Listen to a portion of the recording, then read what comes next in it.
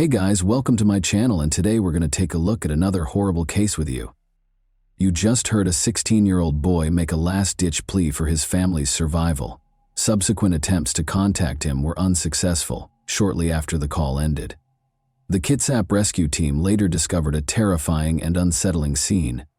3 burned bodies, 2 boys and a woman, were discovered inside the burning house. The father, John Derek Carriga, was absent from the scene though. It was highly suspicious because the father was not present, suggesting that he may have been involved in planning this gory scene. The quiet surroundings of Kitsap County were the scene of this terrifying incident, which left the community in shock and in search of answers. John Derek Carriaga, 43, Christale Lynn Carriaga, 37, and their 2 teenagers, Hunter Evan Shape, 16, and Jonathan Felipe Higgins, 16, made up the Carriaga family. They shared a home in Washington's Kitsap County, with the 2 teenagers from prior relationships. John and Christale married in 2009, combining their families. But their joy was short-lived, and as their 8 years as a family were coming to an end, an unexpected guest turned everything upside down. Kitsap County, Washington, saw another ordinary Friday on January 27, 2017. The Carriga family gathered in their quaint 1-story ranch home on West Tenino Drive as evening approached. According to reports, Chris Cale had some friends at the house. While at the house, Johnny got a call and left to meet someone, informing the family that he would be back soon. Later, Johnny was back on the property, but he didn't go inside the house. They snacked and indulged in late-night activities like watching TV or browsing through their phones, just like any other family. On that fateful Friday night, however, 16-year-old Hunter Shape made a terrifying 911 call to Kitsap County dispatchers, shattering the peace of the evening. He begged authorities to come to their aid immediately. When the rescue crew finally reached the Carriga home, they were met with a somber scene. All members of the family, including Hunter Shape, had been shot and killed inside their house, which was later burned down. The community was shocked to learn of the tragedy that had occurred when they woke up on Sunday morning, January 29, 2017, to the terrifying headline, "3 people found dead in Kitsap County home after fire." The headline in the newspapers was incorrect. "Homeowner missing." This made the already unsettling situation even more concerning and uncertain. Initial reports stated that the victims, a woman and 2 teenagers, had been found inside a burning house. The community was left reeling from the shock of such a violent and senseless crime after authorities confirmed that the deaths were classified as homicides. John Carriga, the homeowner, was nowhere to be found, and it was confirmed that the crime had occurred the Friday before. Authorities asked people to be on the lookout for Carriga and his truck, a brown 2005 Ford F-150, and to report any sightings. Although John was listed as missing, rumors started to circulate that he might have been complicit in the horrible crime. Public opinion was greatly influenced by the press, with headlines stoking conjecture and doubt. The reference to "someone here with a gun" only served to heighten anxiety about Carriga, but it quickly became clear that the media had erred greatly in reporting that 16-year-old Hunter Shape, who had made the upsetting 911 call before tragically passing away from his injuries, was still alive. Some startling information surfaced as investigators worked on the case, highlighting the heinousness of the crime. More than $50,000 in cash was found concealed in a strong box in the main bedroom, along with an additional $7,000 in a money bag, and shell casings, mostly 9mm, were found on the back deck. In a desperate attempt to find clues, law enforcement used every resource at their disposal to find Johnny Carriga and his truck over the course of the following few days. The ongoing investigation was eventually shaken by a significant development: the finding of John Carriga's truck. On a secluded road in North Mason County, the burned wreckage with Johnny's lifeless body inside was discovered. Authorities acted quickly after a bystander walking through the area made the discovery. The local community was asked for help by the Kitsap County Sheriff's Office, which encouraged anyone with information to come forward. The area was thoroughly examined by crime scene investigators in an effort to find any hints that could provide insight into John's death. One of the most important pieces of evidence they discovered was a single latex glove that was discovered close to the burned-out truck. Authorities appealed to residents and businesses with security cameras for any footage that might offer important insights into the case. After this discovery sparked speculation and raised questions. Lieutenant Earl Smith, the sheriff's detective, stressed the value of video evidence and urged anyone with pertinent footage to assist law enforcement. The community responded quickly to the appeal, with people coming forward to offer support in any manner they could. Although there was a collaborative spirit throughout the investigation, the specifics of John's death circumstances were still unknown. Detectives reported that there were indications of forced entry and visible damage to the gate on the road leading to the tree farm. There was a clear sign of some struggle amid the confusion and uncertainty, as if Johnny's truck had crashed through the gate.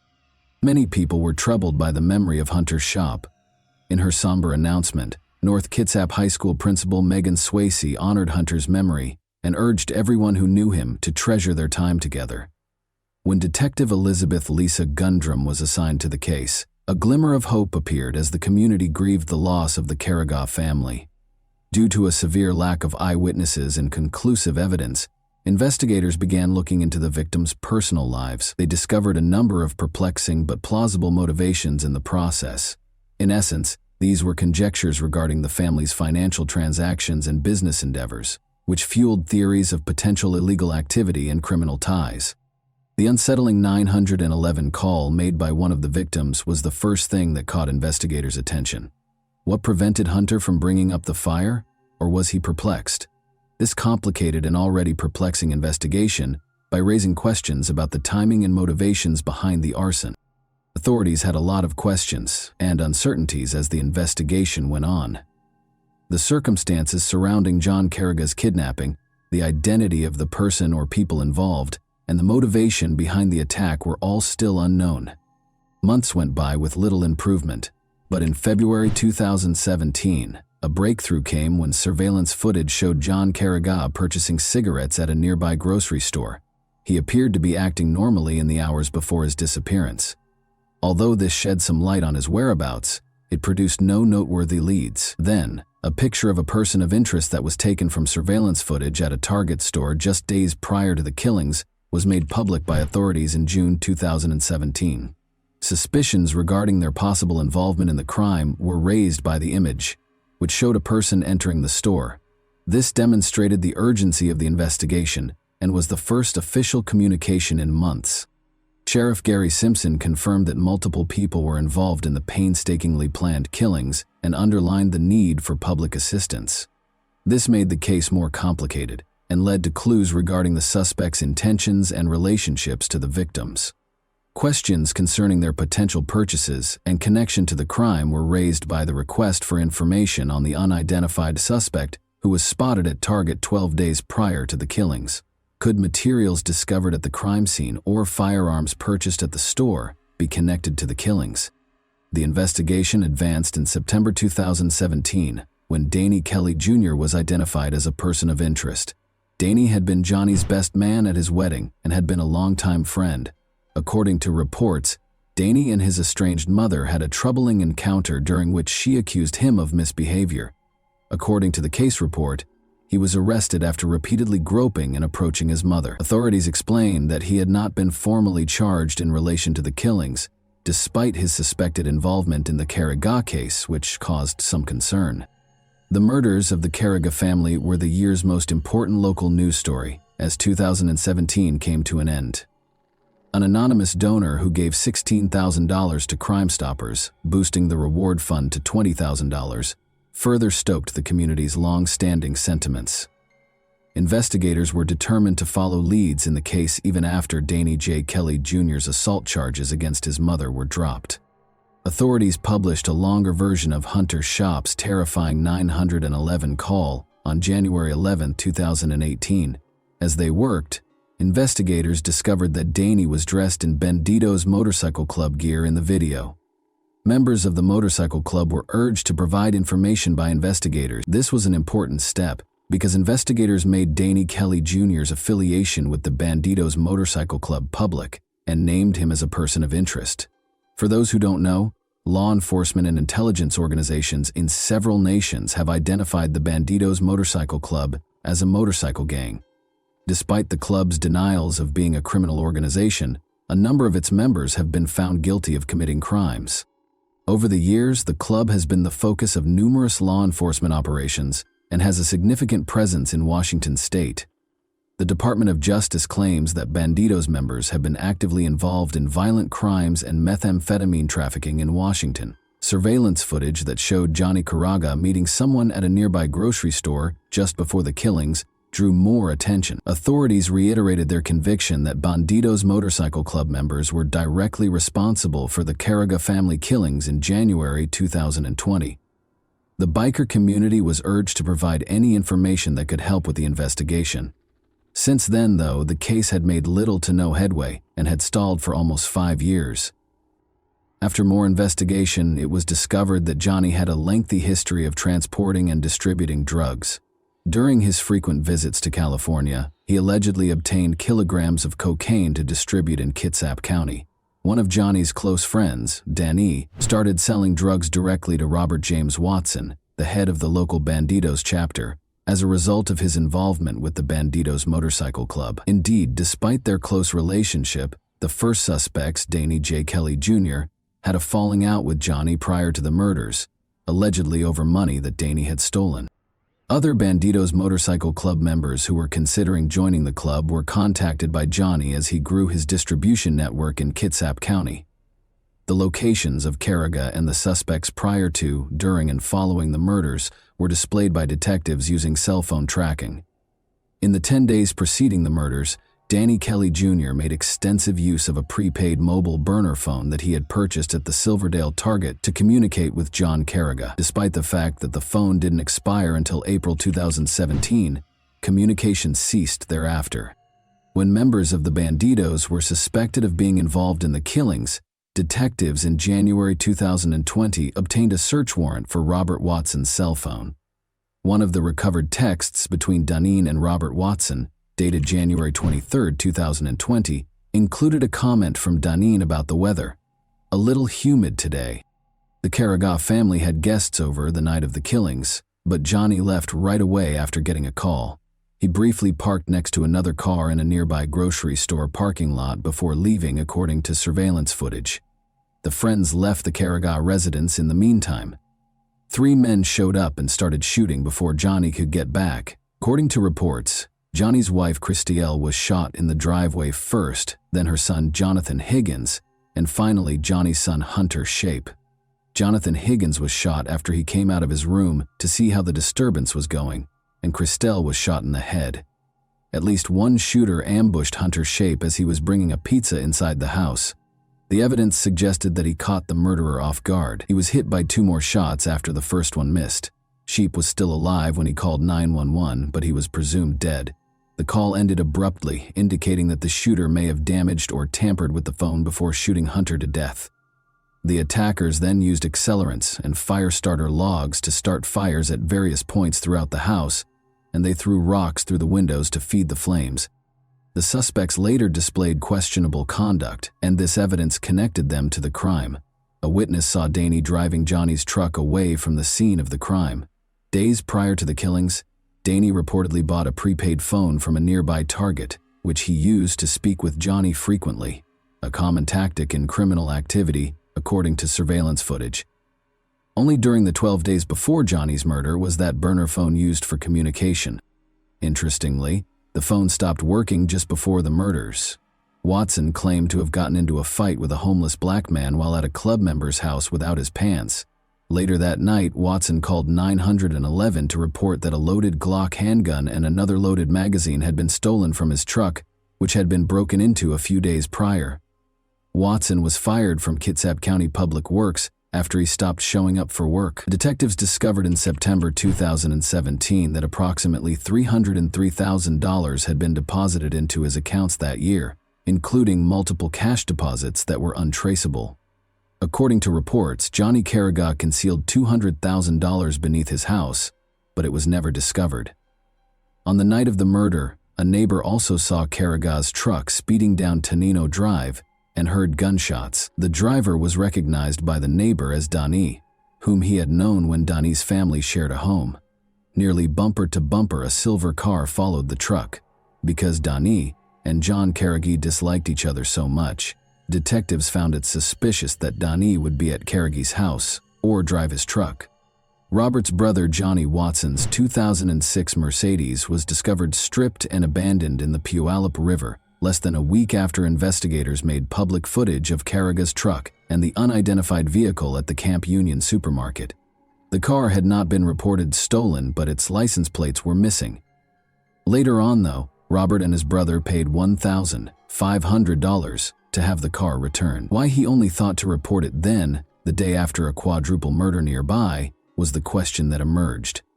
The second car that was spotted in the grocery store parking lot the night of the killings was thought to be driven by Johnny Watson, the third person. Additionally, his DNA and that of one of the rocks found at the crime scene matched exactly. The community was finally rocked by a major development on June 6, 2022, when 3 men were officially charged with the Carnegie family's quadruple murder. In the lengthy investigation that had engulfed the area for years, this was a pivotal point. The arrest operation, which took place over several weeks and involved about 70 police officers from various counties, was carefully planned. The suspects, who were identified as Danny J. Kelly Jr., 43, Johnny James Watson, 49, and Robert James Watson, 50, were arrested in various locations throughout the state. About an hour later, Johnny Watson and Danny were arrested in their Bremerton apartments, while Robert Watson was stopped in traffic at Gig Harbor. The 3 men were charged with a total of 16 felonies each after being arrested and taken to nearby jails. These charges included first-degree burglary, first-degree arson, first-degree murder, and first-degree aggravated murder. A whopping $20 million was set as bail for each defendant. Each of the suspects entered a not guilty plea to the alleged felony charges. When they appeared in court the next morning, the judge placed severe restrictions on their possession of firearms, alcohol, and drugs unless prescribed, and ordered that they be detained without the possibility of release on bond. The court also ordered the defendants to refrain from any communication with one another. Investigators had established a specialized task force to investigate the quadruple homicide in response to the Carnegie family murders. The seriousness of the case and law enforcement's resolve to prosecute the offenders were highlighted by this cooperative effort. In the hopes that the arrests would be a major step toward closure for the families impacted by the tragic loss of the Carnegie family, the community awaited further developments in the legal proceedings. However, as people gathered to honor them, there was a glimmer of hope despite the gloom. Those affected by the tragedy eagerly awaited the 3 suspects in the Carnegie family murder case to be apprehended. Hunter Shope's mother, Carly Scott, had been praying for justice for years, and now her prayers had been heard. Over the years, she had pleaded so passionately for someone to come forward, and it was successful. The public provided the detectives with tips that enabled them to solve the case. Accused of ruthlessly murdering a whole family, the suspects were brought before a Kitsap County judge while being escorted into the courtroom and clearly restrained. The community was deeply scarred by their alleged crimes, which were motivated by disrespect and greed. Emotions were running high during the trial as relatives confronted the defendant and voiced their desire for justice. Given the seriousness of their acts, the suspects gave off an eerie aura. The arrests gave the victims' loved ones a sense of relief and closure despite the suffering and heartache, and this was evident throughout the Kitsap County Sheriff's Office as family members gathered to give detectives and one another nervous hugs following the arrest. And that wraps up today's chilling story. If you enjoyed this video, don't forget to like and subscribe so you never miss a new upload. Also, let me know in the comments what part of this story shocked you the most. Thank you for watching, and I'll see you in the next video.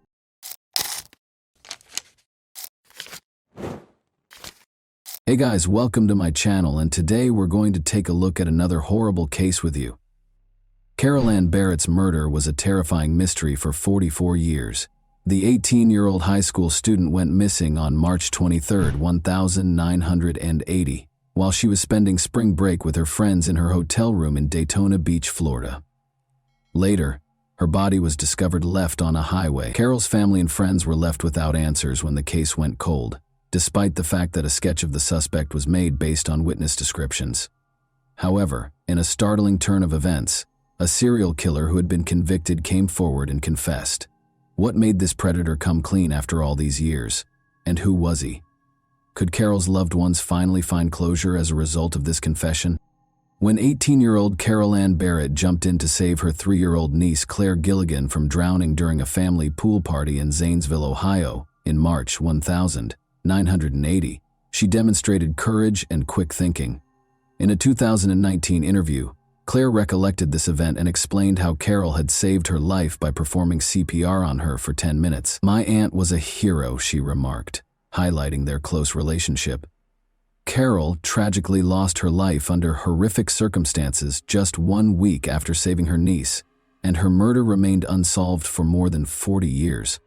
Carol, a senior in high school from Ohio, had spent spring break in Daytona Beach, Florida, with 7 of her friends. 2 a.m., a stranger broke into the girls' hotel room on Sunday, March 23rd. With a gun in hand, he ordered the group to strip and threatened to murder one if they resisted. He chose to hold one of them hostage in order to guarantee his escape free from police intervention. The intruder initially targeted Carol's friend Pam, but he was provoked by her panic.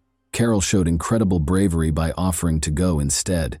Before removing Carol, the attacker locked her friends on the balcony. Soon the police were called. A police sketch of the suspect was made after speaking with Carol's friends, who had all gone through the ordeal and seen the kidnapping. Unfortunately for Carol, it was too late. Carol's body was found dead in a ditch beside I-95 in Jacksonville, Florida, on Monday, March 24, 1980. The back of her head had been shot execution style. The Jacksonville Sheriff's Office was unable to identify the murderer despite the kidnapper's sketches.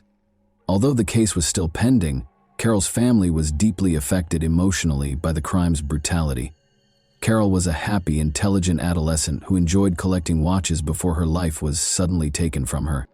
In a 2019 interview, her niece Claire Gilligan stated, "I've held on to one of her watches like it's $1 million. I know it sounds weird, but I'd just like to have her things to remember her by."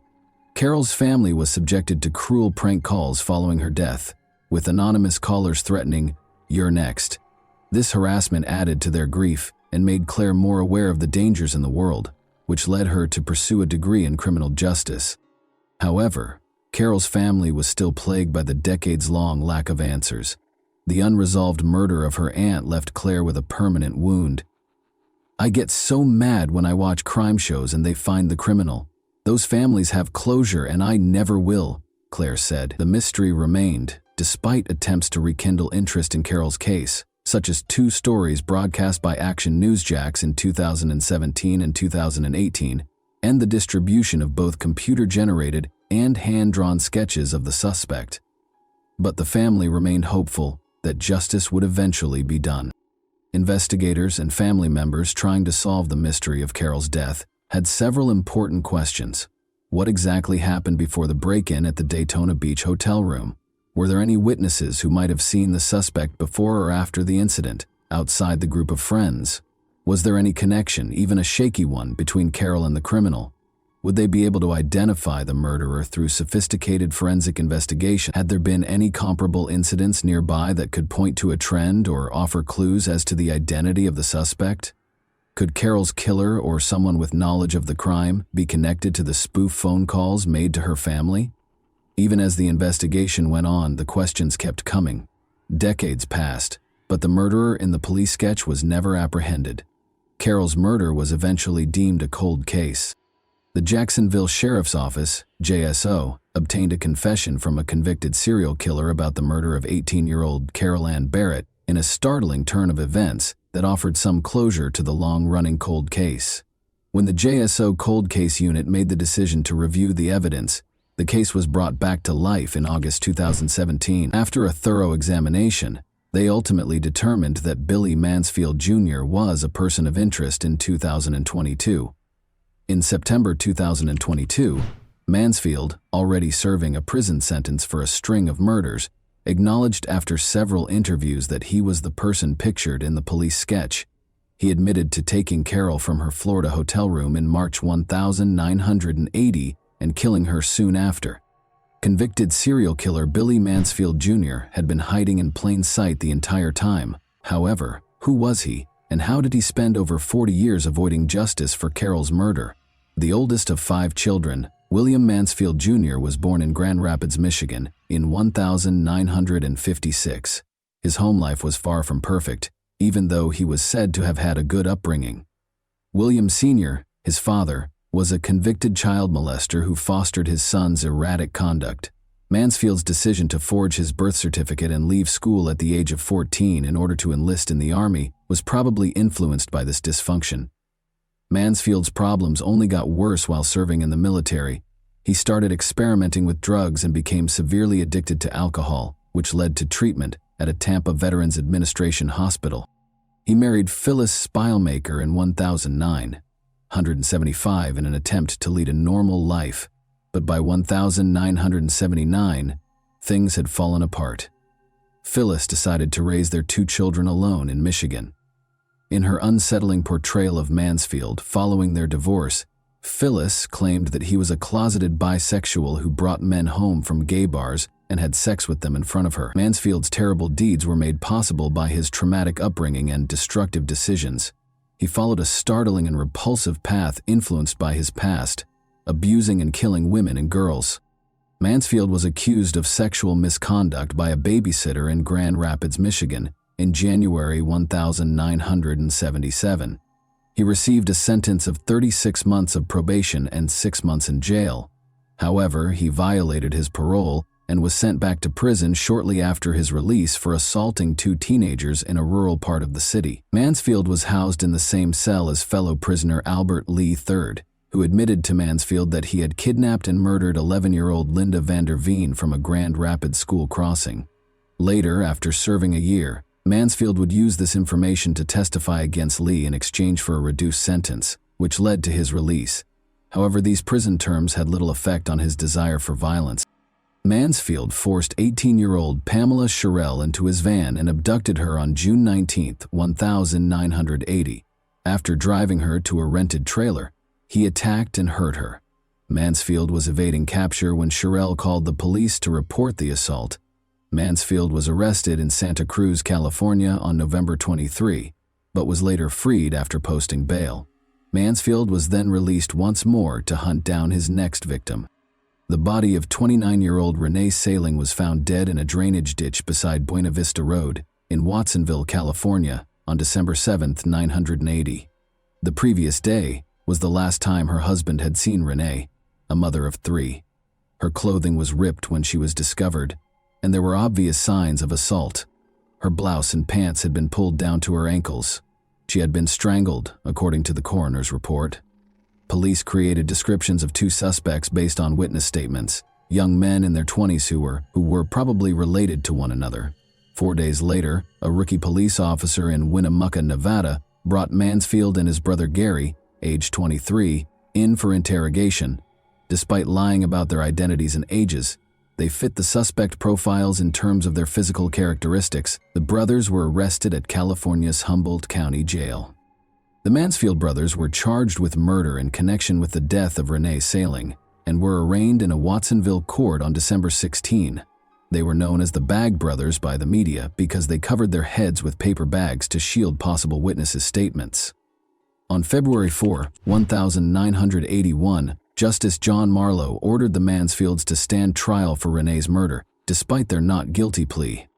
The Hernando County Sheriff's Department in Florida secured a search warrant in mid-March 1981 in order to excavate the Mansfield family's Spring Hill, Florida property.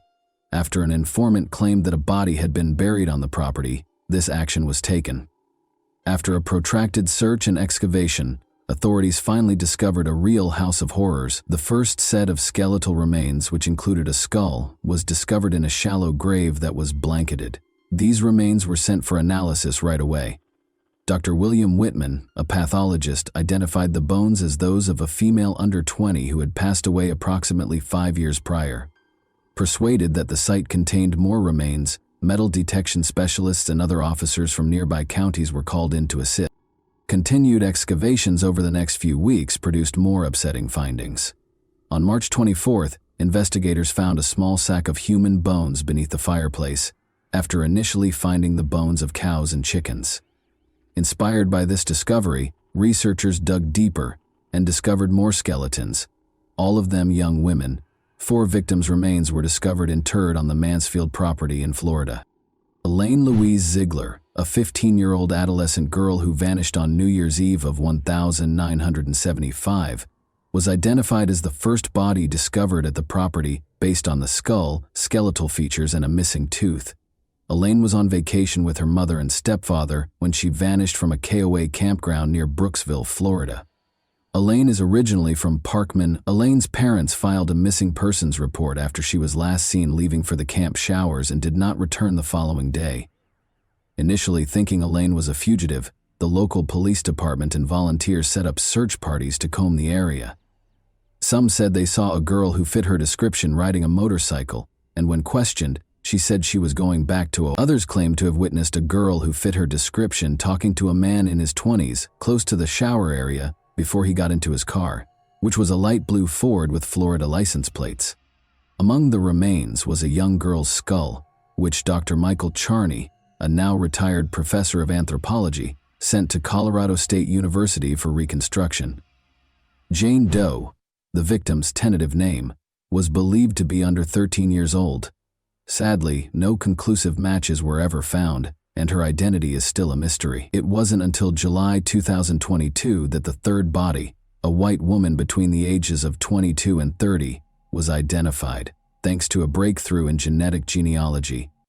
On May 16, 1980, Teresa Finningham, then 16 years old, was reported missing after she did not appear for a scheduled job interview in Tampa, Florida. Teresa, a Hillsborough Community College employee and native of Tampa, was last seen on April 27, 1980, in the Pam's Liquor Lounge parking lot with a man who was described as a biker. She had left her glasses and car keys at the bar. Forensic dentistry was later used to identify her decomposing body. The Mansfield family home in Spring Hill was searched again almost 40 years after the original excavation. In October 2020, Mansfield's brother Gary was arrested on drug charges, which led to the second search. More human remains were found to have been traced, presenting a somber image of a serial killer whose crimes had been ignored for years. The families of the victims have found some closure as a result of the excavation and identification efforts, but there are still many unanswered questions regarding the full scope of the Mansfield brothers' crimes. In order to avoid local publicity bias, Mansfield's trial for the murder of Renee Saling in California was rescheduled to the city of San Rafael after the skeletons were discovered in 1981. His prior criminal activity and serial killing spree garnered media attention during the trial. A mistrial resulted from the jury's inability to reach a unanimous verdict in spite of the evidence presented. Chip Harp, the assistant state attorney, asked for and received a 6-month delay. On February 8, 1982, the new trial was scheduled to begin. Mansfield was charged with the murder of the young women discovered buried on his family's property at this time by a Florida Hernando County court. At the time of this indictment, Mansfield was being detained at the Santa Cruz County Jail in California. Mansfield's brother Gary and a woman named Cindy consented to testify against him at the retrial. He was sentenced to 25 years to life in prison. Initially claiming innocence, Mansfield entered a guilty plea to all 4 murders as part of a plea deal at the Hernando County trial for the Florida killings, earning him 4 life sentences. He acknowledged, "I am pleading guilty because I am guilty of the charges and have no other reason," in a prepared statement. Despite early setbacks, Mansfield was ultimately found guilty and given several life sentences, which guaranteed his incarceration and prevented additional harm. His brothers and other witnesses' participation was essential in obtaining these convictions, underscoring the significance of thorough legal and investigative procedures when handling repeat offenders. The horrific findings on Mansfield's property, in particular, served as a sobering reminder of the extent of his violent tendencies and the difficulties law enforcement had in apprehending him. New developments in forensic investigation have led to the recent discovery of yet another of Mansfield's victims after decades of incarceration. Following several interviews, Billy Mansfield Jr. admitted in September 2022 to kidnapping 18-year-old Carol Ann Barrett from her hotel room in Daytona Beach and killing her soon after. Her body was discovered in a ditch 44 years prior to this admission. How many more unidentified victims could Mansfield be connected to? It is hoped that by cooperating, police will be able to solve other unsolved cases. Mansfield, now 68, is already serving 4 concurrent life sentences in Florida for different murder cases, in addition to a life sentence for murder in California. The state attorney's office in the 4th Judicial Circuit chose not to press further charges against him because he was already in jail when he confessed to killing Carol Ann Barrett. After more than 40 years of uncertainty and sorrow, Mansfield's confession offers the Barrett family some measure of closure. The case's reopening and the confession that followed demonstrate how law enforcement will continue to pursue justice, even as memories fade and time goes on. Because of the investigators' unwavering efforts to solve her murder, Carol Ann Barrett's story, which was marked by both her tragic end and her heroic final act, now has a conclusion. The events of that fateful night still leave us wondering what really happened as we reach the end of this incredible tale. What do you think of Carol's courage in offering to accompany Mansfield instead of her friend? Do you think there are more bodies buried elsewhere in Mansfield? And that wraps up today's chilling story. If you enjoyed this video, don't forget to like and subscribe so you never miss a new upload. Also, let me know in the comments what part of this story shocked you the most. Thank you for watching, and I'll see you in the next video.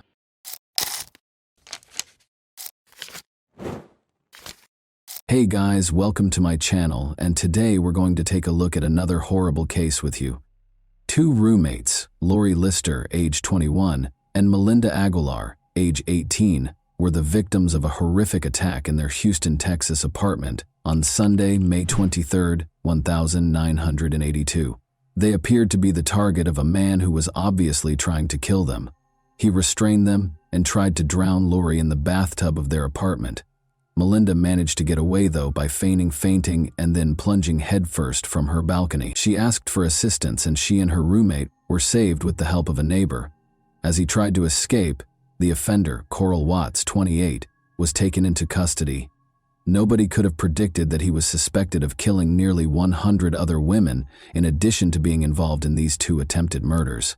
In 1982, he admitted to the murders of 13 women and was sentenced to 60 years in prison.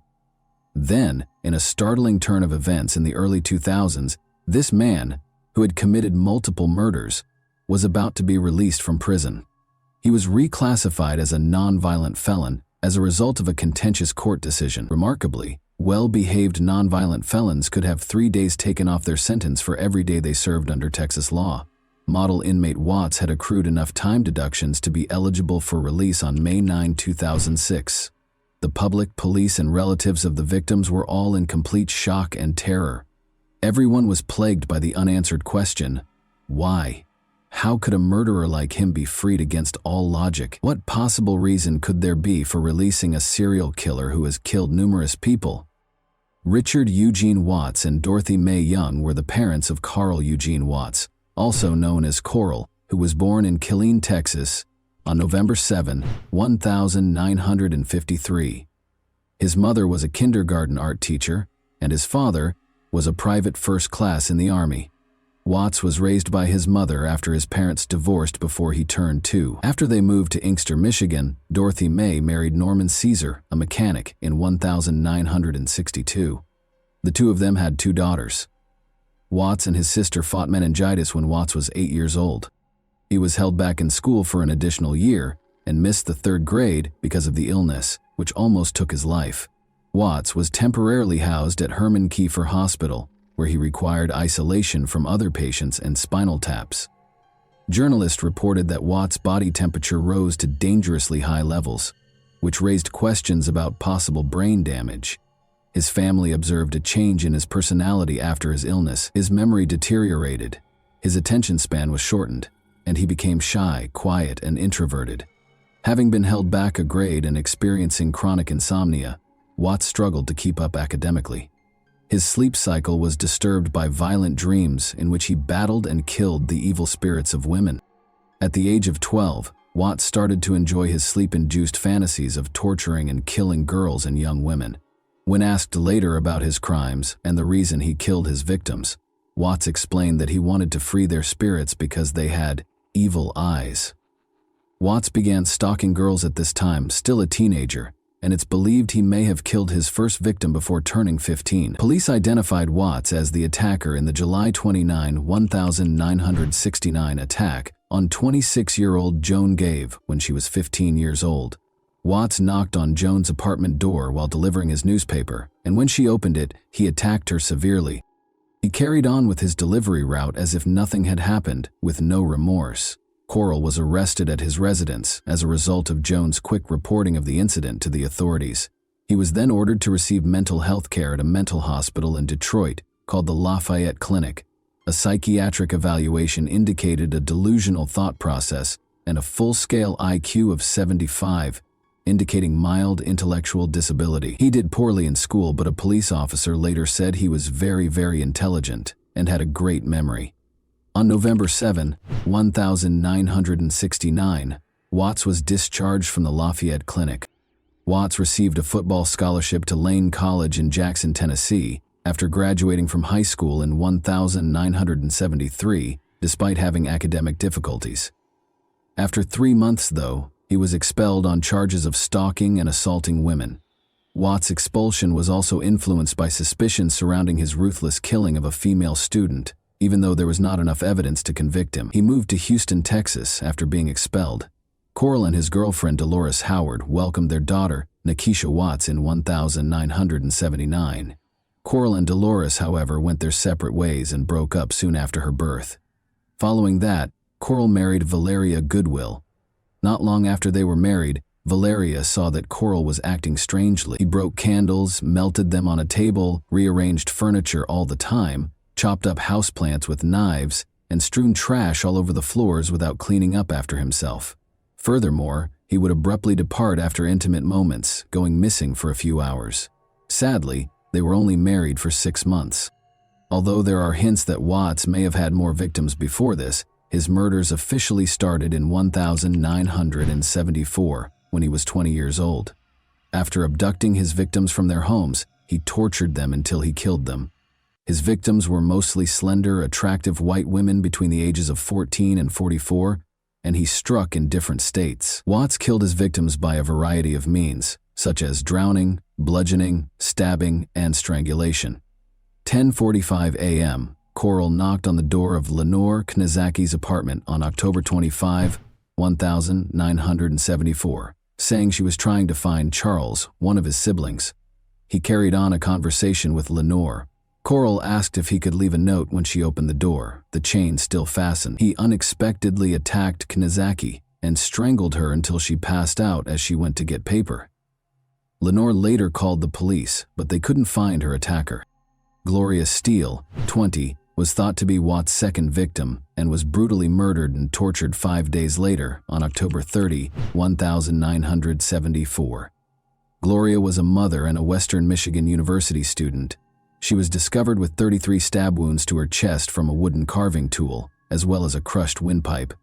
Because there was insufficient evidence, Watts was not charged with direct murder. Diane K. Williams, an apartment resident manager and the sole witness, saw a black man looking for Charles throughout the apartment building. Coral grabbed her when she saw Williams, pried open her door, and pulled her inside. Williams' phone rang during their struggle, so she knocked it off the hook and yelled for assistance. Williams saw her assailant getting into a tan Pontiac Grand Prix as he ran away.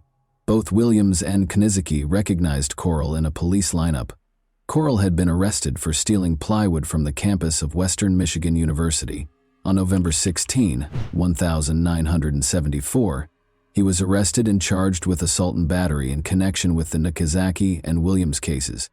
Watts was moved to the Center for Forensic Psychiatry in Michigan after being diagnosed with antisocial personality disorder and attempting suicide with a length of cord at the Kalamazoo Mental Hospital. When asked about Gloria Steele's death in 1975, he confessed to attacking about 15 other young women and acknowledged being close to her the day before she passed away, but he denied being the cause of her death. Under a search warrant, Detroit police searched Watts' home and found a wooden carving tool, but no evidence connecting him to Gloria's death. Watts was given a year in the county jail after entering a no-contest plea during his trial for the assault and battery of Knizacki and Williams. When Watts was evaluated by psychologists, they described him as incredibly dangerous, lacking regret for his crimes, reckless, careless, emotionally distant, and prone to relapsing. Following that, he killed 5 women in a series of attacks that took place in the Detroit area over the course of a year. One odd finding was that most of his crimes took place on Sunday mornings. An Ann Arbor newspaper gave the offender the sinister moniker, Sunday Morning Slasher, because of this peculiar pattern, which added to the mystery surrounding the timing of these horrific attacks, which all took place at approximately 4 a.m. On April 20, 1980, Shirley Small, then 17 years old, was fatally stabbed twice outside her Ann Arbor, Michigan home. On July 13, 1980, 26-year-old Glenda Richmond was the target of a similar attack. Although there was not enough evidence in either case to convict, Watts' traits were evident. On September 14, 1980, 20-year-old graduate student Rebecca Huff was discovered dead after suffering about 50 stab wounds, the first murder that can be directly linked to Coral. On October 6, 1980, a 20-year-old named Delpy survived an attack, but he suffered serious injuries, such as muscle weakness and partial paralysis. Agnes, a 30-year-old woman, raised the alarm on her way back from a Halloween party on November 1, 1980, and barely avoided being attacked by a hooded man who looked like Watts. She recognized Watts from pictures, but there was still some doubt because of the dark surroundings. When Watts became the focus of local homicide investigators in July 1980, a task force was established to investigate the Sunday slashings. Watts was intermittently monitored, and in November, a court order permitted officers to equip his vehicle with a tracking device. Around 5 in the morning on November 15, 1982, Ann Arbor patrol officers were near Main Street when they noticed a suspicious man in a car following a woman as she walked home. When the woman realized she was being followed, she tried to escape by hiding in a doorway. When the police stopped Coral's car for having out-of-date license plates and driving with a suspended license, they arrested him because he was upset about losing sight of the woman. When police inspected his car, they discovered a package with several screwdrivers and wood-filling tools. The most important item they found was a dictionary that belonged to Rebecca Huff and had the carved words, "Rebecca is a lover." Despite this, there was not enough evidence to connect him to her murder. Coral moved to Columbus, Texas in the spring of 1981 and found work with an oil company. On weekends, he would make the more than 70-mile journey to his next hunting location in the Houston area. Watts murdered scores of women, including dozens, between 1974 and 1982. Watts avoided being identified as a serial killer for almost 8 years in spite of the long list of victims. This elusiveness was caused by multiple factors. The fact that Watts operated in multiple jurisdictions and even states made it more difficult to link the crimes. His method of operation also deviated from the norm because, in contrast to many other serial killers who prey on women and girls, he never had physical contact with his victims. As a result, connecting the crimes was difficult, even after DNA testing was developed. Law enforcement did not recognize Watts as a possible criminal until his arrest in 1982. And those who knew him did not view him as a suspect. Watts broke into the Houston apartment of Melinda Aguilar, then 18, and Lori Lister, then 21, on May 23, 1982. Watts strangled Lori down the steps outside the apartment after she returned from work.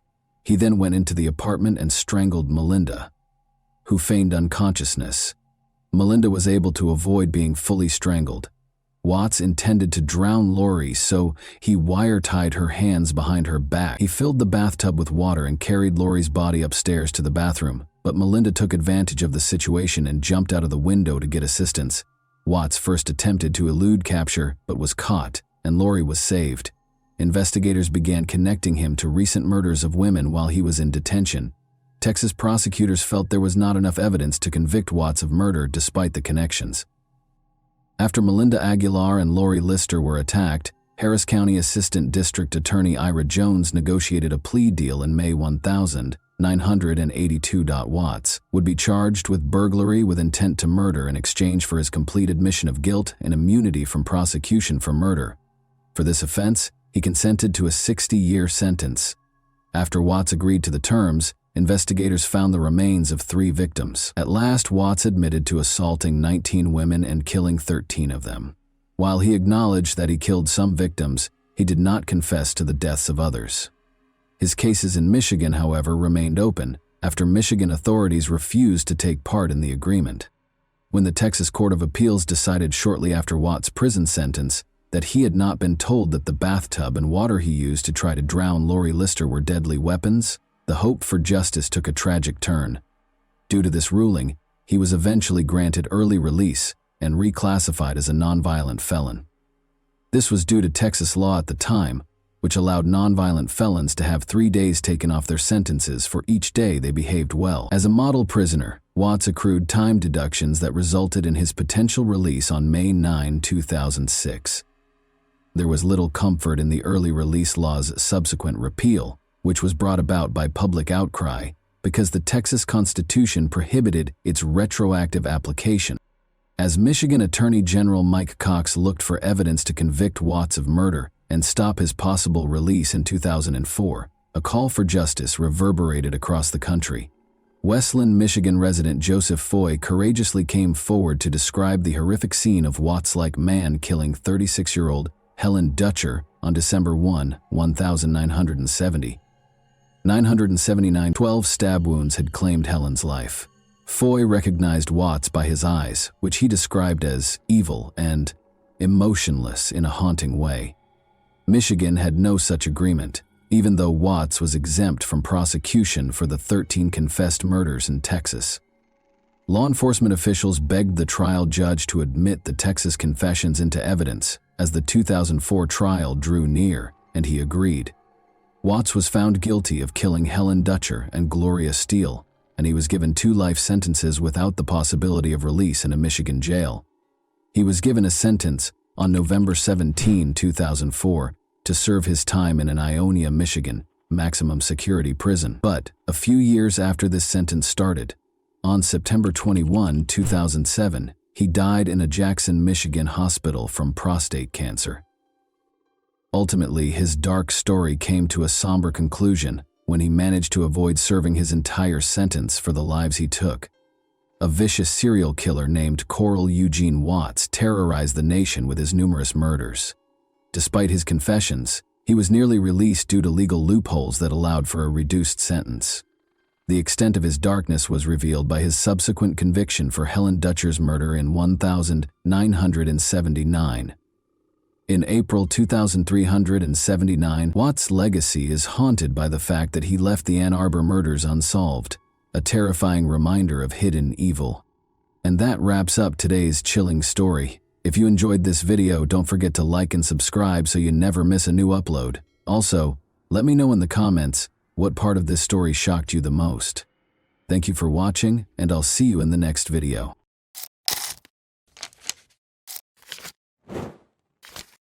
Hey guys, welcome to my channel, and today we're going to take a look at another horrible case with you.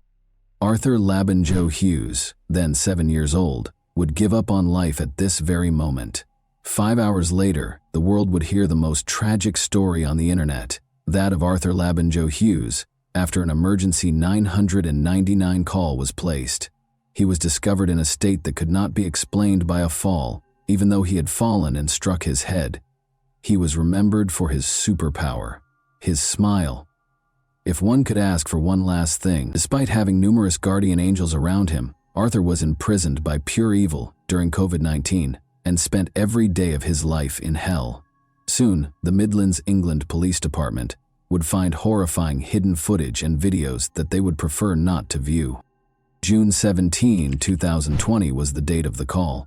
The voice on the line was panicked. 6-year-old Arthur Labanjo Hughes had fallen down the stairs. When paramedics arrived, he was having trouble breathing. Arthur's life slipped away in spite of all the attempts to save him. Before the doctors noticed something that would haunt them for years, it appeared to be a tragic accident. Horrible injuries were found, which contradicted the caller's account. Arthur's severe brain injuries had caused his death. According to the doctors, the damage was comparable to an automobile accident. Even the on-scene paramedics observed numerous bruises on his body, in addition to severe head trauma. Amidst the frantic words and background noise of the 999 call, the truth was concealed in plain sight.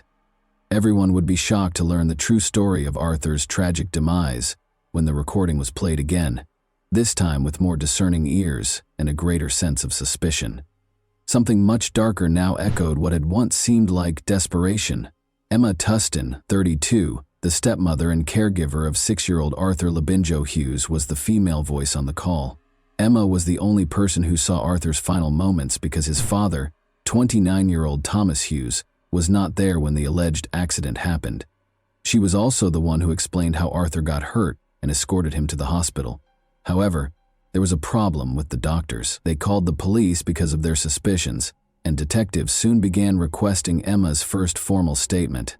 The thinking step was the punishment area that Arthur's stepmother Emma and father Thomas had created for him.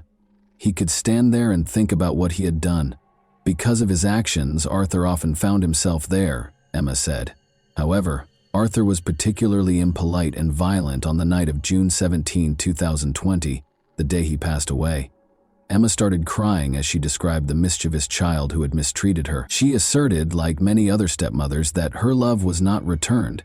However, the narrative did not match Emma's story, which remained mostly unchanged from the details in the 999 call. Although more research was necessary, the results would reveal a disturbing truth that would haunt the investigators for the rest of their careers. By 1 a.m., Arthur was placed on life support. After determining that there was nothing more that could be done, life support was turned off the next day. A forensic analysis conducted as the investigation progressed showed that Arthur had more than 130 distinct wounds, from head to toe, in varying stages of recovery. Each and every part of his small body was injured and bruised. Long-term physical stress caused his thymus gland and one kidney to shrink significantly. However, a total detachment of the retina in his right eye and bleeding on the brain were the cause of death. The experts had no idea that this was only the beginning. He had extremely high sodium levels when he was first brought to the hospital.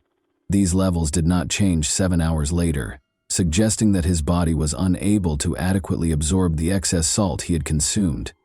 According to estimates, Arthur would have needed to eat 6 tablespoons of salt in a single day, or more likely, be poisoned with high amounts of salt over a number of days to reach such sodium levels. Torture was evident from the autopsy report and the injuries sustained. However, that wasn't even the reason this case was the most well-known in Middleton. It was the horrifying findings that had not yet been made during the inquiry that had the public's attention like a wildfire. Authorities were tracking down the sadistic monster who had committed the unthinkable after discovering the unspeakable horror inflicted upon the defenseless child. Behind the story of the tearful Emma and the restless Thomas, there was little question that something was amiss.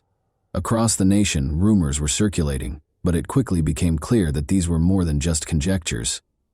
Discovering the atrocities that had taken place behind the scenes was the difficult part. A search warrant for Emma's 2-bedroom home, where she lived with her boyfriend Thomas Hughes and their children from prior marriages, was swiftly obtained by the Middleton police. Apart from a CCTV camera placed in the living room, nothing seemed especially noteworthy at first glance. Investigators were informed by Emma and Thomas that it was done to keep an eye on Arthur and make sure he didn't hurt himself. The investigators were unaware that the recordings held terrible secrets they would have preferred to ignore when they took them for additional analysis. Heartbreaking details of little Arthur's last hours were captured on CCTV, including scenes that would have horrified anyone who saw them. This unsettling video was captured just a few hours prior to Arthur's purported mishap. Arthur pleaded with Blake to come and save his life. Who were these individuals that Arthur was depending on in the final stages of his life? Blake was Thomas Hughes's brother and Arthur's uncle. When Arthur called for his family outside of Emma and Thomas, he was seen to be weak, frail, and hardly standing. Detectives contacted Arthur's grandparents and Uncle Blake during the hours that these recordings were being examined. In addition to being open, the family had a lot to share. The date of Arthur's birth was January 4, 2014. He was among the happiest kids you could ever meet just a year ago. He was a huge supporter of Birmingham City Football Club and loved superheroes. Those who knew him said he was intelligent and vivacious, but as the grandparents dug deeper, It became evident that Arthur was a contented but unlucky child. Thomas and Olivia Labagno-Halcrow, who met while engaging in drug activities, are his parents. Olivia entered a new toxic relationship with Arthur after the parents divorced, but Arthur stayed with her. She had taken an alcohol awareness course and met a man named Gary Cunningham. Gary and Olivia both used violence against one another. In February 2019, this toxic relationship tragically came to a head when Olivia killed Gary by stabbing him 12 times while intoxicated. The fact that young Arthur saw the murder was the most startling aspect of this incident. Olivia received an 11-year sentence in 2020. Little Arthur moved in with his father, Thomas, and grandparents, while the mother was serving her sentence. His grandparents and his uncle Blake were the main sources of the love he had experienced. For Arthur, this was the safest period of his life. The trail of misfortune started with a simple date, but the wave of good times would soon subside. Thomas, his father, went on a date with Emma Tustin, a woman he had met online. Detectives discovered that Emma had a history of unpredictable and attention-seeking behavior as the investigation progressed. When her boyfriend threatened to break up with her in 2013, she leaped from the top of a multi-story parking structure. She once threw herself out of a bedroom window to stop her partner and his best friend from going to the pub. In an interview with the Daily Mail, one of her ex-boyfriends stated, "She's a black widow. Every man she hangs out with is sucked dry by her. She has absolutely no maternal instinct. She wanted children because of the attention they gave her as a newborn and the benefits they provided.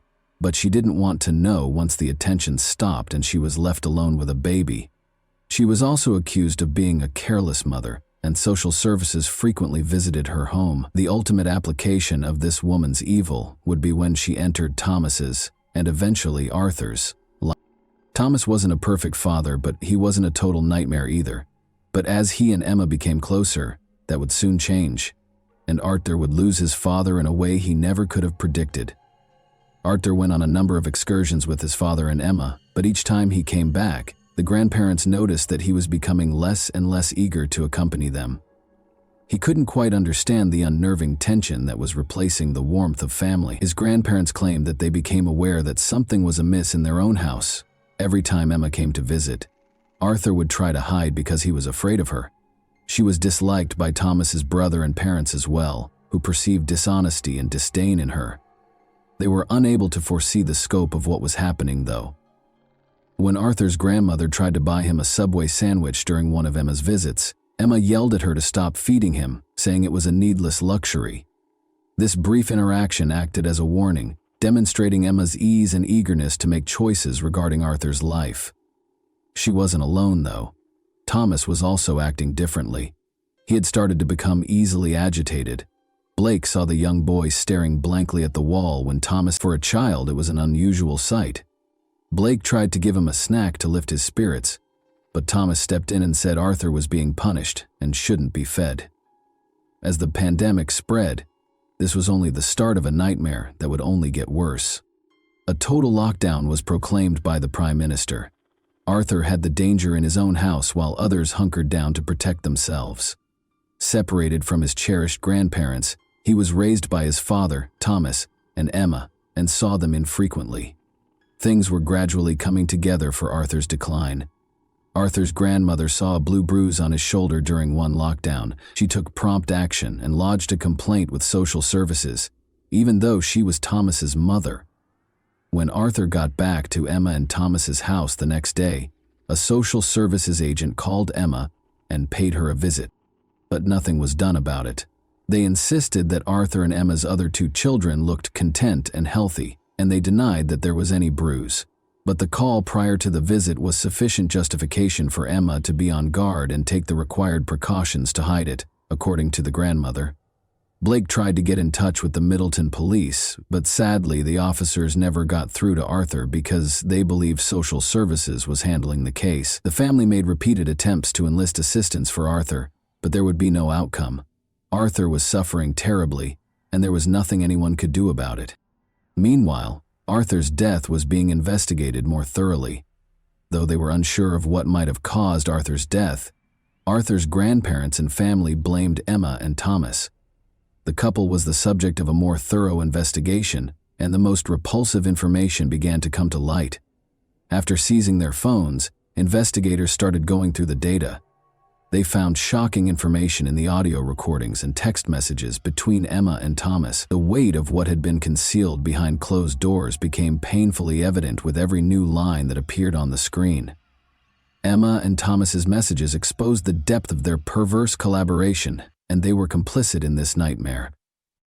The messages described Arthur's living conditions, which included physical abuse, loneliness, and hunger. Emma vented her frustrations and documented her increasing cruelty towards the boy in the majority of these texts. She punished Arthur by depriving him of food and liquids and making him stand in the hallway for hours on end. The young boy's pleas for sustenance and solace were ridiculed. He referred to his desperation as misbehavior. For Emma and Thomas, the conversations were a perverse kind of reinforcement in these messages. When Thomas wasn't home, she would frequently record Arthur's anguished cries and send Thomas audio snippets, seemingly to get his approval for her severe treatment. Thomas would reply by expressing his own annoyance with Arthur and urging her to be even harsher, telling her to just end him or recommending violent means to stop his screams. The boy was left to suffer alone in his room or cry himself hoarse in the hallway while the couple, at times, were only a few feet away from Arthur and texted, their phones buzzing with nasty conversations. Emma complained that Arthur was acting out or spoiling him because of his need for affection. Emma and Thomas talked about how Arthur should be disciplined for small transgressions or denied certain foods. Neglect was not the only form of abuse. There were numerous instances of name-calling and verbal abuse in these messages.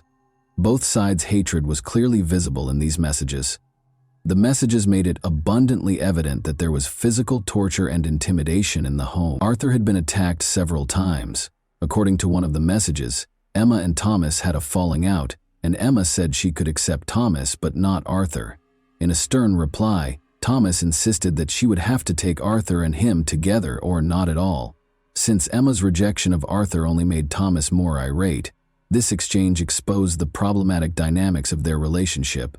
This tension suggested that Thomas's rage could quickly grow and result in more abuse of Arthur. One thing was certain, despite the numerous questions, Arthur was leading a miserable life and frequently going without food. For the investigators, one CCTV clip that had previously seemed unimportant took on new significance. On one of the hottest days of the year, the video showed Thomas and Emma lounging and eating ice cream.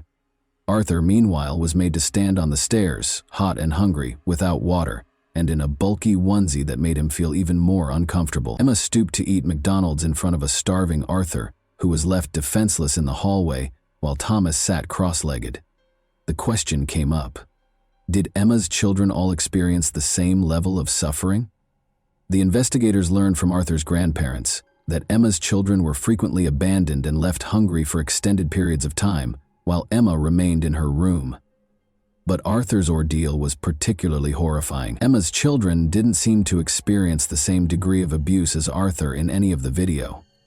Subsequently, Emma's kids would inform investigators that if they attempted to assist Arthur, they would also be punished. As another heartbreaking clip awaited their review, the unsettling details of this case seemed to go on forever. Arthur was seen standing and shuffle-footing in these clips. It appeared innocuous at first, until they discovered he had been upright for as long as 14 hours. Police clamped down on Thomas and Emma as the horrific details surfaced, interrogating them about Arthur and the devastating information in the recordings. The details of Thomas and Emma's accident story started to shift piece by piece, but Thomas would be the first to reveal the truth, which was even more terrifying than they already knew. Thomas admitted to them that his punishment of Arthur might have been excessive. He explained to the investigators that Emma and the family suffered as a result of Arthur's behavioral problems. Thomas was going to disclose that he had studied torture techniques used during interrogation, techniques that caused the most pain without leaving scars or bruises, even though it was difficult to comprehend what offense a 6-year-old could have committed to warrant such a punishment. What actually took place on June 17, 2020 then?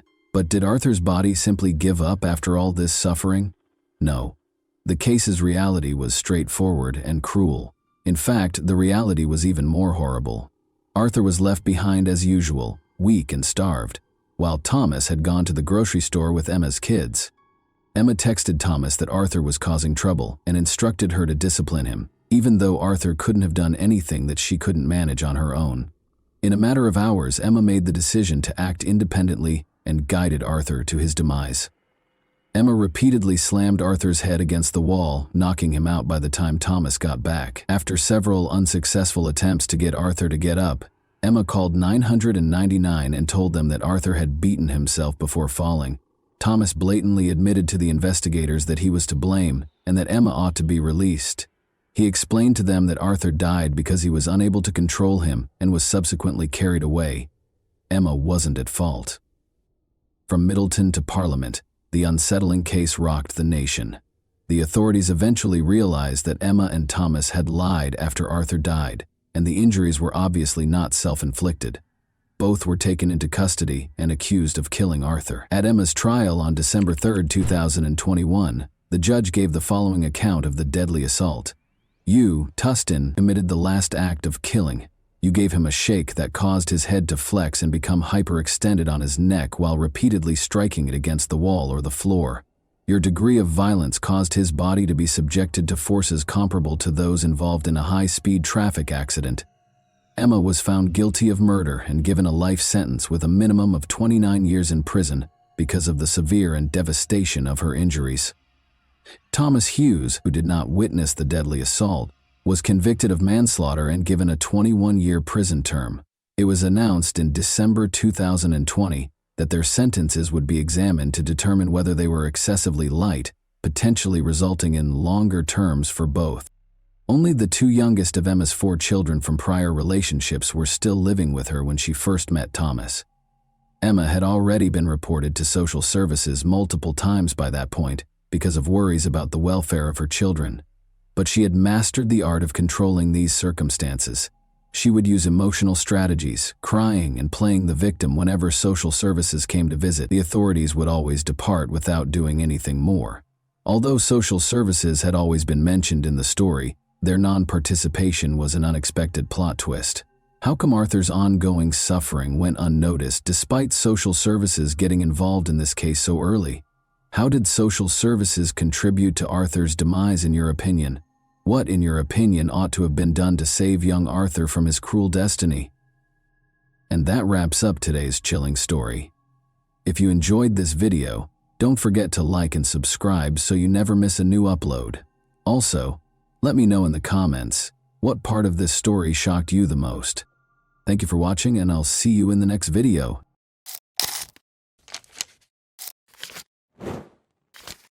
Hey guys, welcome to my channel, and today we're going to take a look at another horrible case with you.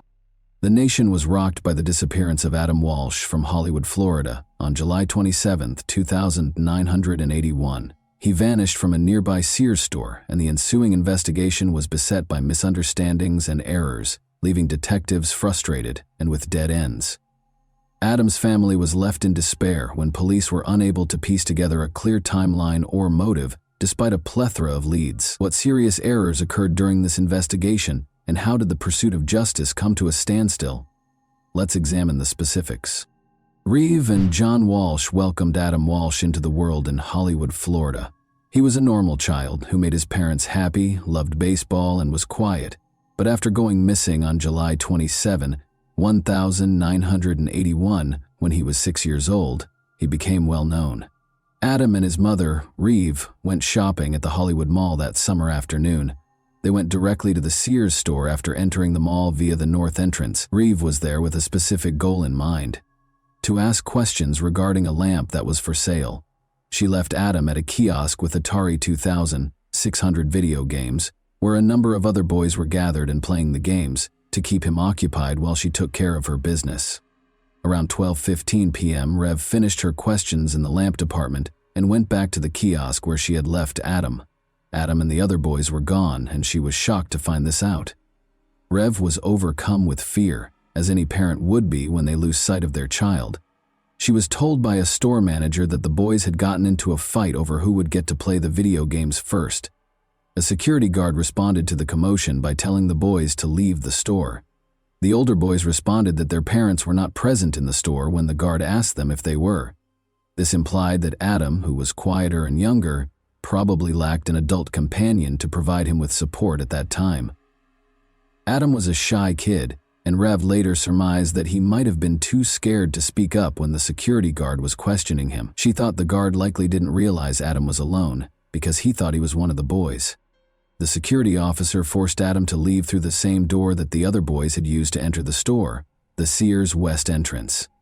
Adam's parents were increasingly worried about his safety after he went outside because they thought he had lost contact with the group and was now alone in a strange place. As the minutes went by, Rev frantically looked around the toy section for Adam, but was unable to locate him. Her panic increased in intensity with every second that went by. She asked the store staff to shout his name over the loudspeakers in a last-ditch effort to find him, hoping that if Adam heard it, he would come back to her. She kept searching the store, calling out his name and searching every hallway in the hopes of finding him while she awaited a response. She happened to run into Jean, her mother-in-law, who volunteered to assist in finding Adam right away. They searched the store together, asking staff and other customers if they had seen him. But after searching for more than 90 minutes and calling on Adam several times without finding him, Rev realized that time was of the essence. She had a growing fear in her heart that something horrible had occurred. She made the difficult choice to call the Hollywood police at 1:55 p.m. with a heavy heart and a sense of urgency. She had no idea that her worst nightmare was going to come true. A massive search for her son was launched in response to this call, with ground crews searching the area for any hints and helicopters hovering overhead. A horrifying find was made in a drainage canal next to the Florida Turnpike, close to Vero Beach, on August 10. On closer examination, two fishermen saw what appeared to be the head of a baby doll floating in the water, but it turned out to be a child's detached head. They called the police right away, horrified. The Indian River County Sheriff's Office sent Detective Ralphie Latimer Jr. and a deputy to the scene to conduct an investigation. Regretfully, no additional remains were discovered during the canal search conducted by divers from Indian River County and St. Lucie County. Adam's parents, meanwhile, continued to hope that their son was still alive. They were left to look for him by themselves, heartbroken and feeling totally powerless. The FBI's National Crime Database at the time allowed reports of stolen vehicles including horses, but there was no mechanism in place for missing children. Because of this, law enforcement was unable to communicate important details about missing children, giving the impression that Adam might be anywhere. Adam's parents made a public plea for their son's safe return on the Good Morning America television show on the morning of August 11th. In the hopes that their message would strike a chord with viewers and inspire anyone with information to come forward, they shared their anguish and desperation. Additionally, they promised a $100,000 reward for any leads that could lead to Adam's location. This outreach emphasized the gravity and urgency of the situation and was a component of their attempt to engage the community in the search. The medical examination was essential in identifying the recovered remains as the investigation progressed. Adam's dental chart and the severed head discovered in the canal were thoroughly examined by the coroner's office. One notable similarity that emerged from this comparison was a filling on the cheek side of a lower left molar. This distinctive dental feature verified that the remains were, in fact, those of Adam Walsh. The coroner then conducted an autopsy to ascertain the cause of death. Adam had died from asphyxiation, according to the examination, which indicated a lack of oxygen because of an obstruction of the airway. This suggested that the act was violent and planned. In addition, the condition of his remains indicated that Adam had most likely passed away a few days prior to his head being found. Adam's death was officially declared a homicide by the coroner, which horribly confirmed the worst suspicions. Despite thorough searches of the canal and the surrounding areas, the remainder of Adam's body was never found, which presented a major challenge to the investigation. The nation was shocked when Adam's head was found 130 miles from his Hollywood home. People were saddened and deeply disturbed by the heinous crime. The way the Hollywood Police Department conducted the investigation into their son's disappearance infuriated John and Reeve Walsh. They believed the case was not handled with the necessary urgency from the beginning, which resulted in a disjointed response that made them feel powerless. John took action to bring attention to Adam in those early days. He held press conferences, distributed flyers featuring Adam's photo, and contacted the local media to request information. In addition to finding Adam, they wanted to force a more exhaustive police investigation. They argued for a thorough investigation of every lead during their meetings with law enforcement. They persisted in trying, but the police's lack of cooperation demoralized them more and more. John became a vocal critic of the investigation as a result of his frustration, which eventually influenced his subsequent public policy work. Their message was further amplified by John Walsh's hosting of the 1988 premiere of the television program America's Most Wanted. The program developed into a potent vehicle for bringing attention to wanted criminals and missing children, in order to encourage viewers to pay attention and report any information they may have. Each episode included segments on current missing child cases. In addition to educating the public about the realities of child abduction, the series gave law enforcement a way to ask for community assistance. The life of convicted serial killer Otis Elwood Toole was filled with violence, abuse, and chaos. Toole was born in Jacksonville, Florida, on March 5, 1947. His early years were characterized by an abusive mother who dressed him in girl clothes and called him Susan, an alcoholic father who abandoned him, and a maternal grandmother who exposed him to satanic rituals and practices. His older sister and a neighbor next door were among the many family members and acquaintances who sexually assaulted him. With an IQ of 75, Toole was categorized as having mildly disabled intellectual capacity. Due to his epilepsy, he frequently had grand mal seizures. Toole visited gay bars and became a prostitute as a teenager. At the age of 14, he allegedly committed his first murder in 1961 after being coerced into having sex by a traveling salesman. In the 9th grade, Toole left school and started living on the streets of the southwestern United States, earning a living through panhandling and prostitution. Toole, then 17 years old, was arrested for loitering in August 1965. Although there is little evidence of his activities after this arrest, authorities believe he drifted around the southwestern United States between 1966 and 1973, making a living through panhandling and prostitution. Toole was implicated in the 1974 murder of Patricia Webb, a 24-year-old woman in Nebraska. He left Nebraska shortly after and briefly made Boulder, Colorado, his home. His stay was brief, though, as he quickly emerged as a leading suspect in the October 14, 1974 murder of 31-year-old Ellen Holman. Toole's private life was a mystery in the years that followed. He hitched a ride in the American South and drifted back to Jacksonville in early 1975 D. Toole married a woman 25 years his senior on January 14, 1976, but their marriage didn't last long. When his wife found out he was gay, she left him 3 days later. Later on, Toole disclosed that his marriage was an attempt to conceal his actual sexual orientation. Toole was taken into custody for an unrelated arson incident in April 1983, while George Sonnenberg, 65, was inside his house. He had set it on fire. For the horrifying arson attack, Toole was taken into custody, admitted to the crime, and was sentenced to 20 years in prison.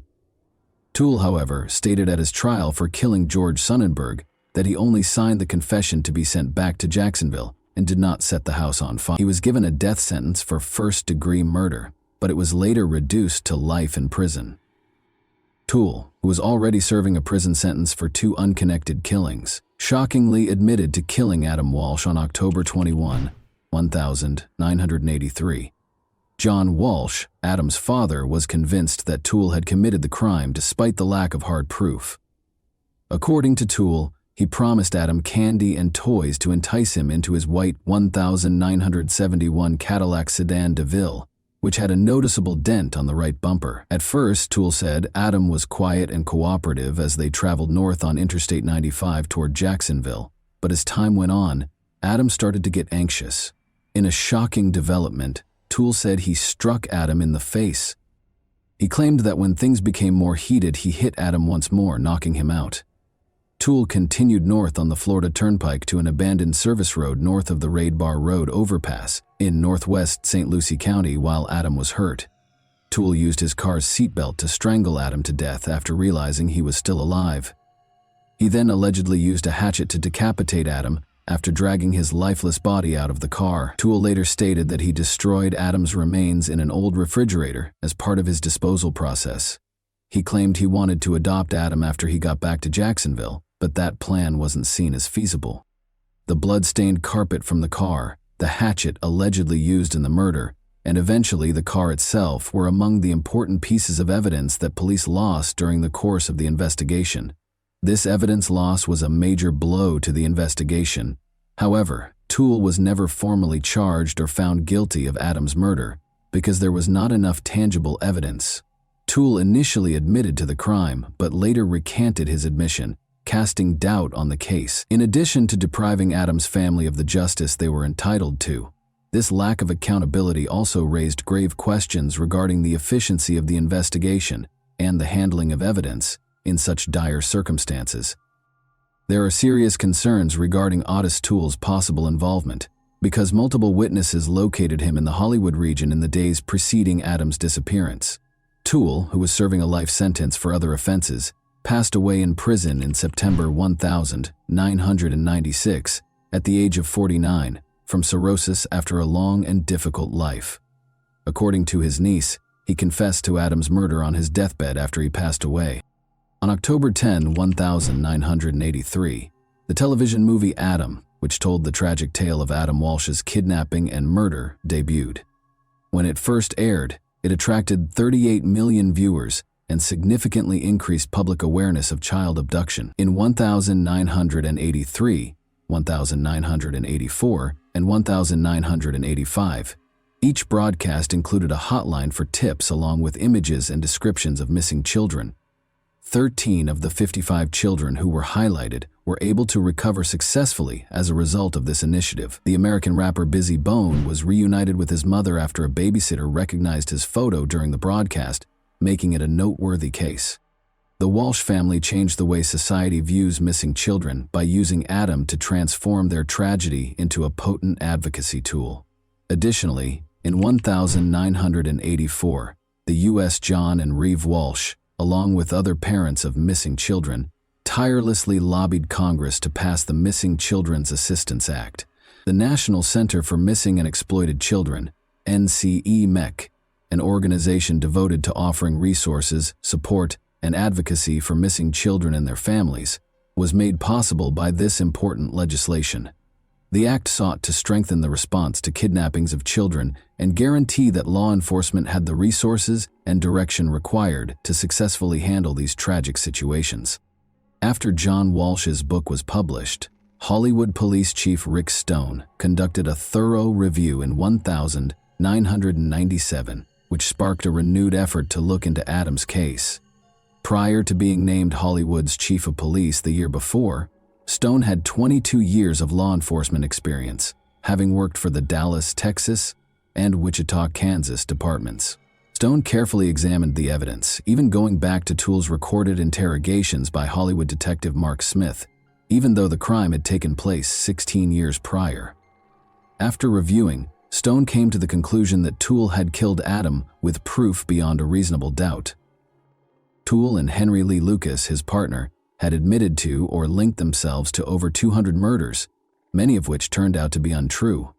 The majority of Lucas's confessions were actually discovered to have been forced by the police, which further calls into question the veracity of Toole's statements. After Adam Walsh's father called the America's Most Wanted hotline to voice concerns about his son's pedophilia, Jeffrey Dahmer was named as a suspect in the case in 2007. At the time of Adam's kidnapping, Dahmer had resided in Miami Beach, which is close to Hollywood.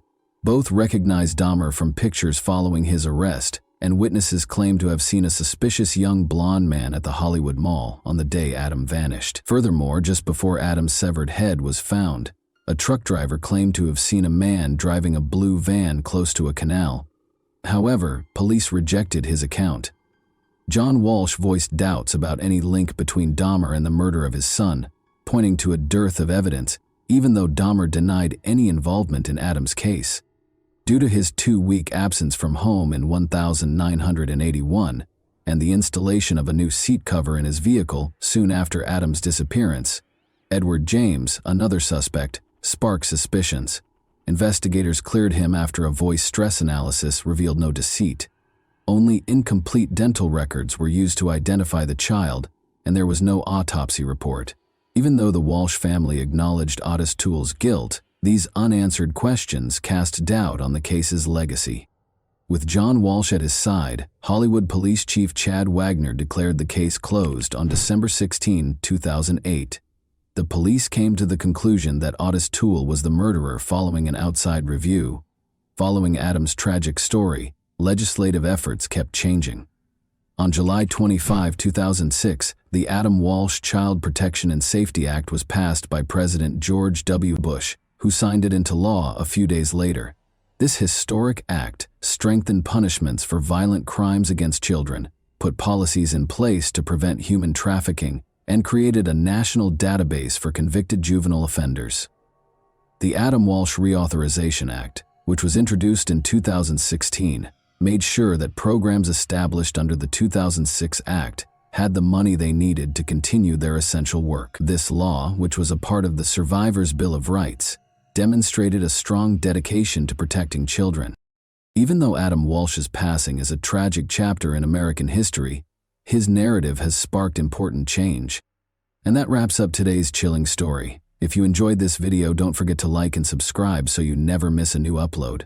Also, let me know in the comments, what part of this story shocked you the most? Thank you for watching, and I'll see you in the next video.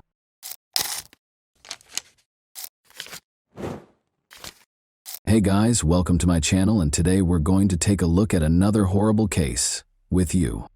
Bryce Rhodes, 25, is the man you just saw on the screen. He acts in a reprehensible manner and shows no remorse or guilt for his actions. He is charged with the murders of two brothers, 14-year-old Larry Ordway and 16-year-old Maurice Gordon, whose bodies were found after the authorities were alerted by a disturbing 911 call. Elizabeth Wren, their mother, was devastated by the news, and her entire world fell apart. However, the horrific manner in which her sons were murdered only served to exacerbate the suffering.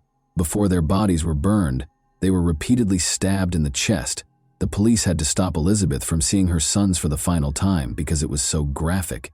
However, why would anyone commit such a heinous act? Bryce claims that the boys were aware of a secret of his that could endanger his life. What might that secret be? And why would it cause two young lives to end so horribly? And why did Bryce act so reprehensibly in front of the police? On the 4000 block of River Park Drive in the Shawnee neighborhood of West Louisville, on May 21, 2016, a 22-year-old girl was riding her bike past an old abandoned building. However, that day was different because she noticed something odd. The structure, which had appeared fine the day before, was now completely destroyed by fire. Curious about what had actually transpired there, she made the decision to look into it more. She noticed an odd shape that didn't seem to belong in the ruins of the burned-out building. Her heart raced with terror as she approached and realized it was a dead body. The surprises didn't stop there, though. She discovered another body nearby, both of them severely burned. She immediately called the police for assistance because she was so terrified. Police officers were soon swarming the scene, attempting to determine what enigmatic events had transpired there the previous evening. The police described the crime scene as the most horrific they had ever seen because it was so graphic. Even one of the officers felt so moved and compelled to shake his head in shock as he covered the two dead bodies with a white cloth because it was so unsettling. Pathologists hurried the bodies to the hospital for an autopsy. The remaining officers, meanwhile, remained at the scene and cautiously looked for any additional hints that might aid in their investigation. Following the autopsies, it was discovered that something even more heinous was the cause of death rather than the fire. A document made public by the coroner's office stated that both boys had been stabbed in the chest and had suffered severe blunt force trauma to their heads. The fact that they had already passed away hours before their bodies were burned and abandoned at the scene makes it even more horrifying. The police now had to identify the boys and determine why someone would hurt them in such a horrible way before they could start their murder investigation and collect evidence. The police were fortunate to be able to draw sketches of the boys despite the fact that the bodies were severely burned. The public was given access to these sketches along with an appeal for anyone who might be able to identify them to come forward. However, they went beyond simple sketches. Unfortunately, They were unable to locate any missing persons reports that had been filed a few days prior and that fit the victims' descriptions after searching through their records. Despite Monday coming and going, no one came forward to identify the boys, and days went by. Elizabeth Wren, a worried woman, hurried to the police station the next day, May 23, 2016, when she informed the officers that the sketches they had made public featured her sons, 14-year-old Larry Ordway and 16-year-old Maurice Gordon. She was clearly nervous. When the officers broke the devastating news that her sons' bodies had been discovered fully burned, Elizabeth was taken aback. She was informed by the police that they suspected foul play and thought the murder was a well-planned one rather than a simple accident. The officers had to politely turn down Elizabeth's fervent wish to see her sons one last time. It would not have been suitable for a mother to see the bodies in such a terrible condition. Even though she felt completely powerless, Elizabeth mustered the courage to share an important piece of information. When Elizabeth spoke with the police, she described how her sons had told her that they were going out with some friends she had never liked on the evening of May 21, 2016. In the past, she'd tried to stop her sons from spending time with these friends, but they continued to do so. They went to a party that evening with 3 people, 25-year-old Bryce Rhodes, 15-year-old Anjuan Carter, and 17-year-old Ja'Cory Taylor.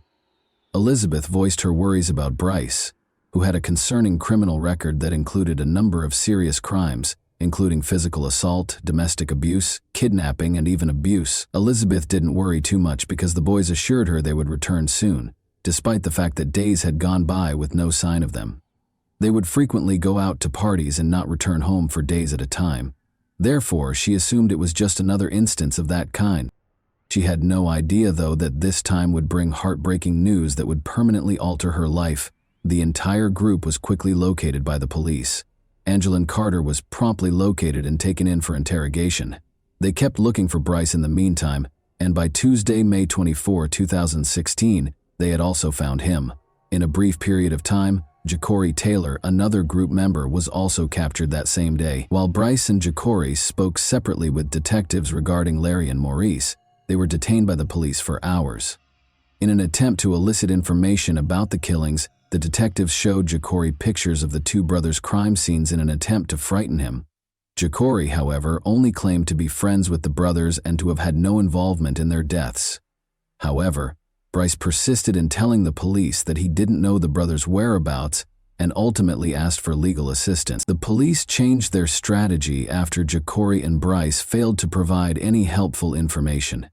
They observed a shift in Anjuan's behavior during their individual interviews with him. Anjuan eventually talked about what had actually transpired on the evening of May 21 at that point. He clarified that evening, Bryce had summoned him and Ja'Cory to his apartment. There, Bryce told them his biggest secret, that he was afraid Larry and Maurice might tell the police about something they had seen on May 4, 2016. In order to get Ja'Cory and Anjuan to help him with a plan, Bryce was able to convince them to do something horrible, kill the brothers on the evening of May 21. Telling the brothers that Bryce was taking them to a party, Ja'Cory went to their house and persuaded them to come out. After a period of hesitation, Larry and Maurice consented to go along. They promised their mother, Elizabeth, that they would return later that evening as they left the house. Since his mother was out of town that weekend, the group had driven to Bryce's house, which he shared with her. Like any other party, the boys settled in and started hanging out and having a good time, but Larry and Maurice were unaware that something sinister was simmering in the background.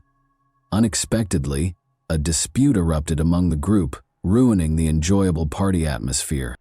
Ja'Cory accused the brothers of stealing money from Bryce, according to Anjuan, who told the police. Maurice became enraged when Ja'Cory confronted him about the theft. The whole situation escalated when Maurice felt threatened and sensed danger, reaching for a knife to protect himself and his brother.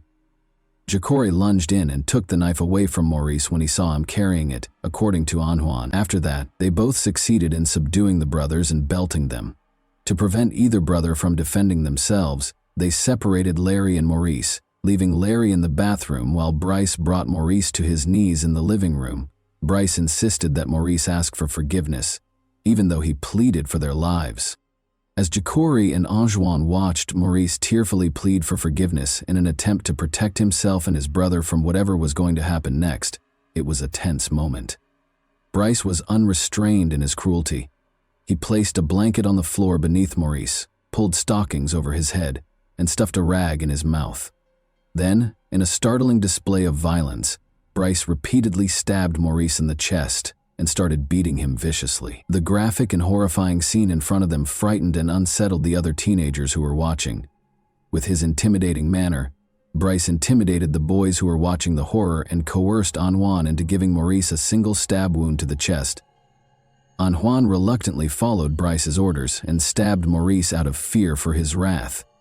Anjuan went on to tell his terrifying story, revealing that after Maurice died, Bryce dragged Larry from the bathroom into the living room, where his brother's blood was all over the floor. Larry was devastated to learn that his brother was no longer alive.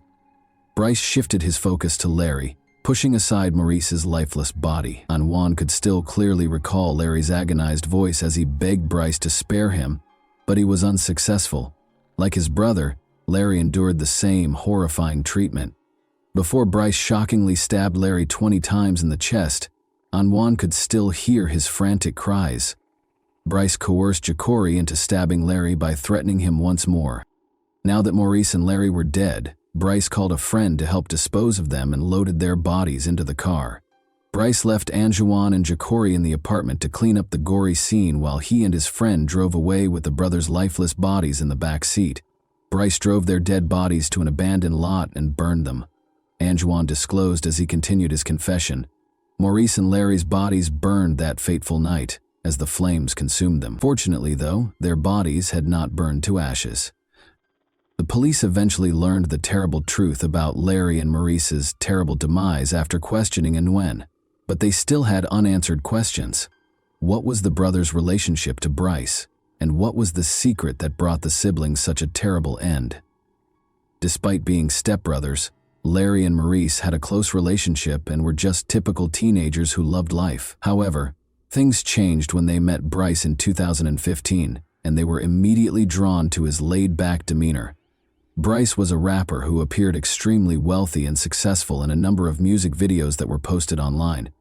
His charisma and way of life captivated Larry and Maurice, who quickly became enmeshed in his world. As they grew closer, Bryce introduced them to Ja'Cory Taylor, a 17-year-old friend. A fourth teen, 14-year-old Anjuan Carter, joined the group as the three boys spent more and more time with Bryce. They all spent a lot of time with Bryce in 2015. He would take them places, buy them food and clothing, and even give them money to spend however they wanted. According to Ja'Cory's police interview, Bryce used to assure them that if they followed in his footsteps, they would become famous.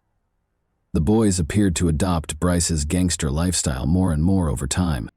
They even made an appearance in a few of his music videos, which suggested that they were taking up his mindset.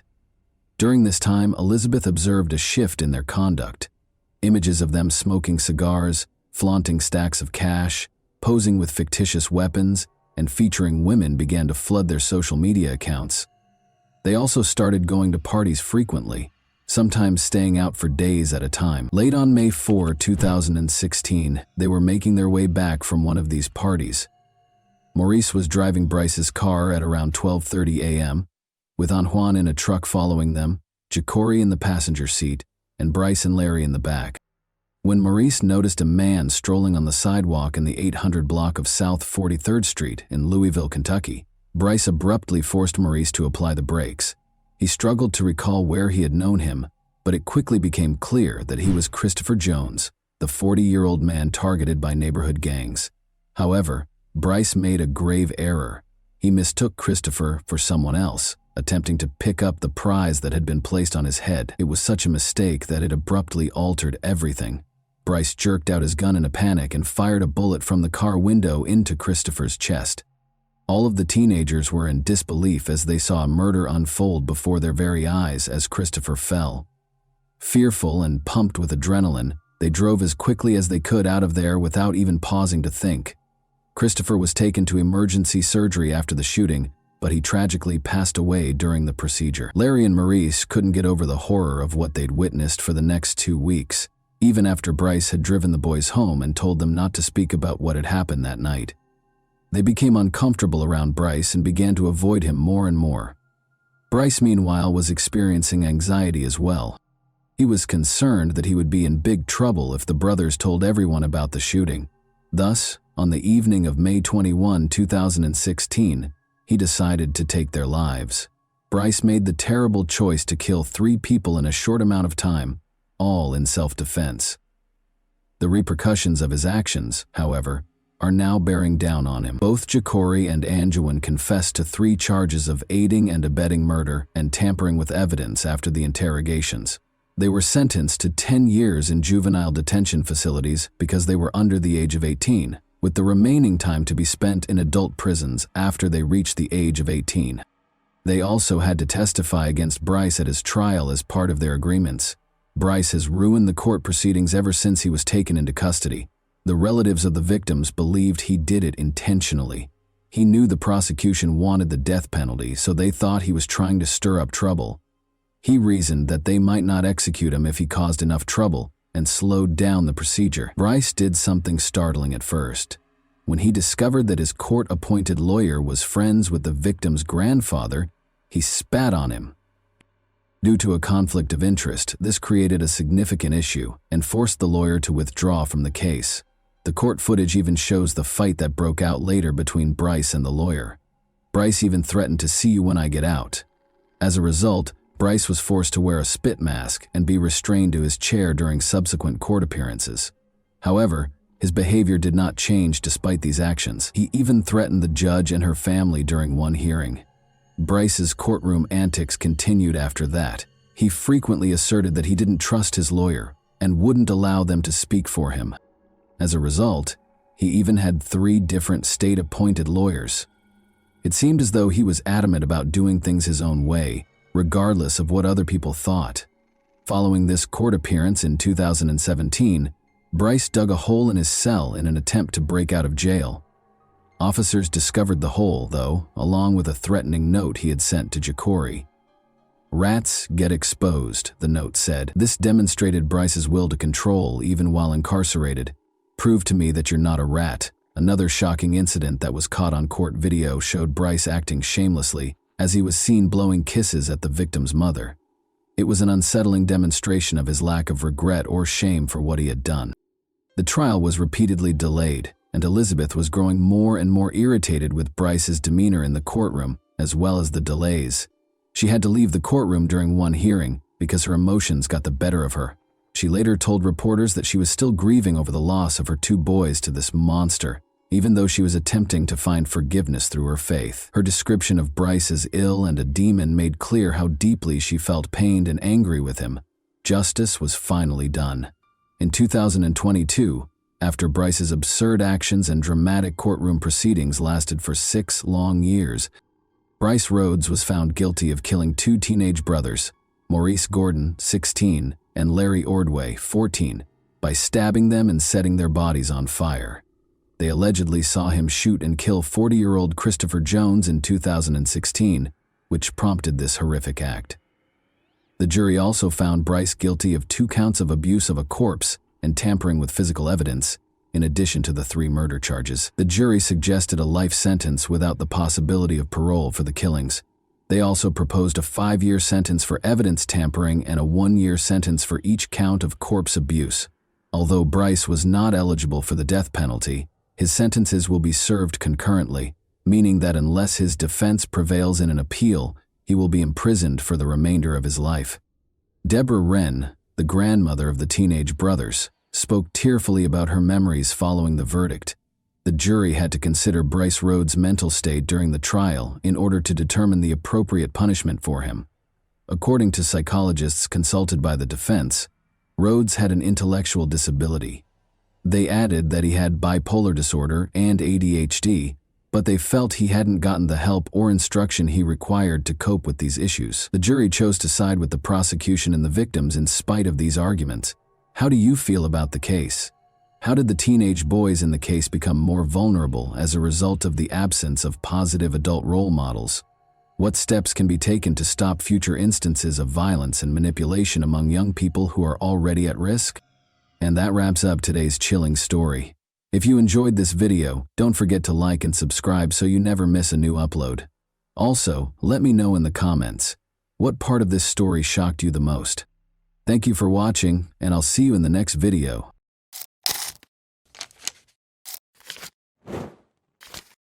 Hey guys, welcome to my channel, and today we're going to take a look at another horrible case with you.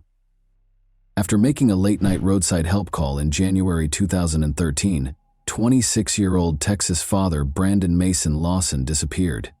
When his car was discovered abandoned, what had started out as a typical night took an enigmatic turn.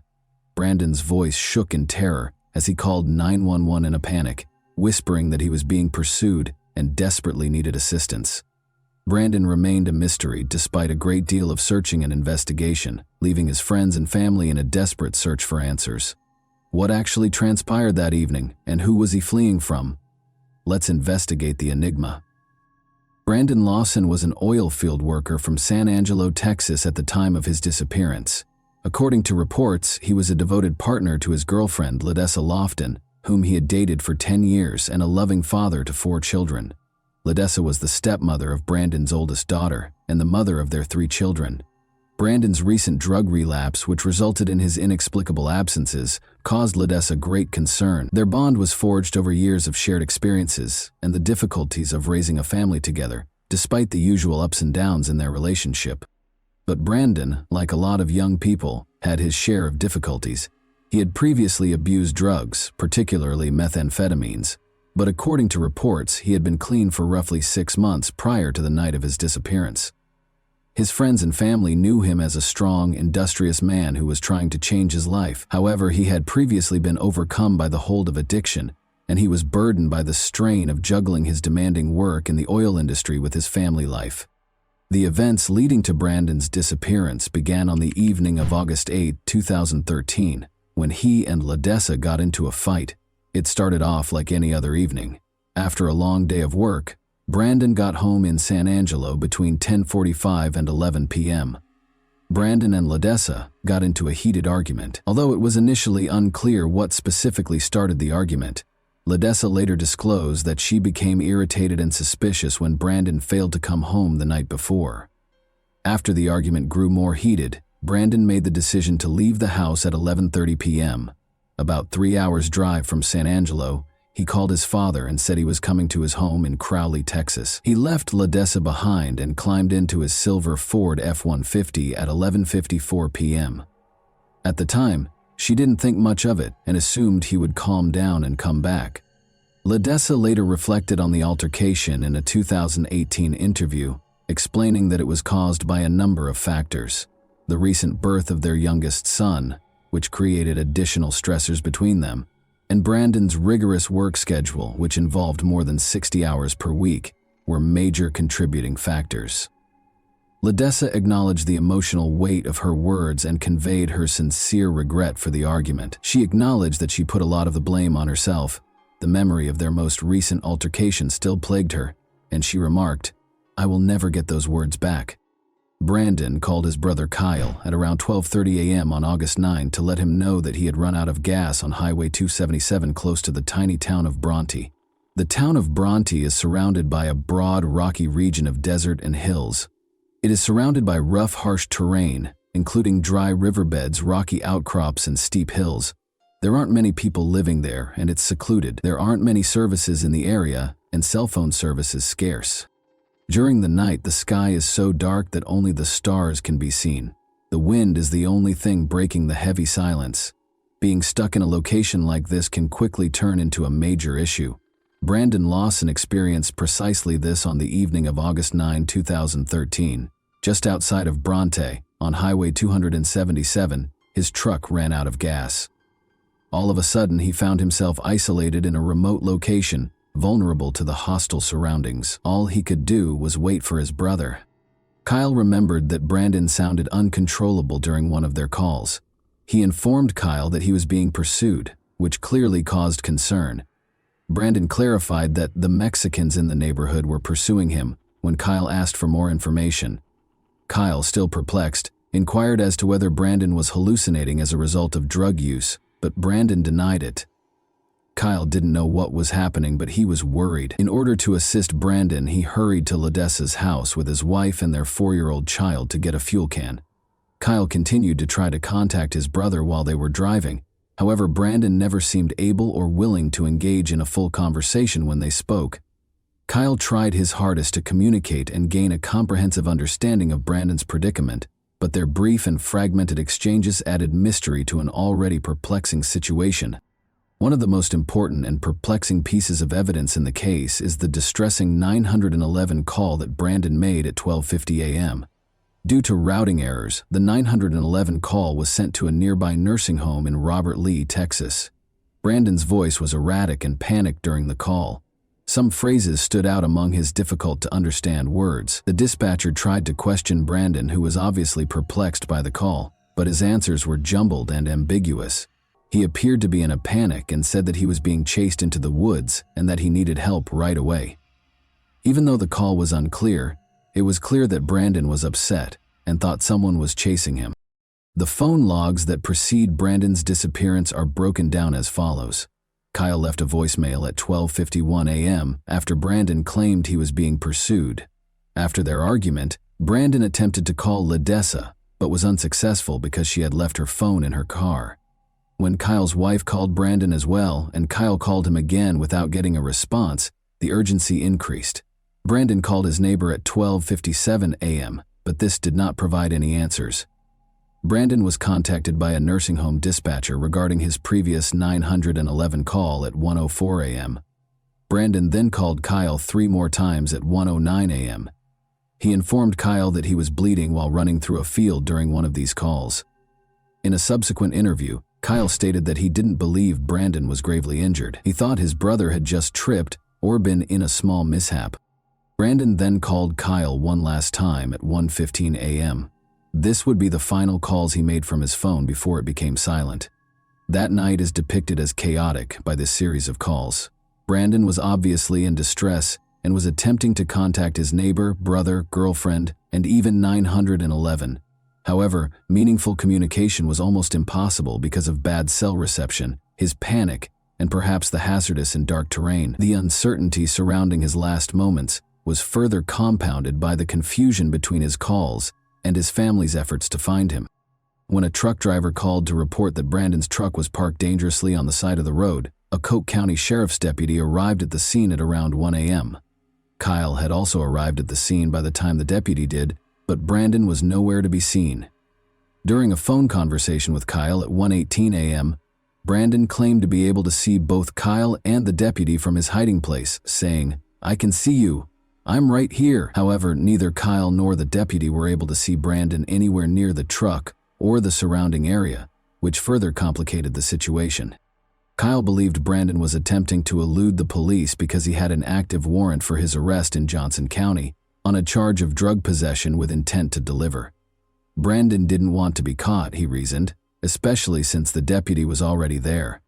Kyle and the deputy didn't have all the information necessary to comprehend what was actually going on, because they were unaware that Brandon had called 911 earlier. Later, Kyle stated that he didn't believe he was in danger. Kyle made the decision to drive a short distance up the road after speaking with the deputy. After the deputy left, he parked farther down in the hopes that Brandon would emerge from hiding. After waiting there for 30 to 45 minutes, Kyle decided that everything was okay and departed for San Angelo. When Brandon failed to appear, Kyle went back to the location where his truck had run out of gas at around 5 in the morning on August 9. Once more, Brandon failed to show up when he called for his brother. A deputy reported that a small private search team had been assembled to find Brandon on August 11. A few days later, they searched until about noon without discovering anything significant, having begun at about 8 a.m. The only hint they found was a tiny spot beneath a tree where it appeared someone had taken a seat. This location was visible from his truck and near the road.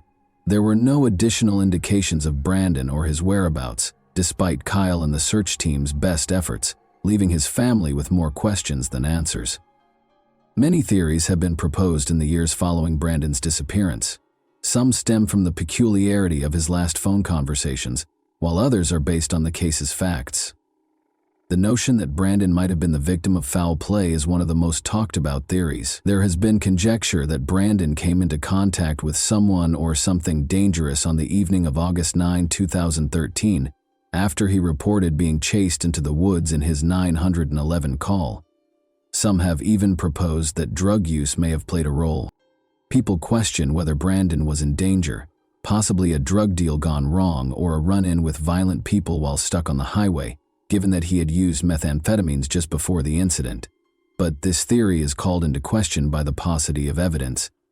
There were no reports of other cars in the vicinity at the time, and no evidence of a struggle was discovered close to his truck. Many people were left wondering whether foul play was involved, where it occurred, and who was involved, because the scene surrounding the truck was oddly undisturbed.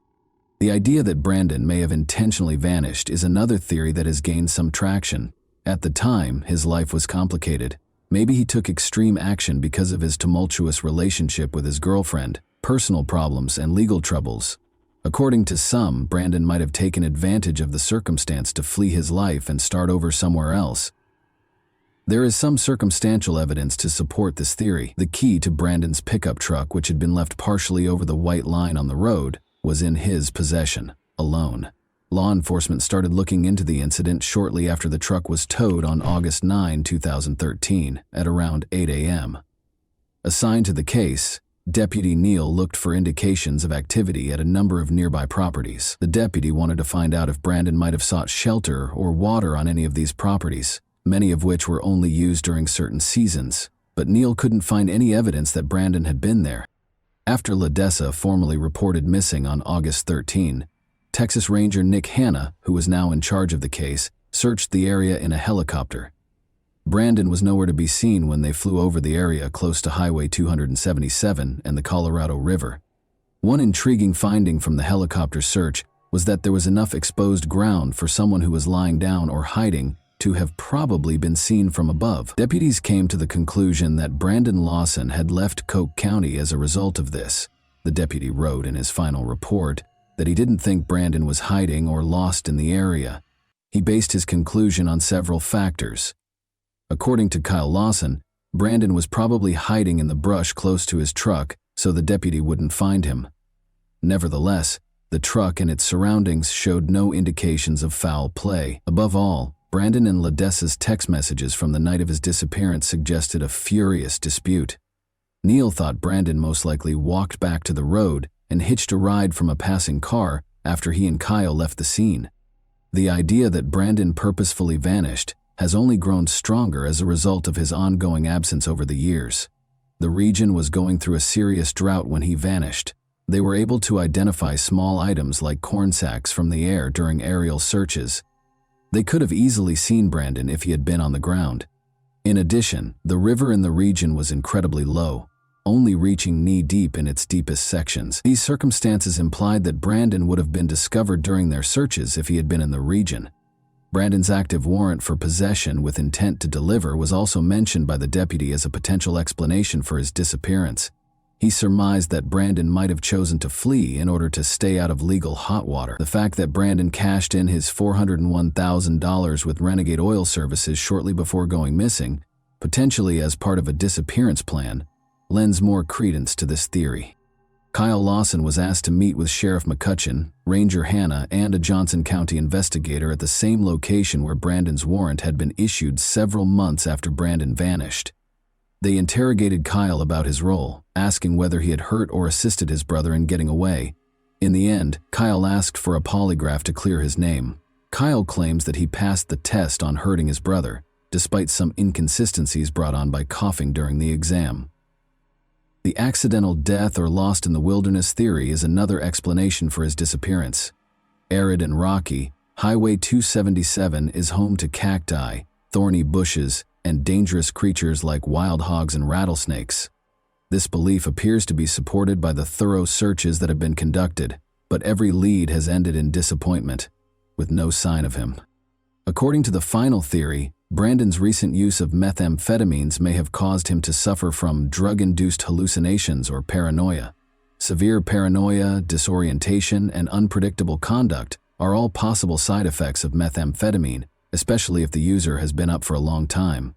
Brandon may have fled into the wilderness in a confused state, and his references to people chasing him may have been the product of a drug-induced hallucination. The term paranoia describes a strong mistrust or fear of other people, frequently coupled with illogical ideas or convictions that someone or something is trying to hurt them.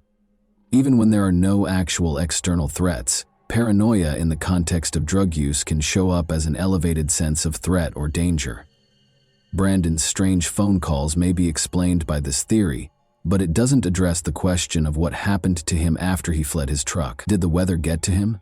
Did he get stuck somewhere inaccessible or fall into a ravine? His family was left in a difficult position after Brandon Lawson vanished, caught between hope and the harsh realities of life.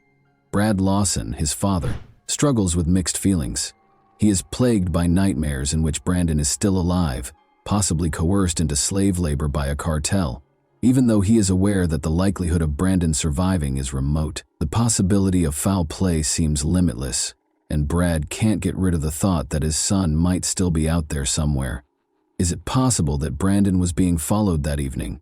Did he encounter death when he entered private property? Or was it a crime of opportunity, where someone walked by, saw his weakness, and took advantage of him? Lisa Lofton can't stand the uncertainty. She worries that her kids won't ever know what happened to their father when they grow up, get married, or even start a family of their own. She is troubled by the memory of that night, particularly the altercation they had before he vanished.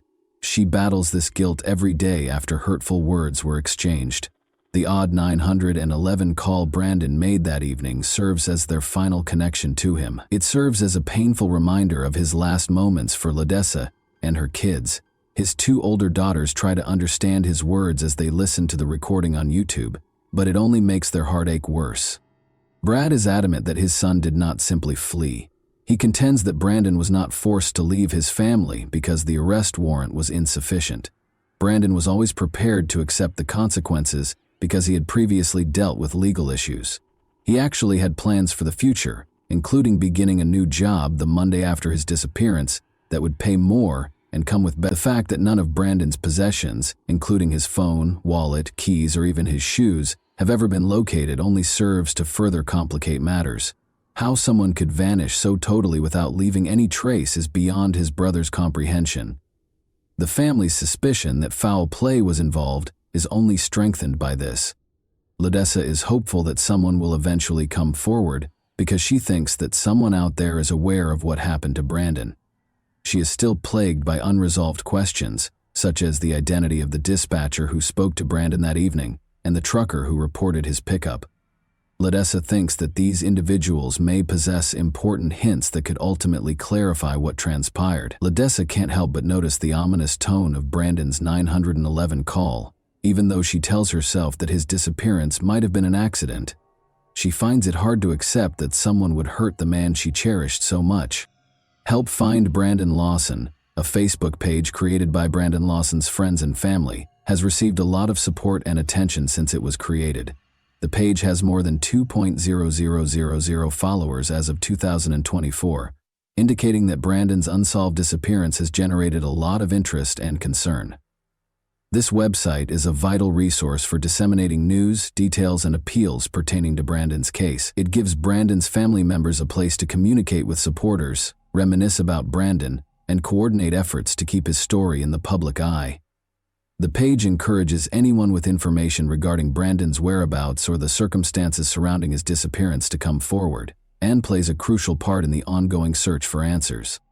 Paula Boudreau, Ledessa's hired private investigator, has also been putting in a lot of effort to find hints. The sizable community that follows the Help Find Brandon Lawson Facebook page frequently provides her with leads.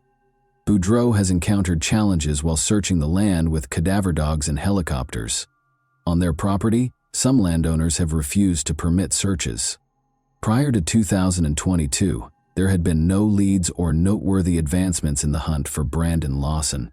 But at Brandon's last known location, a small search team made a breakthrough in early 2022. They notified the authorities after finding a pile of his clothing. Human remains were discovered nearby shortly after.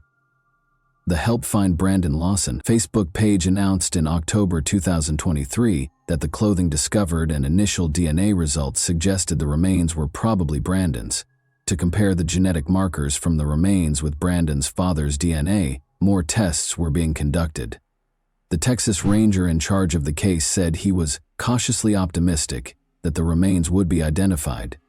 There have been no new developments regarding the identification as of October 2024. 11 years have passed since Brandon vanished, and his family is still looking for answers. Unfortunately, because of their advanced state of decomposition, these remains have not yet been definitively identified, leaving little material for identification. A portion of the remains are destroyed each time a sample is taken out and examined. For upcoming DNA testing, it is therefore imperative to preserve as much as possible.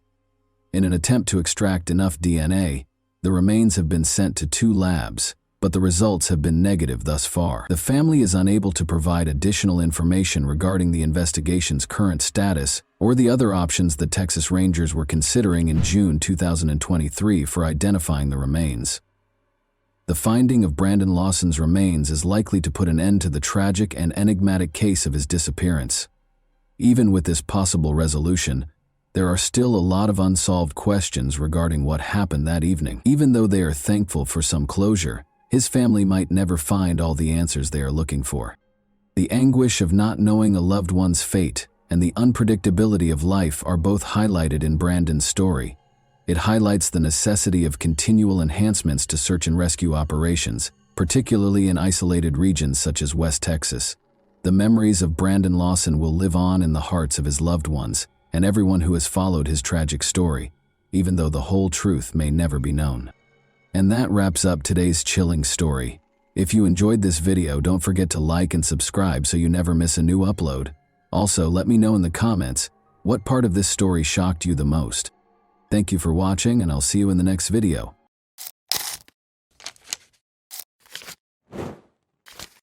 Hey guys, welcome to my channel, and today we're going to take a look at another horrible case with you. After opening in 1954, the Fontainebleau Hotel quickly gained popularity among Miami's elite. Benjamin Novak founded it and oversaw the property until 1977. Bernice Novak, his wife, was a prominent figure in Miami's social life. In 1956, Bernice, a former fashion model in New York, and Benjamin welcomed their only son, Ben Novak Jr. Ben carried on his famous family's legacy while growing up in the glitz and glamour of this iconic American hotel, making use of his connections and power. Ben's life wasn't without its difficulties, even though his parents were famous and socialized with celebrities. He missed out on deep friendships with peers and frequently felt alone as a child because he was surrounded by adults. Many of his early experiences seemed to him to have been staged and fabricated by the adults in his life. He turned to comics as a means of escape, and Batman emerged as his favorite character. His early interest turned into a major passion as he grew older, and he eventually accumulated one of the biggest collections of memorabilia in the world, which included his very own Batmobile. Ben Novak Jr. inherited his parents' business sense in addition to their wealth. He was more than just a comic book fan. He was a clever businessman who loved what he did. He entered the convention industry with the intention of becoming well-known because he was determined to establish his own identity apart from the family legacy. He continued to work in the hotel sector, organizing conventions with success and making good money each time. Unfortunately, he would ultimately meet a tragic end at one of these conventions. Ben, however, pursued a different interest prior to that depressing development. His life took a drastic turn when he met Narcissa, a stripper at a Miami strip club. He had a thing for strippers. In 1983, Narcissa Sierra Valise Pacheco relocated to Miami. Being the youngest of 6 children and the family favorite, she grew up in a rural part of Ecuador and was well protected by her older brothers. She married Angel when she was 17, and the 2 of them had a daughter, May Abad. The family moved to New York City when May was 4 years old, but Angel soon left Narcissa and their daughter after the marriage rapidly soured. Narcissa remained in New York as a single mother and put in a lot of effort as a seamstress, but she felt that a life of more luxury was her destiny. In her ideal world, she would be able to drive fancy cars, go to glitzy parties, own and flaunt expensive clothing, and take luxury yacht cruises. Driven by this aspiration, Narcissa imagined a life devoid of worries about money and rent. But in the end, this dream would take her in a problematic direction. Narcissa made the decision to move to Miami with her daughter in the summer of 1000. 983, in order to start over. At first, she struggled to find work because of her poor command of English. Narcisa started working as a stripper in order to make quick cash and provide for her and her daughter. She saw it as a chance to meet rich men who were prepared to spend a lot of money. When Ben Novak Jr., a 27-year-old millionaire, entered her club shortly after she opened, she struck gold. She and Ben clicked right away after a lap dance. Ben gave Narcisa lavish presents, lavished her with lavish vacations, and gave her sizable sums of money. Narcisa's fascination with luxury only grew as a result. But this new relationship didn't exactly sit well with Ben's family. His mother, Bernice, who was very close to him, was unimpressed, and his father had died. Ben's mother's disapproval of Narcisa did not stop him, even though they spoke every day and she had a big influence on him. Instead of marrying a stripper, Bernice had hoped he would wed a reputable Miami socialite. When Narcisa married Ben in 1991, she accomplished her goal. She had a knack for it and was actively involved in his business from the start, managing bookings, attending conventions, and interacting with clients. Narcisa, however, favored a relaxed way of life, engaging in endless shopping and leading a carefree millionaire's lifestyle. While Ben followed his passion for Batman collectibles and became the second-largest collector in the world, she developed an obsessive shopping habit. They enjoyed their gourmet meals, fancy cars, and mansion vacations. They also took in May Abad, Narcisa's daughter, who was in her late teens at the time. Ben became the father figure she had been missing for 18 years, and they grew close. May, Ben, and Narcisa led a lavish lifestyle, but on April 4, 2009, Ben's mother, Bernice, died suddenly, turning his life upside down. A neighbor found Bernice's body in her Fort Lauderdale residence. Her death was officially declared an accident, despite the suspicious circumstances. Blood was discovered flowing through the kitchen and into the laundry room from her car. According to the authorities, she must have fallen and hurt herself, striking her head on the car mirror, before bleeding as she entered the vehicle and eventually passing away. After his mother passed away, Ben was devastated by the loss and went into a deep depression. Narcisa pretended to be a helpful wife while attending the funeral. Ben threw himself into his work at Convention Concepts Unlimited as a way to deal with his loss. Ben and Narcisa arrived in New York on July 12, 2009, where Ben was in charge of a significant conference at the Rye Brook Hilton. More than 1,000 people attended the event, which was for the esteemed client Amway Global International. Around 7 a.m. on the morning of the 12th, Narcisa left their room to join her daughter for breakfast. About 30 minutes later, she came back into the room to find her husband bleeding and bound on the floor. He had already passed away. Another member of the well-known Novak family had been murdered only 3 months after Bernice's passing. Ben's death was promptly deemed a homicide by the authorities. Ben was discovered with his hands bound behind his back and his legs duct taped together below the knees, only wearing his underwear. He had been lying in bed, probably asleep, when he had been hit in the head by something. The attacker left his body face down on the floor after bludgeoning him to death. Police discovered the bed covered in blood that had spilled onto the floor around his dead body. Ben's eyes had been gouged out at the scene, which was a terrifying detail. Narcisa told the police right away that she thought the murder might have been a robbery, but the room didn't seem to be lacking anything. Not even a few $100s in an envelope was damaged. One would anticipate that valuables, particularly cash, would have been taken if it had been a robbery. Additionally, according to Narcisa, Ben had a recent heated argument about money with someone at a Comic-Con, and the other person had allegedly threatened him. Lead detectives swiftly rejected it, despite the fact that they could find no proof for it. Investigators briefly looked into the Novak family's prior ties to the mafia, but quickly concluded that this approach was fruitless because Ben Jr. had no affiliation with organized crime. Rather, Narcisa was the subject of increased police scrutiny. Even though she was in control, she asked strange and inappropriate questions, like whether Ben might have had a heart attack and died. Given the graphic and brutal manner of his death, his body was bound and his head bludgeoned. This question raised eyebrows. At the station, Narcisa was taken in for additional interrogation. Her answers cast serious doubt on her version of what happened. She said that after returning from breakfast, she stumbled over Ben's body and screamed as she called the operator. Despite the blood-soaked room, she also claimed that she didn't recall seeing any blood, which ran counter to the police's account of the scene. She also mentioned sitting next to Ben and rubbing his leg, which seemed strange given that his head had sustained the majority of the damage. Suspicions were heightened by her inconsistency in failing to notice the blood. Additionally, investigators were attempting to ascertain how the murderer entered the room. The hotel's electronic door locks tracked each key's usage by date and time, and Narcisa was the only one with a key. The last time the key was used, according to the hotel's records, was 11:30 p.m. the previous evening and was only used once more when Narcisa came in at 7:30 a.m.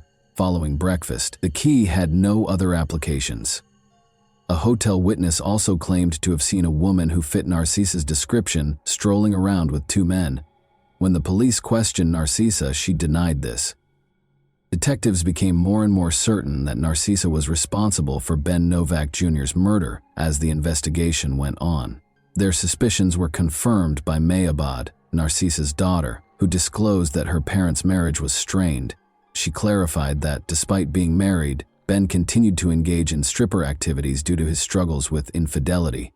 May implied that Narcisa's anxiety was more related to the possibility of divorce than jealousy.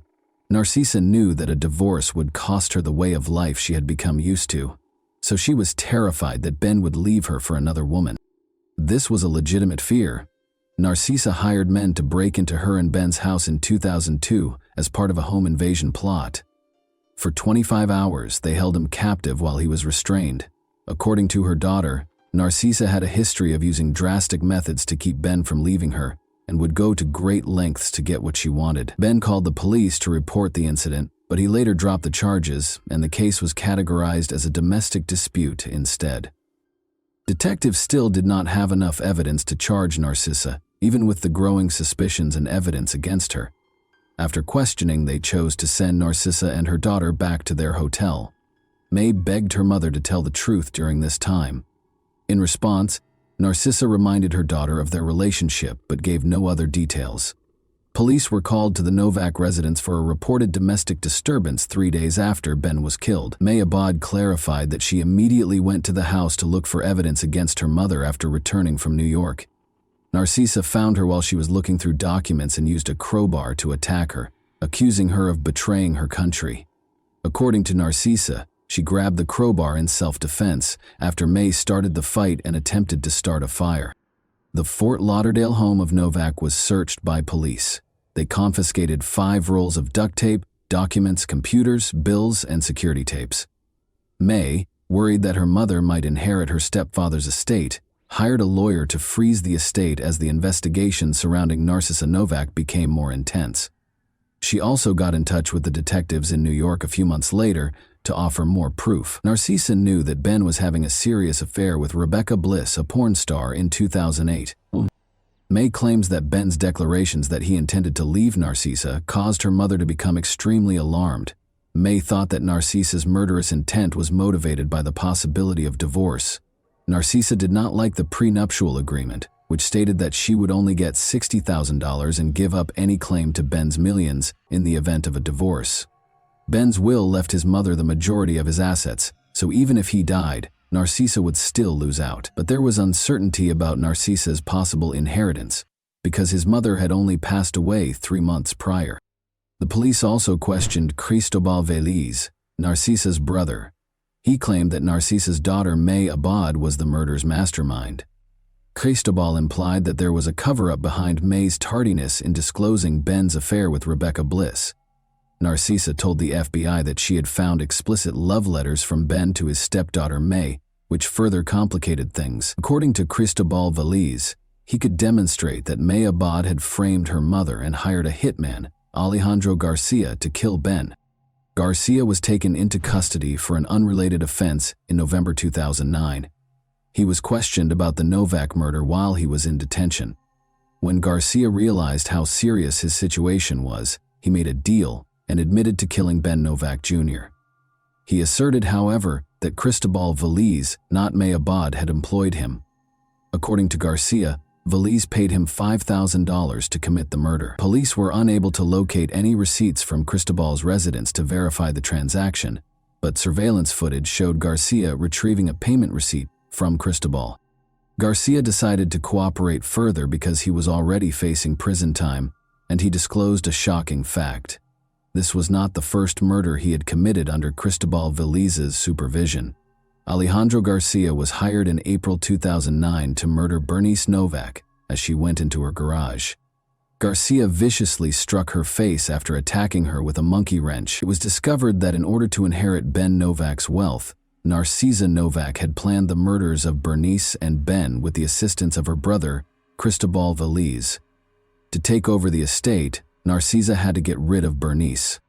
Alejandro Garcia testified during the trial that Bernice was supposed to be beaten severely and struck in the teeth.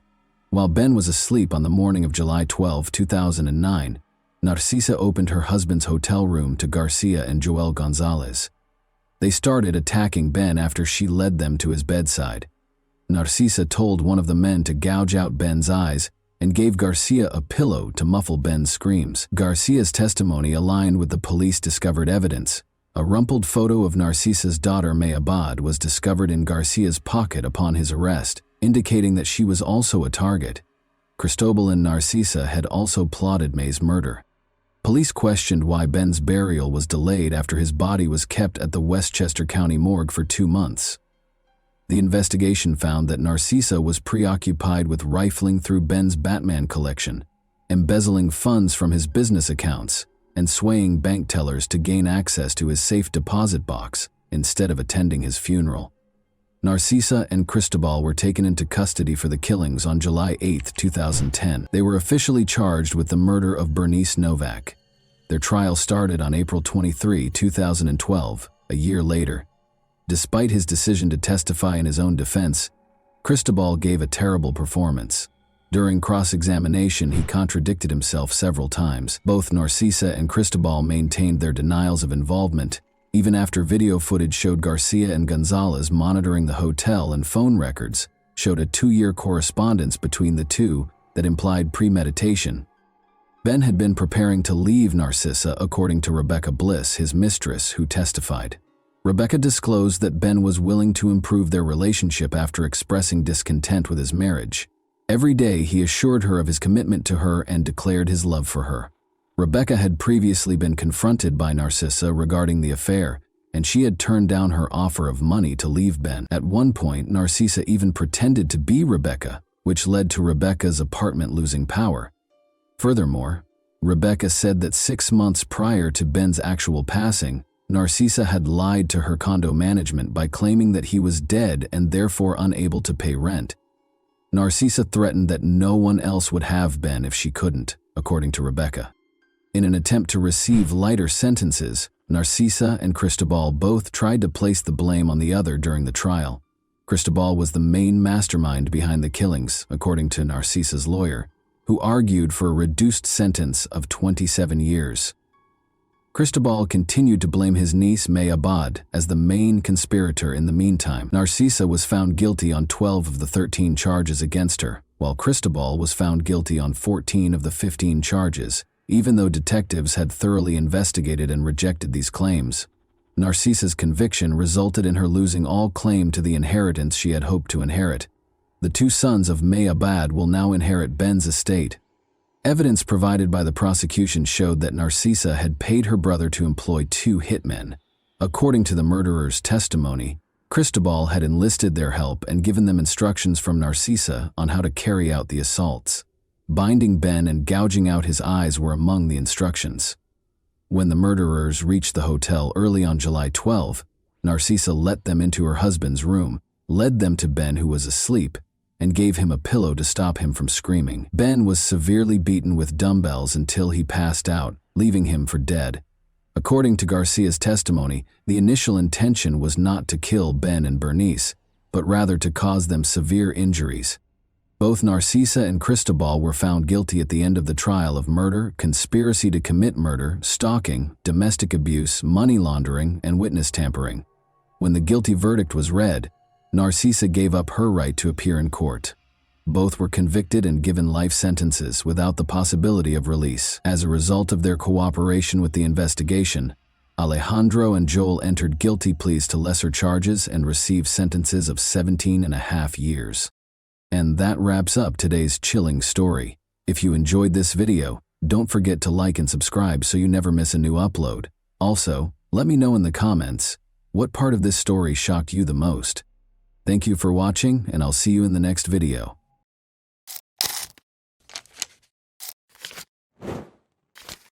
Hey guys, welcome to my channel, and today we're going to take a look at another horrible case with you.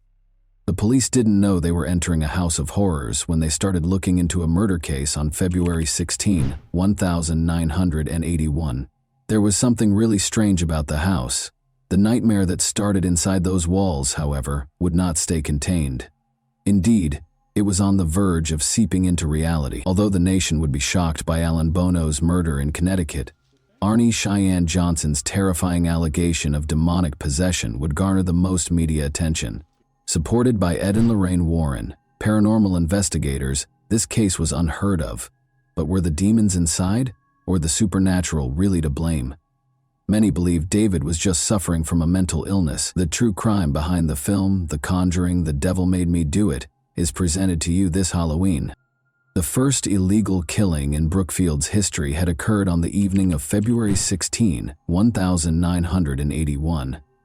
With dense woods on either side, Brookfield Police Department Sergeant Gordon Fairchild slowed his patrol car when he saw a man stumbling down the road.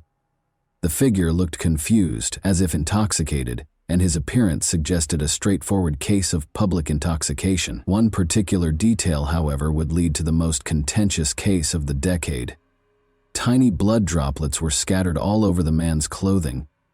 He didn't appear to be in a state to describe the bloodstains or his location. He admitted to the officer that he had a drinking problem and needed assistance. The man was captured by Fairchild, who escorted him back to the cruiser. The sergeant didn't know the man, but that night would be the beginning of the most bizarre case he would ever work on, one that would ultimately rock the foundations of the American legal system. A call came in as he was getting the man settled in the car. 2 miles away, a horrific murder had been attempted. According to reports, the suspect had escaped into the woods. Detective Fairchild knew then that the man they were searching for was Arnie Cheyenne Johnson, who was seated next to him. They took him in to question him. Investigating the horrifying murder attempt further, they found that Alan Bono, 40, was lying in a pool of his own blood. A 5-inch knife had stabbed him several times in a gory manner. One of the stab wounds extended from his stomach to the base of his heart, which made the situation worse. The autopsy had completed the case, the fingerprints on the knife had been positively identified, and there were eyewitnesses to the assault. The proof was unquestionable. Investigators were certain that Alan Bono was murdered by Arnie Cheyenne Johnson. However, it was the why, the reason for the action, that would transform this otherwise straightforward case into a riddle that defied reason and has sparked debate to this day. Alan, the victim, was still receiving medical attention at a hospital on the day Arnie was captured. Arnie was told that he would now face murder charges after Alan passed away from his injuries. Arnie's unexpected reaction was to take a 25-minute power nap. Police Detective Sergeant John Lucas formally charged him with first-degree murder after reading him his rights when he awoke. Arnie's only response during the interrogation was that he had no memory of the murder's time and that he didn't intend to harm anyone. Before the murder, he last recalled being out to lunch with his landlord Alan Bono with his wife Debbie Glatzel, her cousin Mary, and his own sister Wanda Johnson. His memory went blank after that. Debbie, Arnie's wife, was called in to answer questions about what happened that day and to fill in the blanks her husband had left. The detectives had no idea that her story would lead to a barrage of the strangest explanations they had ever heard during questioning. She started by giving a description of the deceased, Alan Bono, an Australian who had offered Debbie a job and rented his house to them. For the young couple, he was more of a friend than a landlord or boss. The beginning of that afternoon was pleasant, full of laughter and family, but Alan's attitude changed as he drank too much. In addition to taunting Arnie about a sinister past that had been buried but was now resurfacing, he started making offensive comments about the girls. Alan kept pushing Arnie's buttons, but there was something about his past that disturbed him, something so sinister. Alan provoked Arn more and more with each taunt until he lost control and got to his feet. But there was a problem. A low, guttural sound escaped Arn's throat as his body tensed and his expression twisted. He was growling, not just angry. It became evident that a physical altercation was unavoidable. Despite Wanda, Mary, and Debbie's best efforts to diffuse the mounting tension, Wendell flung herself between the two men. But Arn suddenly produced a knife, and the women watched in horror as what transpired. As though possessed, Arn repeatedly and wildly stabbed Alan until he was lying in a pool of blood. Then Arn suddenly jerked to her feet and fled. Debbie said it wasn't just different from Arn. It wasn't Arn at all. He wasn't acting alone, supposedly. During this strange interrogation, renowned paranormal investigator Lorraine Warren called the Brookfield police station because they believed that an outside force, which they dubbed the Beast, was silently pulling the strings. She was going to say something so out of the ordinary that it would make the case even stranger. It was a malicious demon within Arn, she thought, and he was innocent. Despite the fact that the detectives clearly didn't believe her, she persisted and requested that they look over their earlier records. The police were astounded by what they saw when they examined the documents from a few months prior. Lorraine had called, and she had already told the detectives that a murder like this one was bound to happen. Neither Ed Warren nor Lorraine Warren had attained their later prominence at this point. However, it was becoming evident that Debbie and Arne had a strong ally in the Warrens, who were willing to support their bizarre allegations with their contentious knowledge, if they were lying to get away with murder. If there was a demon, why would it attack Alan? How could he have caused such a violent reaction? The demon that lived in Arn allegedly took control and showed Alan where he belonged because Alan had constantly made fun of and taunted him. Lorraine implied that the demon had a purpose and was connected to something much more profound than just a random force. She claimed that the solution was found in the troubled past of Debbie's family, which included not only the Warrens, but also her brother David Glatzel, who was 11 years old. The clock was running out as the investigators got ready to delve into this sinister past, and the story was only going to get stranger by the second. The realities that awaited them were more horrifying than their worst fears. It started in Bridgeport, Connecticut, during the summer of 1980. Arn and young Debbie were searching for rental properties to move in together after becoming engaged. At that point, they discovered a house close to a well. They made the decision to move in since the house was roomy and better than others in their price range. Debbie's family provided assistance with the move. However, their idyllic reality would soon be shattered by the dream home. David, Debbie's younger brother, had been asked to sweep the master bedroom, but after a while she discovered him outside in the yard, clearly shaken. He insisted on going home without cleaning the room. Debbie gave the assignment to her older brother Alan after realizing something was amiss. However, Alan also felt uneasy shortly after beginning and promptly requested to leave. During dinner at their mother's house that evening, David and Alan both related disturbing tales about what had happened to them that day. These tales would soon be woven into something much darker. David said a man shoved him back onto the bed and threatened to hurt him and his family. Alan said he had had a similar experience. The door suddenly slammed shut in his face as he felt a ghostly presence watching him. The family believed in the supernatural and was very religious. They were therefore certain that the house was haunted. They started looking for other options after giving up the rental property. The family's encounters with the paranormal did not end there, though. David started exhibiting alarming symptoms of an unidentified cause right away. He frequently communicated the beast's messages to the family because he thought he could hear it in his ears. He thought the beast had come through the storage beneath the house and was at their door one day. Each of these incidents then added to the others, and the family was unable to turn back. David claimed to have had the impression that someone was following or watching him. He was terrified and unable to sleep as a result of his intense nightmares, which were full of images of hideous people. Family members started to see David's distress firsthand. Some reported that he would speak in deep, strange voices or show unusual strength. David's family sought assistance from famed paranormal investigators Ed and Lorraine Warren after realizing how serious the situation was. Famous for their work on a number of haunting cases, the Warrens thought David was under demonic possession. They documented the strange events through a series of investigations and interviews with the Glatzel family. David reportedly had violent outbursts during one particularly intense session, claiming that a malevolent entity was torturing him. The Warrens thought that this ghost had taken hold of David and was attacking him physically and mentally.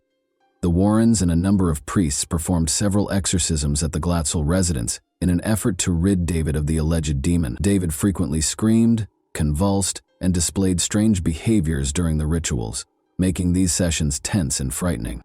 The Warrens claimed that David's suffering was so intense that he would physically attack family members and anyone else who was around when the exorcisms were taking place. During these sessions, the exorcists claimed to have seen odd things like moving objects, cold spots in the room, and a sense of an oppressive presence.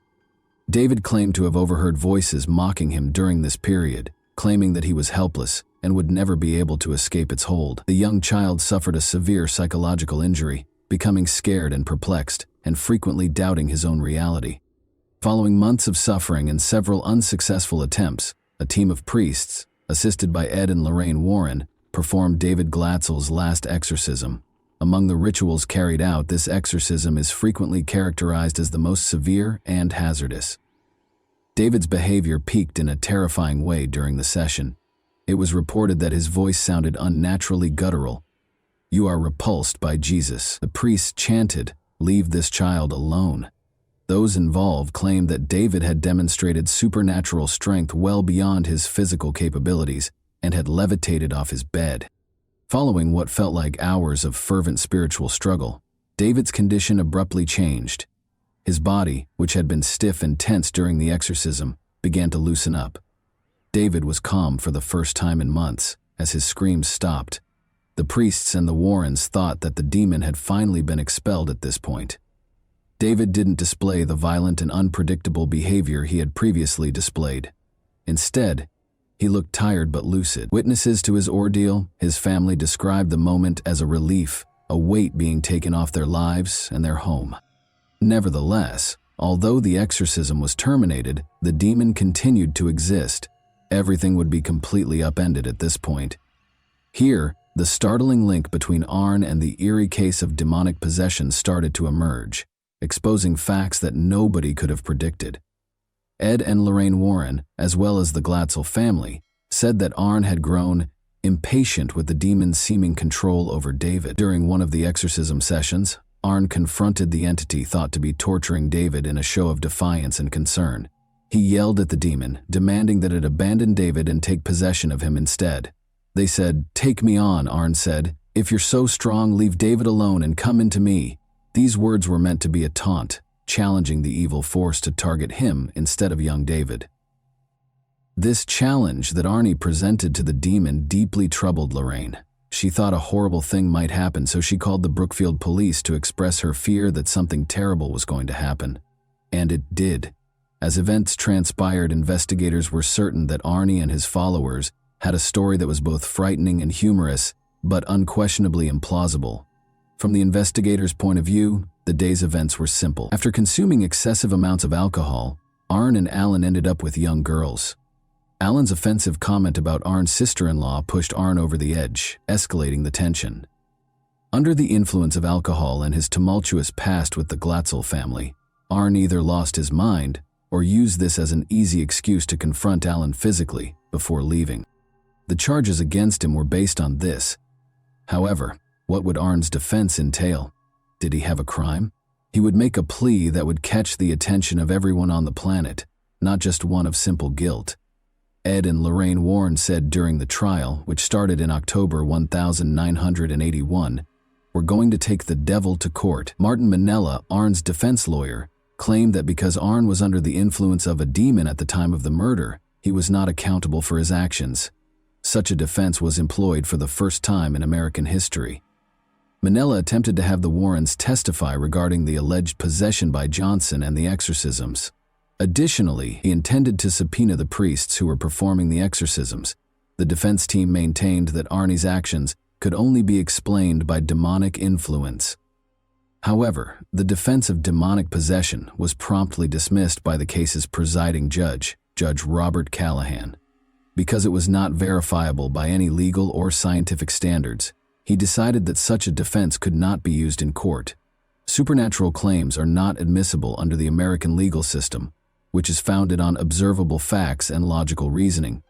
After the demonic possession defense was rejected, Arne's legal team turned to self-defense.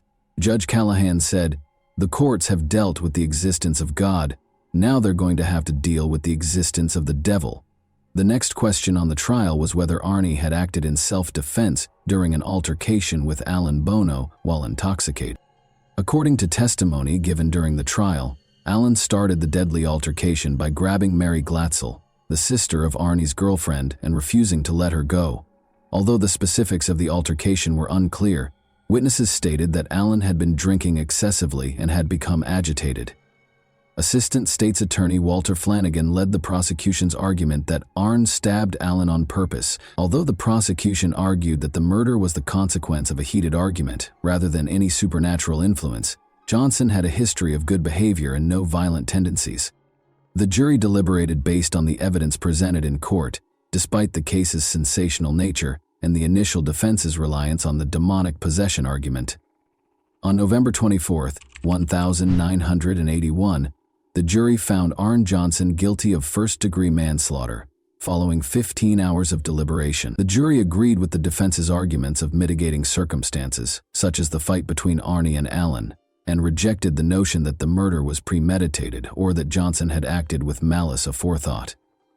Due to his good behavior, Arne was released from prison in 1986 after serving only 5 of the 10 to 20 years that he had been sentenced to. The case has had a long-lasting impact on popular culture, in addition to the legal field. Its status in paranormal lore has been solidified by Ed and Lorraine Warren's involvement with the case. Standing by their assertions that Arne Johnson had been influenced by a malevolent force and that the devil was the one who forced him to do it, they continued to write books and give interviews. The case further cemented its place in the history of the paranormal in America when it was dramatized in the popular movie The Conjuring, The Devil Made Me Do It, in 2021. As a result, the February 16, 1981 case, which was initially thought to be an open and shut case, has been a source of fascination and wonder for many years, and is still one of the most fascinating cases to be remembered on Halloween.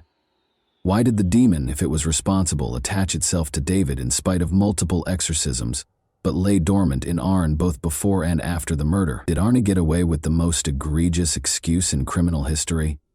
How did Lorraine Warren alert the Brookfield police prior to the actual murder, if it wasn't paranormal? Those who read this terrifying story are still plagued by these questions. And that wraps up today's chilling story. If you enjoyed this video, don't forget to like and subscribe so you never miss a new upload. Also, let me know in the comments, what part of this story shocked you the most? Thank you for watching, and I'll see you in the next video.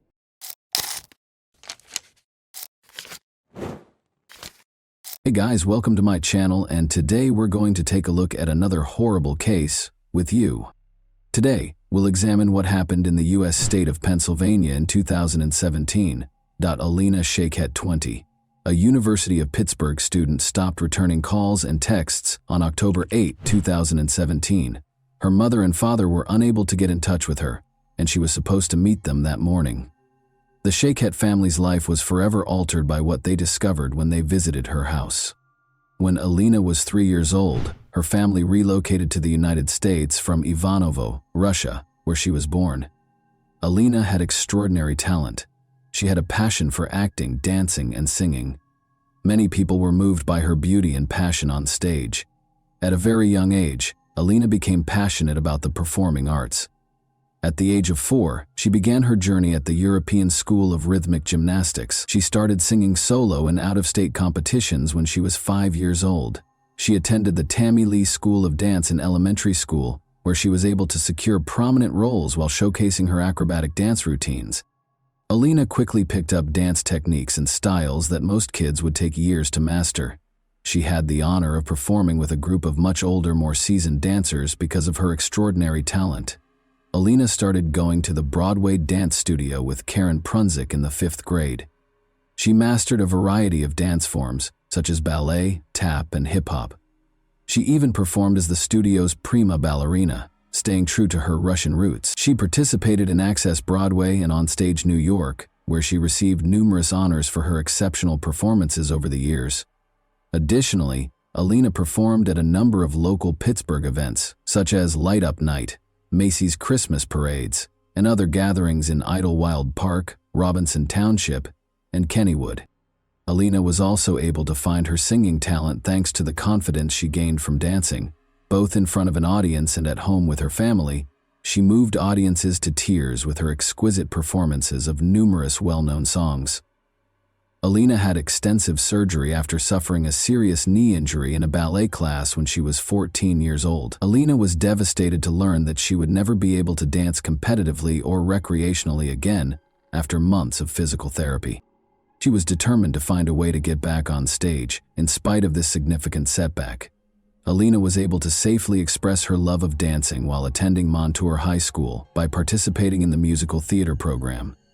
As a talented actress, dancer, singer, and comedian, Alina made a triumphant comeback to the stage, illuminating the audience with her love and light. She brought tears, smiles, and a lot of applause to her roles in a number of plays and musicals. Alina continued to shine her light and make everyone happy while performing at numerous events throughout the city as a member of the chorus at Montour. Despite the fact that Alina's injury kept her from pursuing her love of dancing and performing, her experience receiving treatment motivated her to seek a career in medicine. She wished to assist those who had sustained injuries that hindered them from following their aspirations.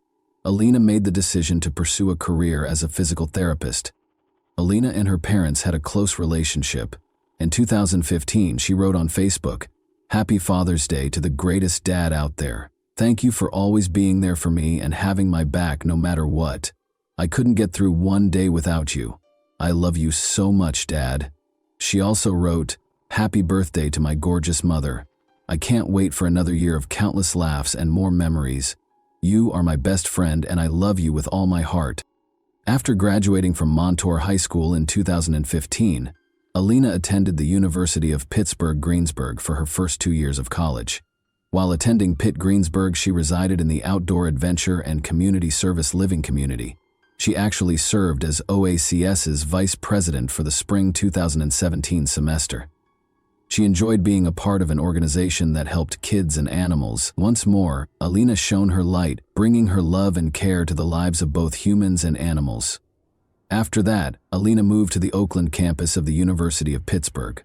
She was ready to commit herself to becoming a doctor of physical therapy and shared an apartment with her friends. But on October 8, 2017, Alina, who was only 20 years old, was tragically and senselessly killed. Alina shared a home with other University of Pittsburgh students. Zach Brandner, her roommate, could never forget the night he last saw Alina alive.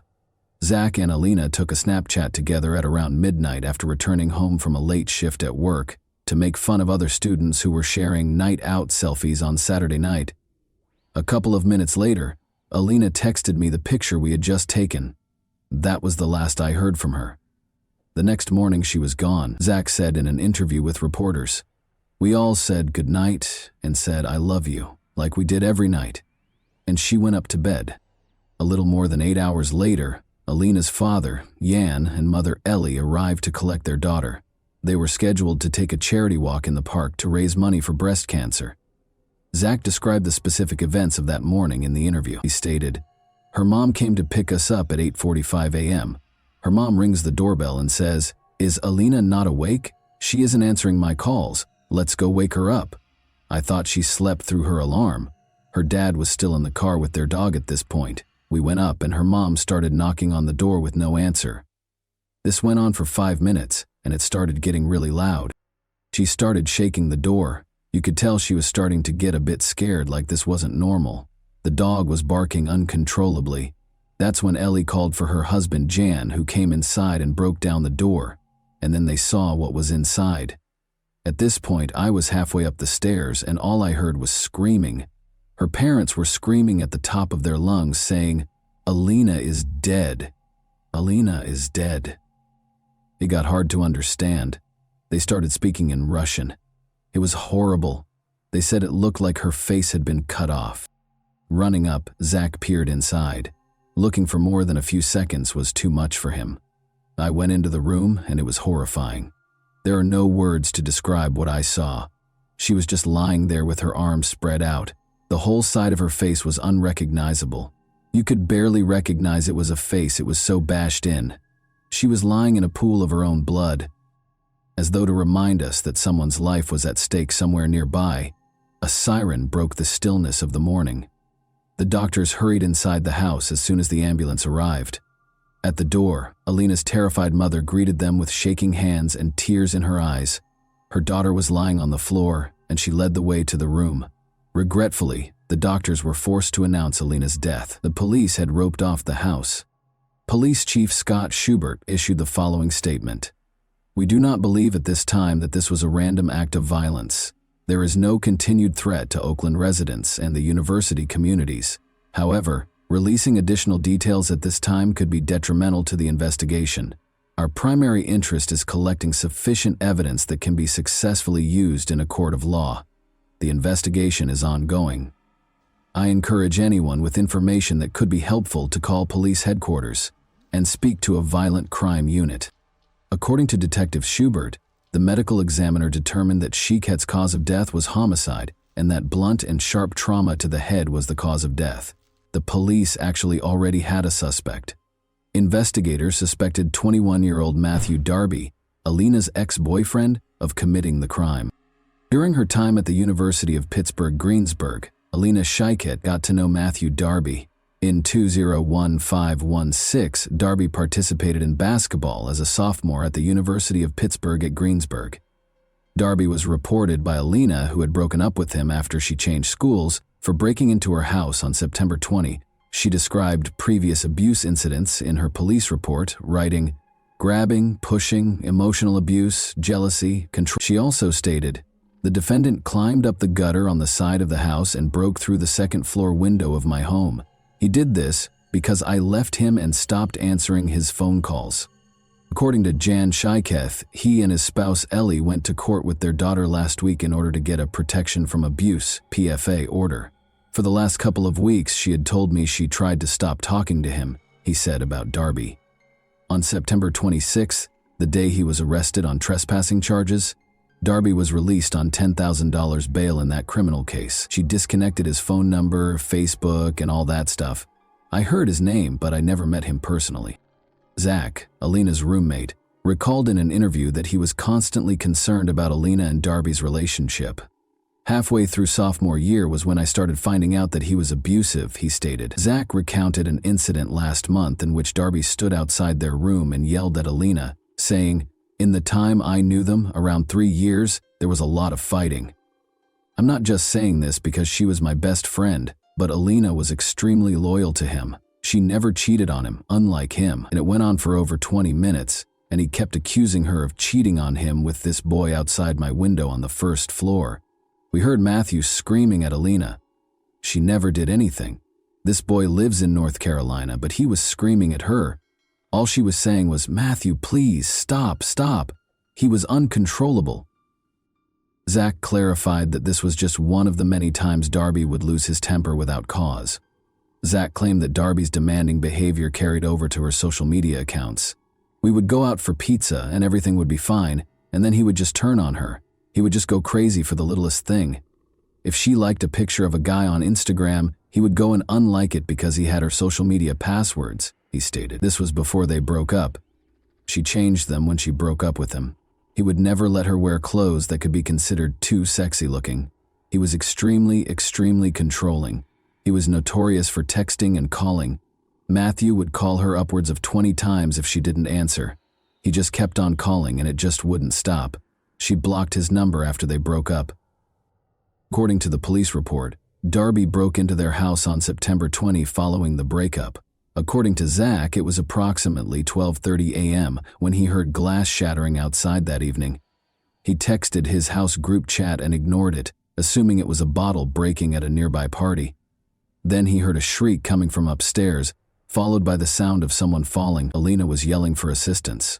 Because Matthew Darby was in her room at that point, we weren't sure what his intentions were, but now we think it was a failed attempt at murder. We caught him and got him out of her room. Then the police came, and he was arrested. She was scared. You could tell, Zach continued. She didn't feel safe at all. Call logs from Alina's cell phone, which was not at the apartment when she was discovered, revealed that between 4:15 a.m. and 4:15 a.m. she received 5 unanswered calls from a number that turned out to be Darby's, and 4:55 a.m. Sunday. According to the police, Alina's cell phone was last seen close to Irwin, where Route 30 and I-76 meet. The criminal complaint states that at 4:21 a.m., Darby was picked up by a commercial car service vehicle. According to the driver, he took Darby to Oakland's Semple Street and Ward Street, which are close to Cable Place. According to him, Darby asked him to wait 10 minutes after getting out of the car. The driver reported that 10 minutes later, Darby asked him to wait for 10 more minutes. About 5 minutes later, the driver got a call on his phone requesting that he wait an additional 10 minutes. He told the police that he could not wait any longer and walked out of the area. According to surveillance footage gathered by investigators, Darby is seen throwing objects into a sewer close to Semple Street, which is close to Alina's home. According to Pittsburgh Police Homicide Detective Edward Fowler, he and other officers discovered a hammer and 2 knives in the same sewer grate. The hammer's claw part seemed to have skin and hair adhered to it. Police asked for a warrant to arrest Darby based on the information above. He was accused of stealing by unlawful taking, burglary, criminal homicide, fleeing to avoid capture, and possessing criminal tools. Matthew Darby was taken into custody in Myrtle Beach, South Carolina, a few days after Alina passed away. A concerned citizen reported witnessing a male tampering with a window at a residence, according to Myrtle Beach police. Officers discovered a man who fit the description when they got there. It was discovered during their investigation that Darby was the male suspect. He was accused of loitering and giving police misleading information in connection with the South Carolina incident. Both of the new charges are punishable by up to 30 days in jail and a monetary fine. During the hearing, a judge in South Carolina refused to grant bond. Because of the pending Pennsylvania warrant, the judge deemed Darby a possible flight risk. The judge informed Darby that he could either waive his right to an extradition hearing or exercise it. Then Darby said he wanted his attorney. When asked to enter a plea to the charges in South Carolina, he also stated that he wanted his attorney. Alina's family and friends, many of whom were Pitt students, crowded the courtroom. Many carried signs raising awareness of domestic violence and Alina's Law, a bill that is currently pending in the state legislature and would give judges the authority to mandate electronic tracking of high-risk domestic abusers.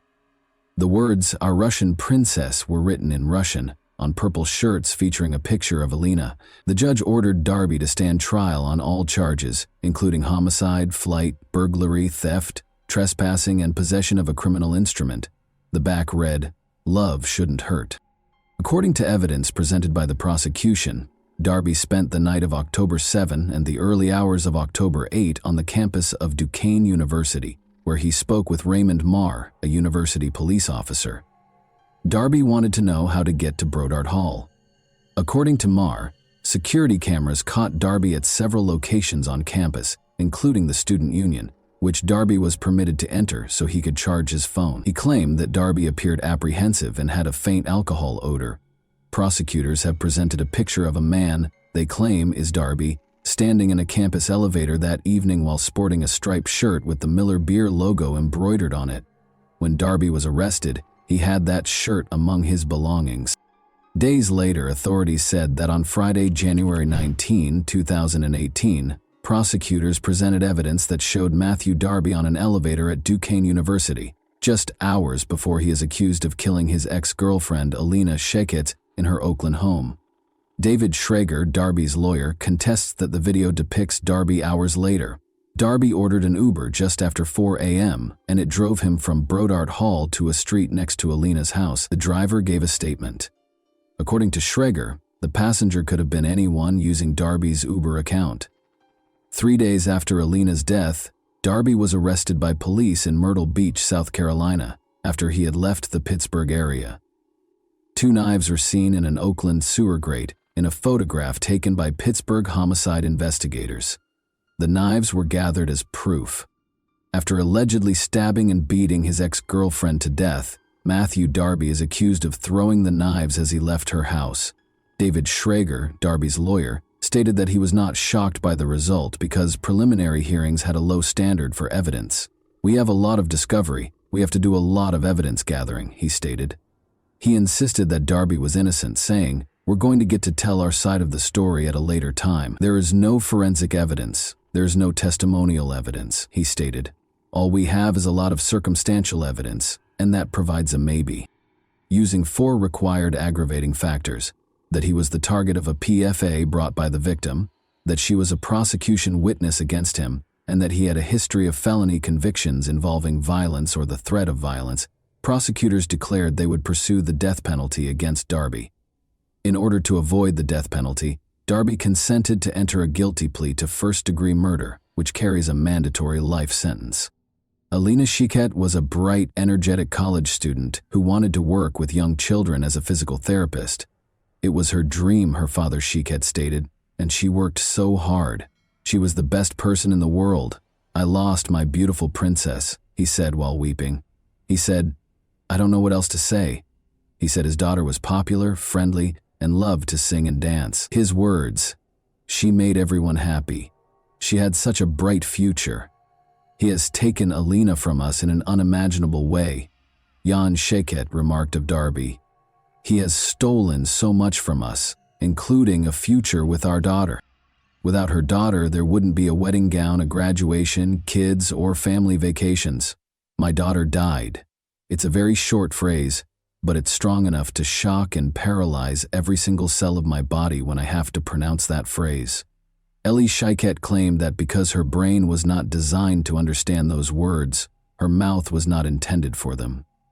After Darby was accused of breaking into her house, she recalled sitting with her daughter in the courthouse. She applied for and was granted a protection order against abuse. She claimed that her daughter still harbored feelings for the man she feared. According to Ellie Shiket, she wanted to help him. She didn't want that PFA to go to jail, according to her daughter. She wished to shield and assist him. She expressed to her mother her desire for him to stop bothering her. She inquired as to whether Darby found joy in destroying her daughter. "He failed," she informed him. Darby, wearing a red jumpsuit from Allegheny County Jail with a white long-sleeve shirt underneath, only answered Judge Manning's questions. Darby was given the mandatory life sentence without the possibility of parole for first-degree murder, and when asked why he was entering a guilty plea, he responded, "Because I am guilty." In addition, Darby entered a guilty plea to charges of trespassing, burglary, theft, and possession of a criminal instrument in relation to the murder of Alina Shiket. Darby entered a guilty plea to trespassing in a different case where he had broken into Alina's apartment 2 weeks prior to the murder. But a year later, Darby filed a post-conviction petition claiming ineffective legal assistance with new attorney Joseph Hudak. Darby claimed in his filings that Thomas Farrell, his lawyer at the time, had not adequately explained the case or conducted a risk analysis.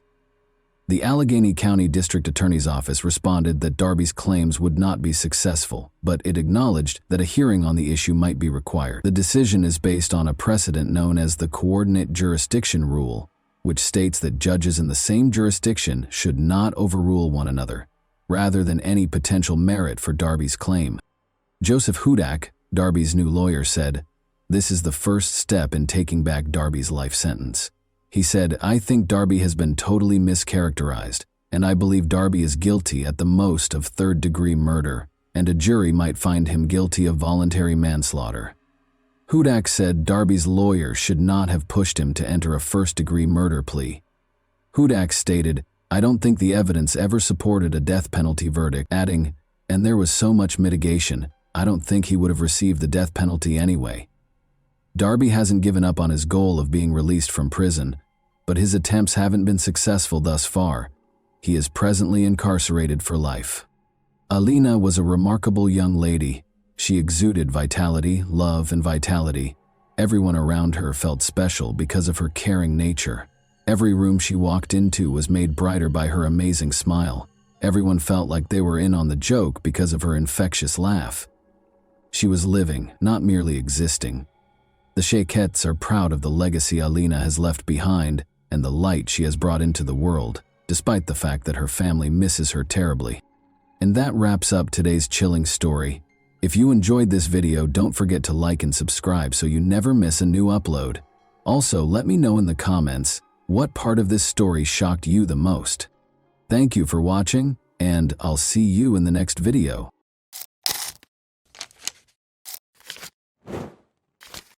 Hey guys, welcome to my channel, and today we're going to take a look at another horrible case with you. This was a mass killer confessing his darkest intentions, but the real horror was the cold, calculated execution of his crime, captured in real time. On June 5, 2014, Ybarra brutally entered the Seattle Pacific University lobby and took his first victim. He had planned a massacre, but that was not what happened. During one of Seattle's worst crises, a single small mistake set off a series of events that would change everything. There were a number of horrifying facts that were just waiting to be revealed. June 5, 2014, started out like any other day until, shortly before 3 p.m., a string of calls from the same location flooded the Seattle Police Department's helplines. The city would be thrown into an unimaginable crisis and chaos in a matter of minutes. A nightmare started when a man carrying a gun entered SPU. With each call, more terrifying information surfaced. The description initially appeared ambiguous and unremarkable, but the details were beginning to come together. He wasn't an aspiring pupil. His purpose for being on campus that day was darker. But why was he there, and who was he? They would soon find out more about his nefarious schemes. The white pickup van he was driving was seen parked on the street close to the Seattle Pacific University campus in Washington. This man, whoever he was, had no intention of going away quietly. And just as police closed in, something far worse was about to happen. Paul Lee, a 22-year-old random student, was struck by the first bullet. The question was no longer who he was. The van belonged to 26-year-old Aaron Ybarra. Now the only question was, how far would he go? A massacre was in the making, and the police seemed like they might be too late to stop it. Officers moved in, sirens heightening the tension across the campus, but no one knew what they were truly walking into, or how the standoff would unfold. Even before the police arrived, the action had already taken place, captured on camera as it all played out in real time. The man, whose identity was now confirmed to be Aaron Ybarra, could be seen walking into the hallway calmly, as if he belonged there. The CCTV captured everything, every step, every glance, but no one knew what was coming next. There, sitting innocently at the desk, was 22-year-old Tristan Ruth, unaware his life was about to hang in the balance. The man leaned in close and threatened him. "Don't move, or there will be consequences." But it wasn't just Tristan in the building, unaware of the danger. Sarah Williams, 22, had just reached the bottom when Ybarra turned and shot without thinking. Sarah was shot at close range in the chest. Tristan saw his opportunity then, and he took desperate action. The gunman would not be as fortunate, though, as his next move would be the demise of his entire scheme. Aaron's statements were obviously more than just threats. He was shooting people, and he had a clear plan that was only a few seconds away from causing total mayhem. However, he then committed a critical error. A security guard caught the gunman as he stopped to reload his weapon. A 22-year-old student and security guard named John Mice came up behind the shooter. Everything suddenly changed in a split second. He wrestled the shooter to the ground, wrenched the gun out of his hands, and pepper-sprayed his eyes. Aaron, the shooter, was on the ground with his eyes burning, and Sarah, the injured girl, took the opportunity to step aside. John moved away with the weapon to keep it out of the shooter's reach, but when he returned, he'd find a surprise. Aaron had produced a knife from his pocket. Next, John would engage in a physical altercation with the pepper-sprayed Aaron to remove the weapon from his grip. He was going to have unexpected help. Suddenly, a second hero, Justin Sarah, kicked the weapon out of Aaron's reach, ensuring it would do no harm. What was seconds away from becoming a massacre was stopped in its tracks, thanks to their courage. But the tragedy was nowhere near an end, and what came next was going to expose the harsh reality that changed everything. By 3:29 p.m., paramedics and officers from the Seattle Police Department flooded the campus. Officers immediately apprehended Aaron after finding John Mice and Justin Sarah holding him down on the hall floor. One team of police officers took Aaron into custody, while the second took hold of his van. Paramedics treated several students for shock, while Paul Lee, Sarah Williams, and John Mice were all transported to Harborview Medical Center in Seattle. Paul was pronounced dead on arrival at the hospital. Sarah was taken to surgery right away because her condition was critical. Despite Thomas's critical condition, Medical personnel managed to stabilize him, and he was admitted to the hospital. After receiving treatment for the cuts he sustained during his fight with Aaron, John was allowed to go. However, this was not the end of the story. They thought the worst was over when the police showed up to remove the gun. They were unaware that the shooter was hiding something much darker than anyone could have predicted. After being brought to the homicide and assault unit of the Seattle Police Department, Aaron was informed of his Miranda rights. Detectives Dana Duffy and James Cooper then brought him in for an interview. What secrets was he concealing, and what was his true motivation? The truth was finally going to be revealed in the interrogation room, where the answers were hidden. Aaron was still recuperating from the pepper spray, so detectives Cooper and Duffy took a while to begin the interview. They started by inquiring about his private life. Janice and Ambrose Ybarra welcomed Aaron into the world in July 1988. He grew up in Seattle's Mount Lake Terrace neighborhood with his younger brother Joel and older sister Brandy. From the start, Aaron's life was described as turbulent. Ambrose, his alcoholic father, was a frequent source of conflict for the family. Aaron discussed his psychological issues, including his severe OCD, as he became more at ease during the interrogation.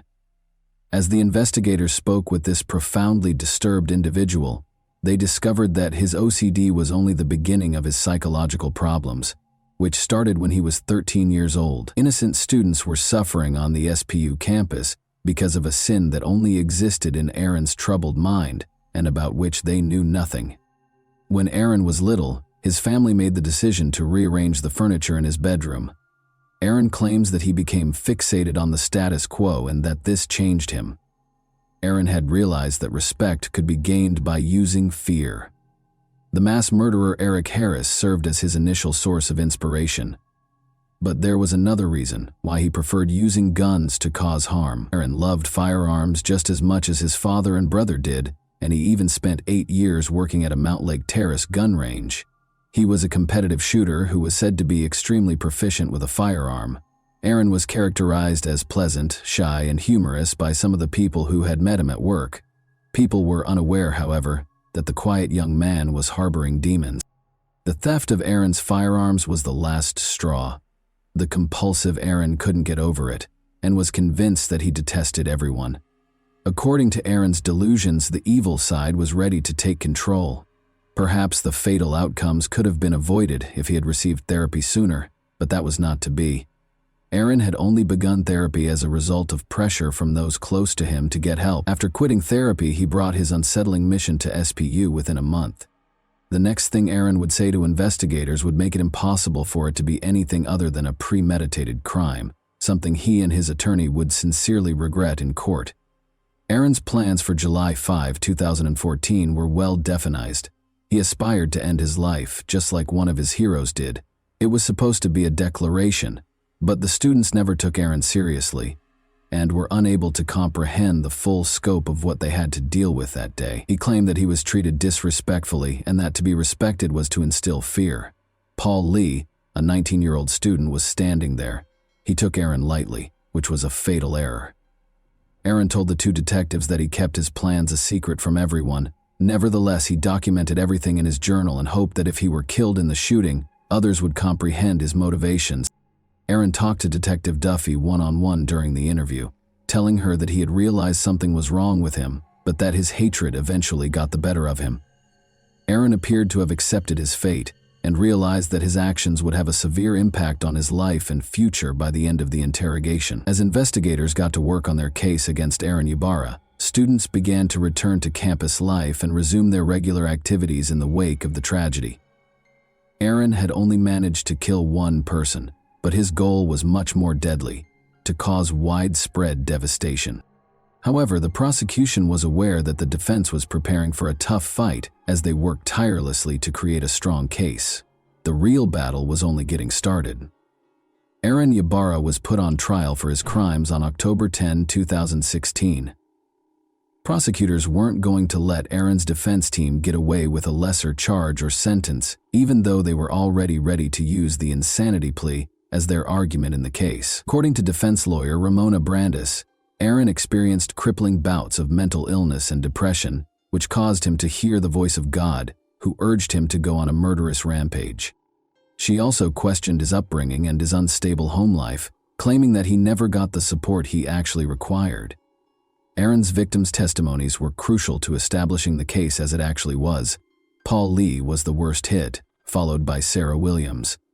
Before she could resume her regular life, she spent days in the hospital. She made an effort to describe the pain she endured in court. The entire scene in the SPU lobby where he and John Mice had overpowered Aaron was described by Justin Sarah.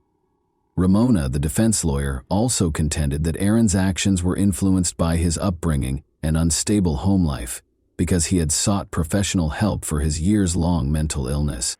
Under the direction of Senior Deputy Prosecuting Attorney Kristen Richardson of King County, the prosecution team was ready for the insanity defense. Aaron's own words were going to be used against him by the prosecution. They provided evidence that Aaron had voluntarily stopped taking his medication and quit therapy in order to allow his dark side to take control, shattering the notion that he did not receive assistance for his mental health problems. The assertion that Aaron was getting assistance from at least one family member was supported by testimony from his mother, Janice. His journal also provided evidence to the prosecution that he had premeditatedly planned and executed the shootings. Additionally, the recorded interrogation by detectives Cooper and Duffy was made available to the jurors, demonstrating Aaron's complete awareness of his actions and the repercussions.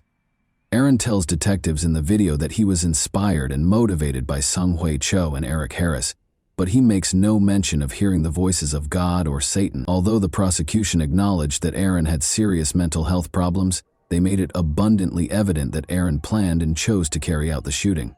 Now that the sentence was just a few seconds away, everyone was wondering if the jury would feel the same way.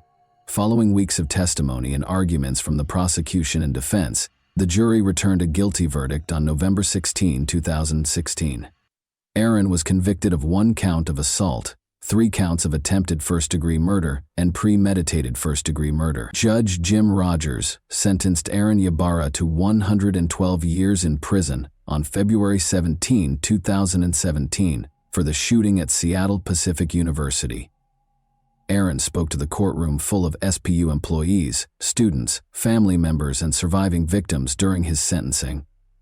Aaron was the center of attention, but nobody was emotionally ready for what he said next. He apologized for the horrible crime he had committed. In addition, he expressed regret for killing Paul Lee, whom he hoped was still alive. Speaking to the survivor of the attack, Sarah Williams, he told her that she did not deserve the events of that day. Aaron expressed his desire to go back and change everything, but he acknowledged that it was too late. He will be housed at the King County Adult Detention Center for the duration of his sentence. John Mize was awarded the Congressional Medal of Honor in 2015 for his valiant efforts to apprehend the SPU shooter.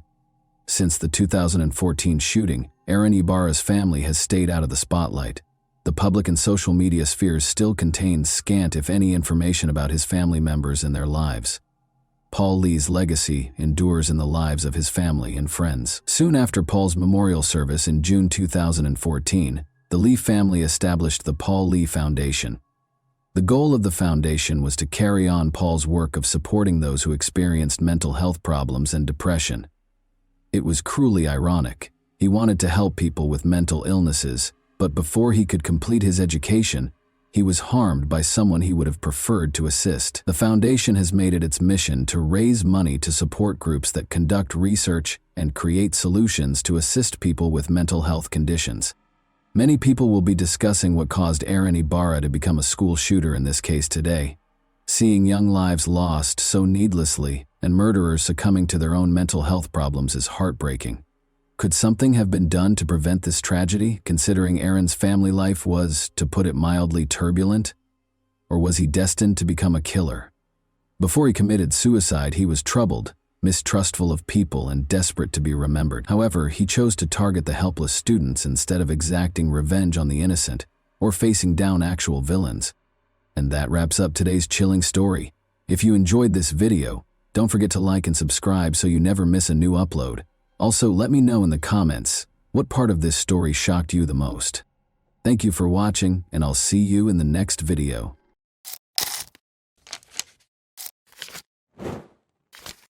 Hey Hey guys, welcome to my channel, and today we're going to take a look at another horrible case with you. The tragic death of Barbara Faye Villarreal occurred in Garland, Texas, on November 7, 1986. A large kitchen knife was found embedded in her body after she was brutally stabbed and murdered in her own home.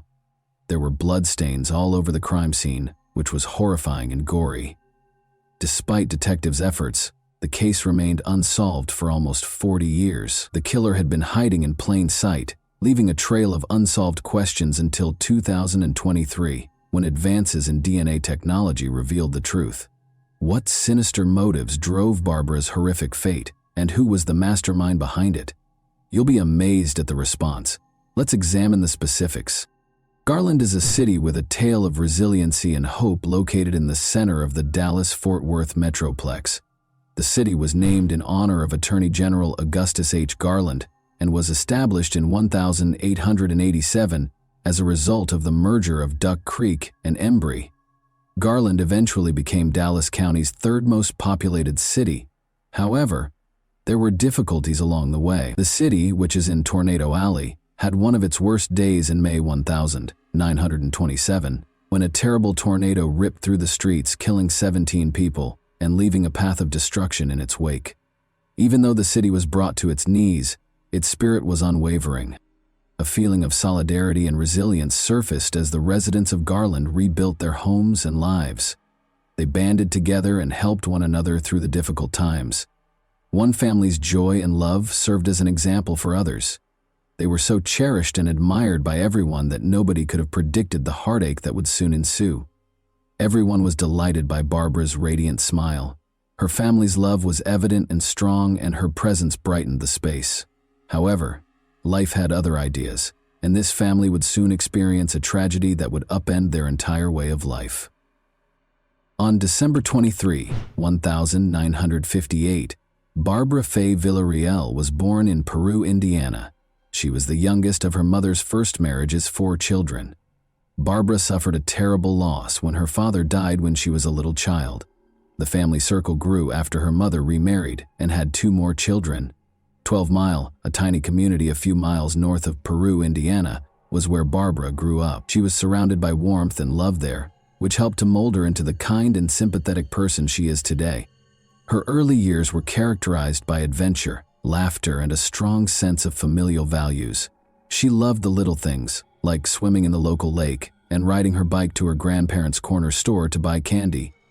Her extended family, which included many cousins with whom she enjoyed sharing recipes and making memories, was always present on Sundays and holidays. At home, Barbara loved spending time with Kami, her faithful Pomeranian friend. As she matured into a young woman, her compassion, warmth, and understanding nature became increasingly apparent. Her heart was always willing to lend a helping hand to others, and her radiant smile could light up any space.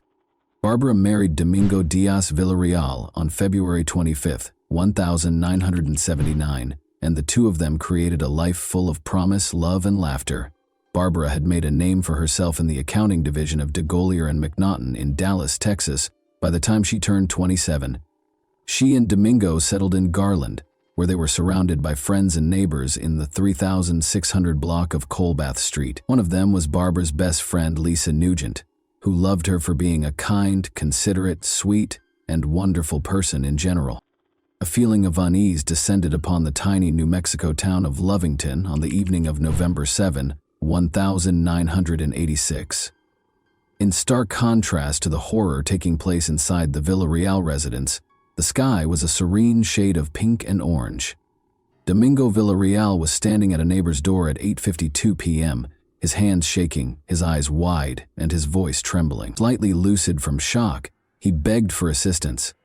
"There's a problem with Barbara," he managed to say. After the neighbor promptly dialed 911, emergency personnel reached the location in a matter of minutes.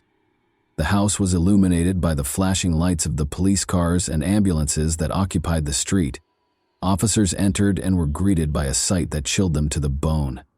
Barbara was brutally stabbed several times, and a large kitchen knife was still embedded in her body as she lay lifeless on the floor. As a brutal reminder of the evil that had killed her, the knife appeared to mock the scene. In his first statement, Domingo claimed that two men had broken into their house, bound him, and pulled Barbara into a different room. He stated that when Barbara's screams shattered the night air, he was in the backyard. She was being held captive by two armed men when he hurried inside. Barbara was led to a different room by one man, and Domingo was able to flee after the other man made him perform a sexual act at gunpoint. The police listened carefully, but every second that went by made them more skeptical. Domingo's face looked emotionless and his story sounded scripted. Fueled by doubts and questions, the investigation got underway. What actually took place that fateful evening? Did Domingo commit the crime or was he a victim? Although paramedics responded quickly, Barbara's injuries were obviously serious. Although it was later discovered that she had been dead for more than an hour prior to their arrival, she was declared dead at 9:50 p.m. The full scope of the horror was disclosed in the medical examiner's report. She had numerous stab wounds all over her body, each of which was a testament to the attacker's violence and rage. An investigation into a homicide was started. For the Garland Police Department, the initial investigation into Barbara Villarreal's murder was a difficult and complicated procedure. It was evident as soon as they got to the crime scene that this case would call for painstaking attention to detail and unwavering resolve. With furniture overturned and personal belongings strewn all over the floor, the house was in a state of chaos that suggested a violent struggle. Several areas had bloodstains, indicating Barbara had put up a valiant fight against her assailant. To record the scene, investigators collected blood samples, removed fingerprints from different surfaces, and took a ton of pictures. A big kitchen knife that was thought to have been used in the murder was sealed as evidence and sent for forensic analysis. Nevertheless, the technology available at the time made it difficult to draw firm conclusions from the evidence. It simply wasn't adding up. Something was missing. Police interviewed a large number of neighbors, friends, and family members in the days after the murder. Barbara was described by close friends and family as a loving, kind person who had no known enemies. Nonetheless, some claimed she had been involved in a few family conflicts, which made police wonder if there might have been a personal motivation for the crime. As investigators continued their investigation, they discovered startling information about the family. Although many saw Barbara and Domingo as a happy couple, others witnessed them fighting regularly and dealing with serious problems. Their relationship was viewed differently by those who knew them. At first, the police thought Domingo might be a murderer. He was exonerated following a rigorous interrogation, but the investigation came to a standstill because Domingo was no longer a suspect. They had no additional suspects, no evidence, and no fresh leads. The investigation stalled, and the police had no idea what to do next. A faint blood trail discovered outside the house was the only hint, but it didn't belong to Barbara or Domingo. Detectives were left wondering who could have committed such a horrible crime, because this enigmatic blood was the only indication that a killer was present. The loss devastated Domingo and Barbara's family. They struggled to find peace, as the graphic picture of her death tormented them. Fearing that anyone could be the victim of such a horrible crime, the community was also rocked. The suffering and uncertainty were exacerbated by the lack of answers. It took a pivotal discovery to reveal the truth about her untimely death, so the case remained a mystery. It was challenging for investigators to make meaningful progress because of the dearth of eyewitnesses and hard evidence. Blood samples provided no useful information, and fingerprints taken from the crime scene did not match anyone in databases that were currently in use. The police were left with a number of unsolved questions and dead ends. The case started to lose steam as the weeks stretched into months. The investigation's initial enthusiasm faded, and it encountered many difficulties. Despite their continued cooperation with the police and their intense desire for answers, Barbara's family's optimism for a speedy resolution started to fade. The case was never entirely dropped, even though there was no progress. Regular reviews were carried out by the Garland Police Department, which went over the evidence again and spoke with important witnesses again. The case was still unresolved, though, and there were no fresh leads or discoveries. 2 years later, in 1988, Domingo lost his life in a shootout in Mexico, bringing tragedy once more. Detectives learned a startling fact after his death. Domingo Villarreal had been using a stolen identity. Fingerprint analysis revealed that his true identity was Jesus Canales. Barbara's parents told police in 1994 that weeks after the murder, Jesus Canales had called them from Mexico and said he had killed one of the victims and was pursuing the other, Liborio Canales of Rodeo, Mexico. Domingo was charged with orchestrating Barbara's murder with the assistance of 2 family members, but because there was insufficient evidence, police were unable to draw any firm conclusions. Detectives also spoke with a neighbor who claimed to have discovered Domingo in her kitchen a month prior to the murder. Later, she realized her kitchen knife was gone. She verified that the missing knife was the same one when detectives showed her a picture of the murder weapon. The Villarreal case became one of many unsolved murders as the years went by. The police department, however, was adamant about solving the case and refused to give up. Public assistance was requested through media appeals. The investigation was given a much-needed boost when a cold case team was brought in to offer new insights and creative expertise. Every tip, no matter how small, was followed by the police department, which worked tirelessly. Over the years, Garland police detectives and the FBI followed up on a number of leads in Mexico and the United States, officials said. However, no noteworthy discoveries were made until 2022. A major development in 2022 was brought about by advances in DNA technology.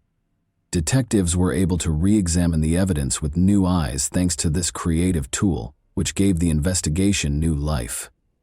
Investigators were able to use extensive public genetic databases to find possible relatives of the suspect through investigative genetic genealogy, which blends DNA testing with conventional genealogical research. Detectives could gradually identify the criminal by comparing DNA samples taken from the crime scene with these databases.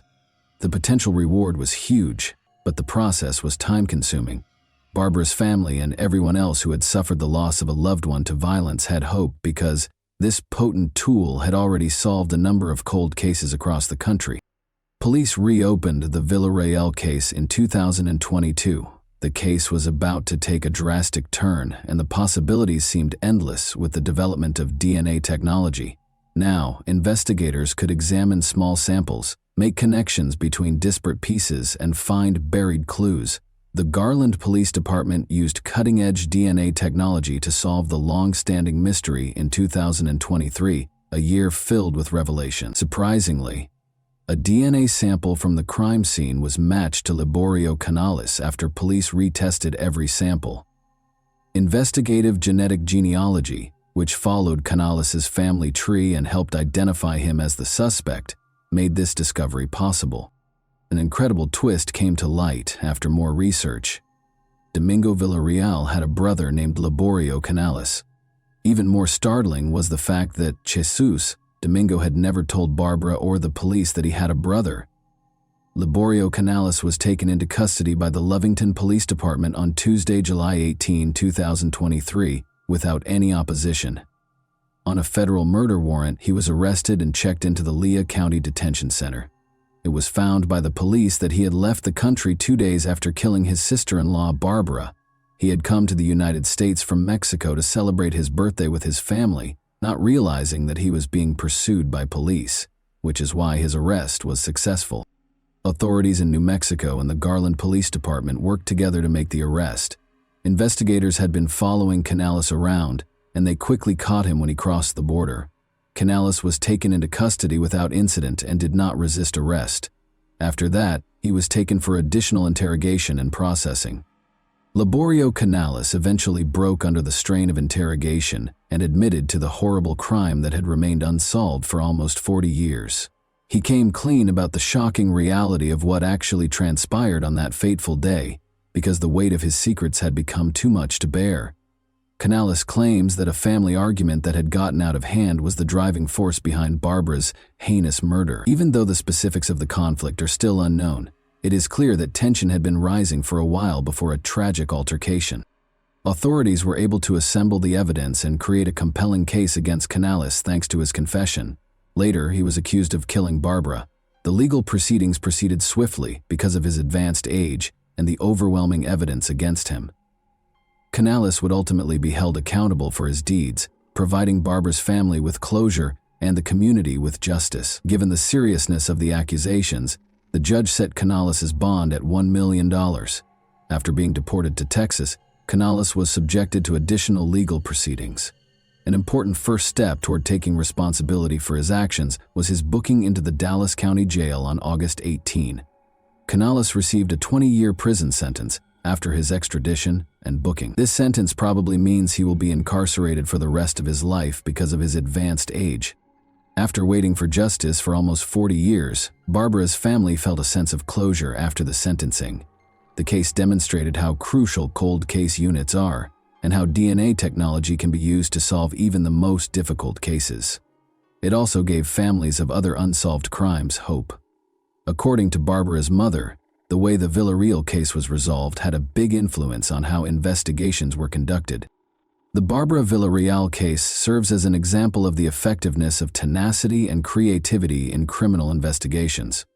Through the unwavering efforts of law enforcement and the revolutionary potential of DNA technology, a cold case that appeared destined to go unsolved was turned into a tale of justice. The knowledge gained from this case will continue to direct and motivate those committed to cracking cold cases and providing closure to families as we move forward. And that wraps up today's chilling story. If you enjoyed this video, don't forget to like and subscribe so you never miss a new upload. Also, let me know in the comments, what part of this story shocked you the most? Thank you for watching, and I'll see you in the next video.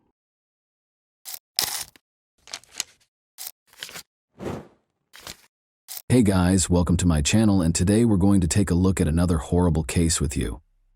Sometime between 7 and 7:30 p.m. on the evening of May 30, 2012, 19-year-old Brittany Wood got ready and left her mother's home in Mobile, Alabama.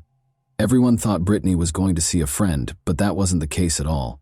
Brittany's real destination was her uncle Donnie Holland's house, but no one around her knew it. But what started out as a routine visit would turn into a terrifying experience for the family and the police. On June 1, 2012, 2 days later, the police discovered something horrifying. A terrifying crime scene was revealed when Donnie, Brittany's uncle, was discovered in his car with a gunshot wound to the back of his head. A layer of mystery was added by the startling and bloody scene, which grew more intense as Brittany Wood mysteriously disappeared. Did Brittany contribute to Donnie's demise, and, if so, what motivated her to act in that way? Or did someone else kidnap Brittany in addition to killing Donnie? Brittany's dream has always been to work as a hairdresser and eventually open her own salon. But the little girl, who was only a teenager, would meet a man named Andy Woods. As their relationship grew, their lovely daughter Peyton was joyfully born in 2009, when Brittany was only 18. At first, Brittany relished the independence of youth, but the arrival of Peyton marked a significant shift in her life. But when Andy and Brittany split up a few months after Peyton was born, her life took an even more dramatic turn. In spite of the split, the couple decided to share custody in order to keep their relationship cordial and beneficial for their daughter's welfare. Following this, Brittany started dating and had a number of short-lived relationships. Spending time with her family, especially her brother Derek, whom she viewed as her protector, brought Brittany joy. When Brittany looks back on her past, she realizes that her turbulent experiences also stemmed from her early years. When she was a baby, her mother, Chessie Wood, and her father, Wallace Hinckley, got divorced. Brittany and her father had a good relationship in spite of the divorce.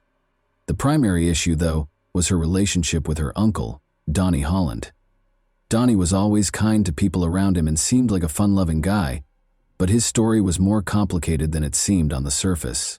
In fact, Donnie was being investigated at the time of his death for his alleged involvement in a child abuse ring that involved other family members, including Brittany's household members.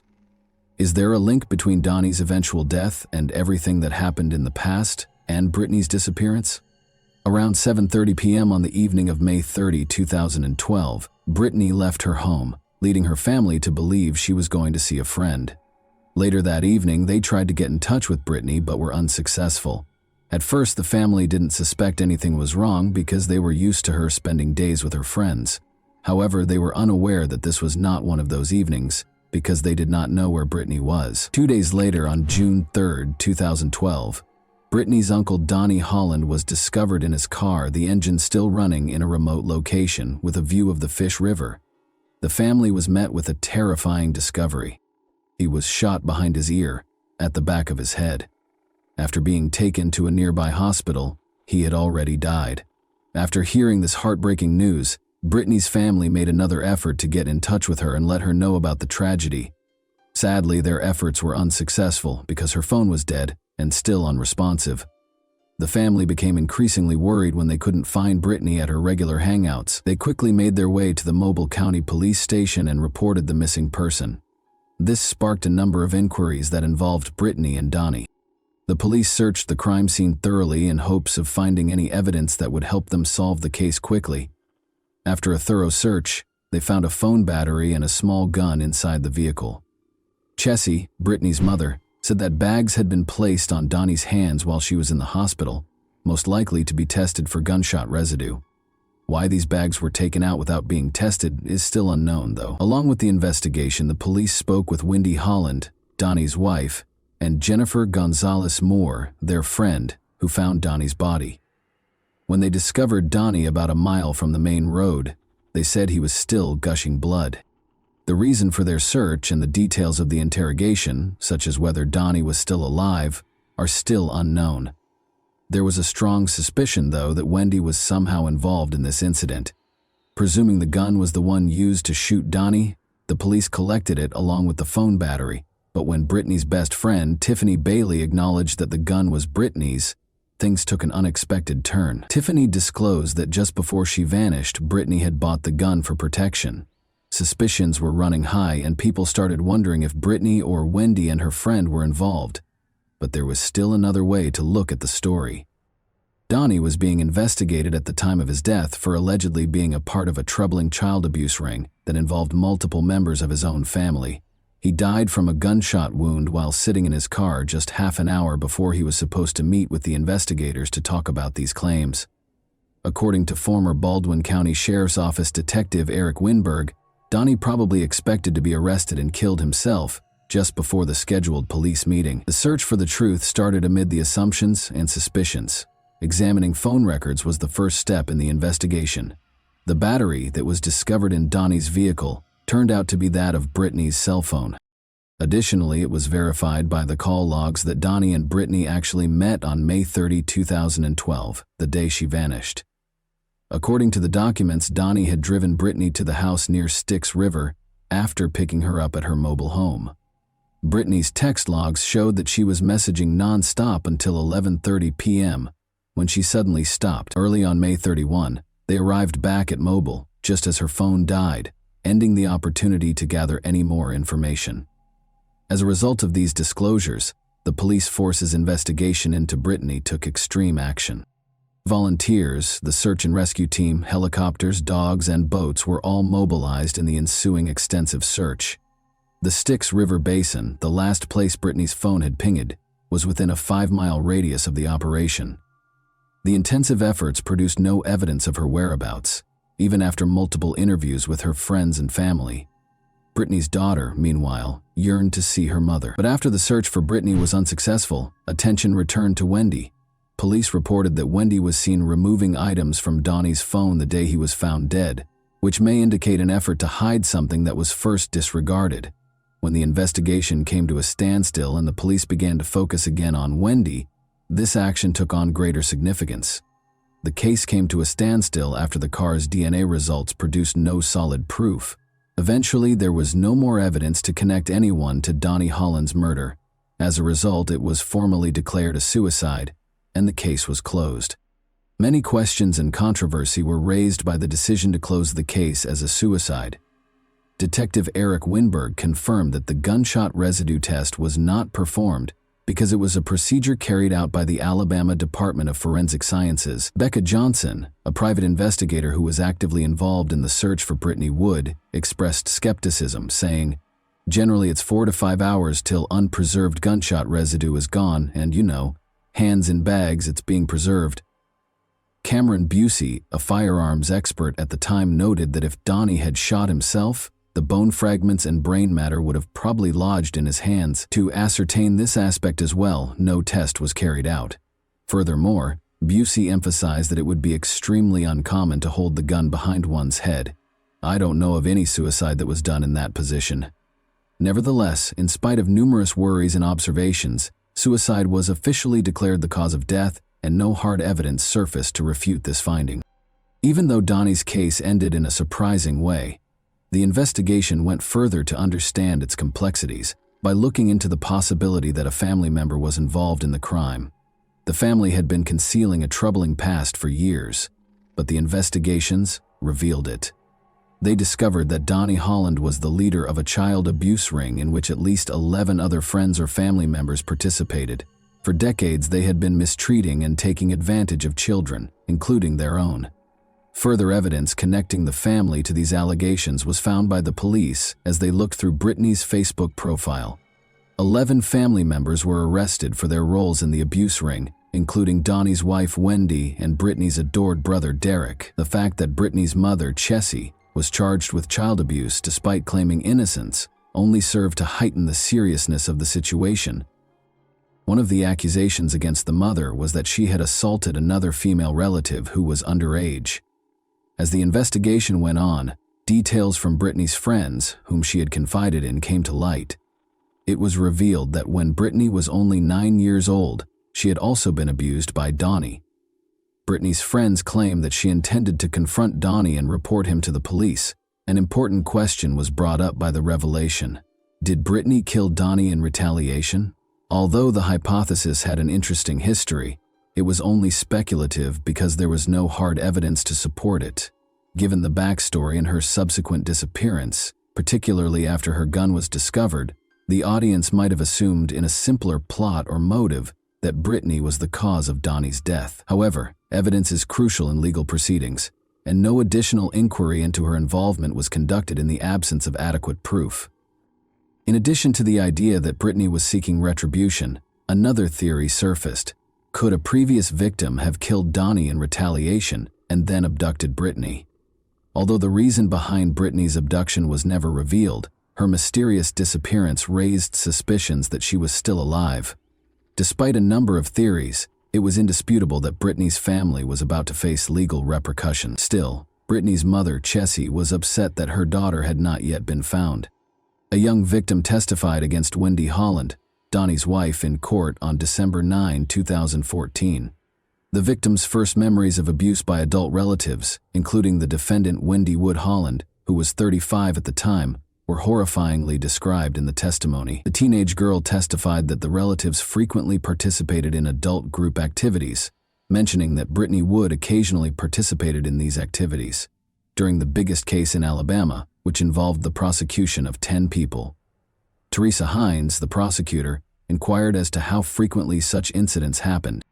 The answer was, it happened a bunch, according to testimony from a man who subsequently entered a guilty plea. He once engaged in an inappropriate six-way encounter with a group of relatives, which included Wendy Holland and the girl. Derek Wood, Brittany Wood's 23-year-old brother, entered a guilty plea to the charge of having inappropriate contact with the victim.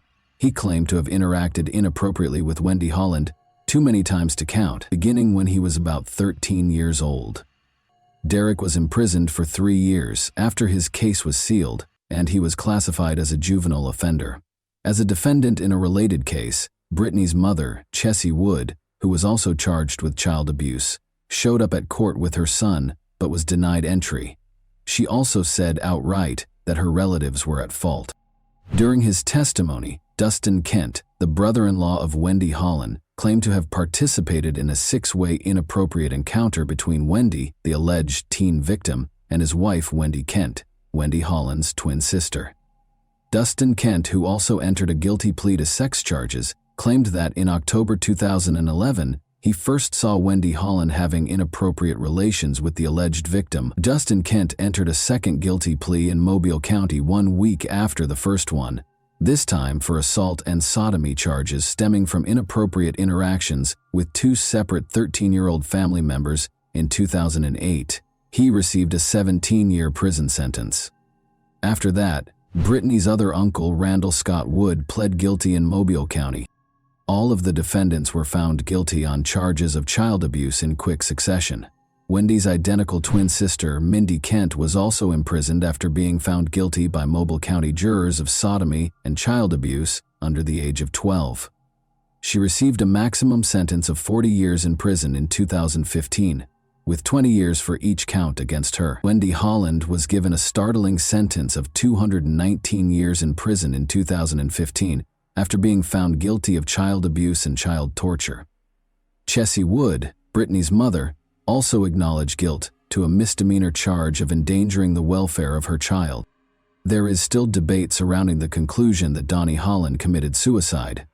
There is still no conclusive answer to the important question of whether Brittany was the criminal.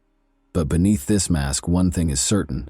After years of hiding these forbidden activities, Brittany Wood's troubled family finally received the punishment they deserved.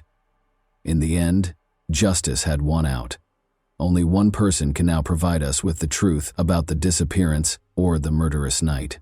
But over 10 years have gone by, and she is still elusive, and no one knows where she is. What are your thoughts on this unsettling case, then? What might have occurred the night Donnie died? Was there something more sinister going on? Or was it truly a disappearance leading to suicide? And that wraps up today's chilling story. If you enjoyed this video, don't forget to like and subscribe so you never miss a new upload. Also, let me know in the comments, what part of this story shocked you the most? Thank you for watching, and I'll see you in the next video.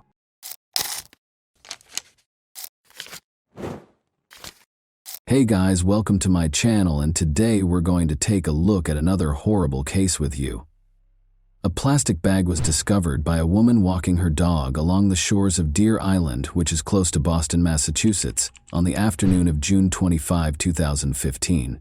Her dog's incessant curiosity led her to a horrifying discovery: the dead body of a child. After she had initially written it off as discarded trash, she was so shocked and scared that she called the police right away. Because of the extreme stage of decomposition, the child's identity remained elusive despite their best efforts. 3 months passed before the child was identified. Who could have committed such a crime in their right mind? As soon as the child's body was discovered on Deer Island, the investigation into her death got underway. Authorities put forth a lot of effort to identify her despite her extreme decomposition. She was found with a zebra print blanket inside the bag, and only a pair of white leggings with a black polka dot design. Early skepticism resulted in fruitless efforts to use cadaver dogs to find more bodies or remains. The body had already started to decompose, making visual identification impossible, and fingerprints could not be collected due to prolonged exposure to water. The race and ethnicity of the child were unknown to the investigators. How her remains got to the scene was unknown. It was unclear if the body had been dumped on the beach or if it had floated in the water from somewhere else, possibly as far away as Canada. Because the body was not sufficiently decomposed, authorities thought the victim had been placed at the scene rather than washing ashore. On July 3, 2015, an autopsy was performed after the child's body was found, but the cause of death was not established. Authorities suspected foul play, but the remains showed no obvious signs of injury. Tests were then performed to look for alcohol, drugs, or toxins that might have contributed to the death. Eventually, it was discovered that the child had Hispanic heritage. According to the description, her hair was 14 inches long, wavy, and brown, indicating that it had been untrimmed for some time. She weighed about 30 pounds and was estimated to be between 3'1" and 3'6". There were no noticeable scars or birthmarks on her body. The blanket was thought to be from Cannon Mills, possibly sold at Kmart, while her clothes, which were estimated to be a size 4T, were made by the Serco company and might have been purchased at Target. There was also an elastic hairband. Despite her unknown status, she didn't show any symptoms of malnutrition and seemed to have had a good life. After earlier attempts to identify the body failed, the National Center for Missing and Exploited Children digitally recreated the child's face to help identify her. Adobe Photoshop was used to create the reconstruction, which included stock and mortuary photos to approximate her appearance in life. In an effort to gather more details, flyers with pictures of the child and her possessions were handed out. On July 4, 2015, information about the child's discovery and physical measurements were added to the National Missing and Unidentified Persons System, NamUs. Despite ruling out more than 200 missing persons, no matches were found.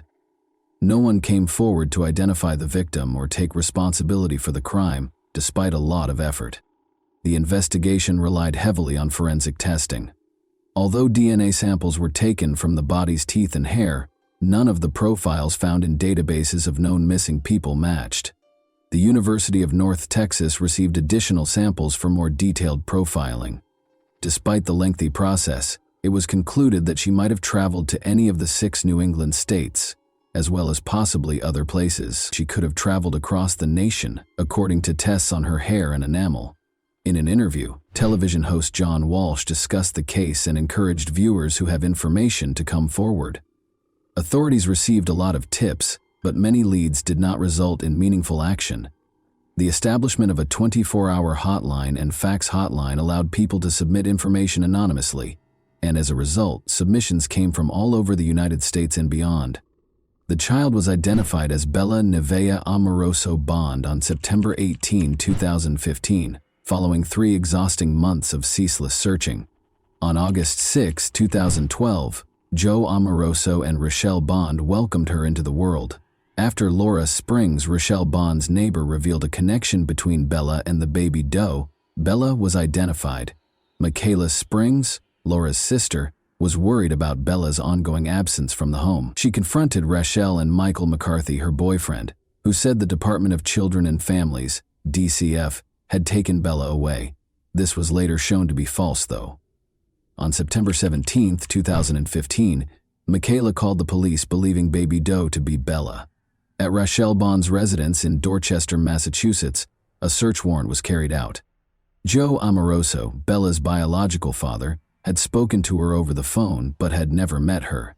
Amoroso expressed skepticism about Rochelle's involvement and conjectured that her boyfriend might have given her heroin to sedate her. But Bella's paternal grandmother doubted the veracity of Rochelle's claims and thought she had a significant role in Bella's demise. Detectives dug deep into Rochelle and Michael's past, all the way back to November 2011 when Bella was conceived, in order to piece together what had happened. Her mother, Rochelle, was heavily involved in the local drug scene, had a strong heroin addiction, and used illicit means to finance her addiction. Joe Amoroso, Rochelle's partner, was also battling addiction in spite of the difficulties. When Joe learned that Rochelle had cheated on him, their relationship soured. He never saw his daughter and vanished before Bella was born. Rochelle was adamant about keeping Bella, even though her addiction had previously cost her custody of her other children. Bella was born at Boston Medical Center on August 6, 2012. Rochelle's determination to be a responsible mother was reinforced when she saw her daughter for the first time. However, allegations of neglect surfaced in spite of her efforts. She found an apartment in the neighboring city of Dorchester and made an effort to give Bella a secure home. Even though Rochelle loved Bella, she battled her addiction, and sometimes her old habits came back.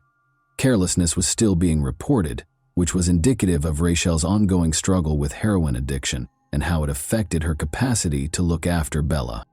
As the months went by, Rochelle received calls from the Massachusetts Department of Children and Families in 2012 and 2013 regarding the domestic situation. Feeling the pressure of being a single parent, Rochelle continued to speak with Joe on the phone. Although he re-established contact with the family, he never made it back to see Bella in person. In January 2015, Rochelle started dating Michael McCarthy because she was looking for a partner. Everything appeared to be normal at first, but Michael's behavior quickly began to become unpredictable. He lived with Rochelle and Bella and was obsessed with supernatural subjects. Their relationship rapidly deteriorated as they both became addicted to drugs. When the abuse was reported to the police, nothing was done, and things continued as they were. Rochelle had been lying to them, which is why no one noticed Bella's absence. After visiting their home, she made a false claim that Bella had been taken away by the DCF, saying that the situation was too difficult. People accepted Rochelle's story without question because of the situation. Investigators obtained a search warrant and questioned Rochelle and Michael because of their suspicions and Rochelle's false claims about the DCF removing the child. Eventually, Rochelle admitted to the terrible things that had happened that fateful night. She claimed that Michael had become enraged and had attacked Bella several times because he thought the child was possessed. Rochelle tried CPR on Bella after she passed out, but Michael intimidated her and disposed of the body in the harbor. This supported the investigators' long-held suspicions of foul play in Bella's case. However, Rochelle's participation sparked doubts about her competence. Some inconsistencies, like declaring Bella alive on a benefits form, raised questions about her intentions and degree of participation. On September 18, 2015, Michael and Rochelle were taken into custody. According to medical evidence, Bella may have died from severe abdominal trauma. The chief medical examiner, Dr. Henry Niels, suggested that this trauma might have resulted in cardiac arrest or asphyxiation. When Michael was arrested, he denied knowing about Bella's passing in spite of these facts. Michael McCarthy and Rochelle Bond each gave their own account of what happened during their June 2017 trials. Michael made an effort to place the blame on Rochelle by depicting her as a drug-addicted and careless mother. Rochelle, meanwhile, insisted she was innocent of the crime, but acknowledged that she assisted in disposing of the body under Michael's pressure. Because she kept claiming benefits for Bella after her death, she was also charged with welfare fraud. Although the court tended to accept Rachel's account during her trial, she was still charged with serious crimes, with cadaver dogs proving that a body had been found in the McCarthy home and bruises on the body that matched Rachel's description. The evidence against Michael appeared to be stronger. But there was no concrete proof that Michael was responsible for Bella's passing. Michael's defense team claimed that because Rochelle had allegedly informed him that Bella had been taken away by the state's child welfare agency, he was unaware that she was missing. A complicated web of deceit, abuse, and addiction within Bella's family was exposed by the trials.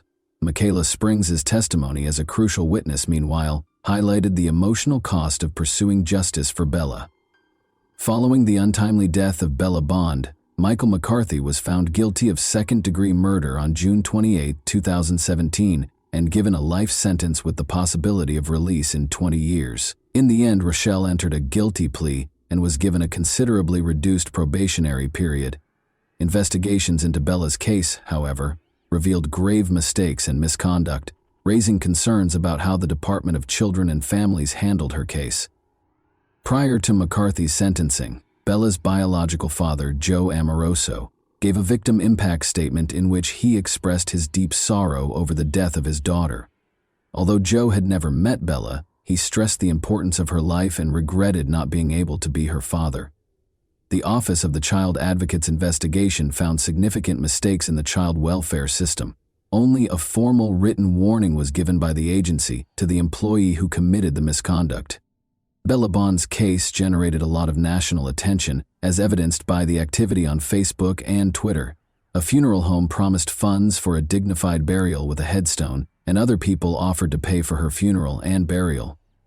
Joe Amoroso disclosed that Bella would be buried in Winthrop, Massachusetts, with her family by her side, choosing to hold wake services and a public funeral. However, after both of her parents ultimately decided against holding a public funeral, Bella was finally buried in a private ceremony at Winthrop Cemetery on November 28, 2015.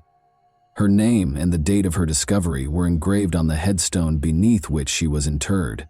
Later, Bella's mother's Facebook page posted pictures of her. When we consider Bella's story, it becomes evident that her untimely death was caused by her parents' negligence.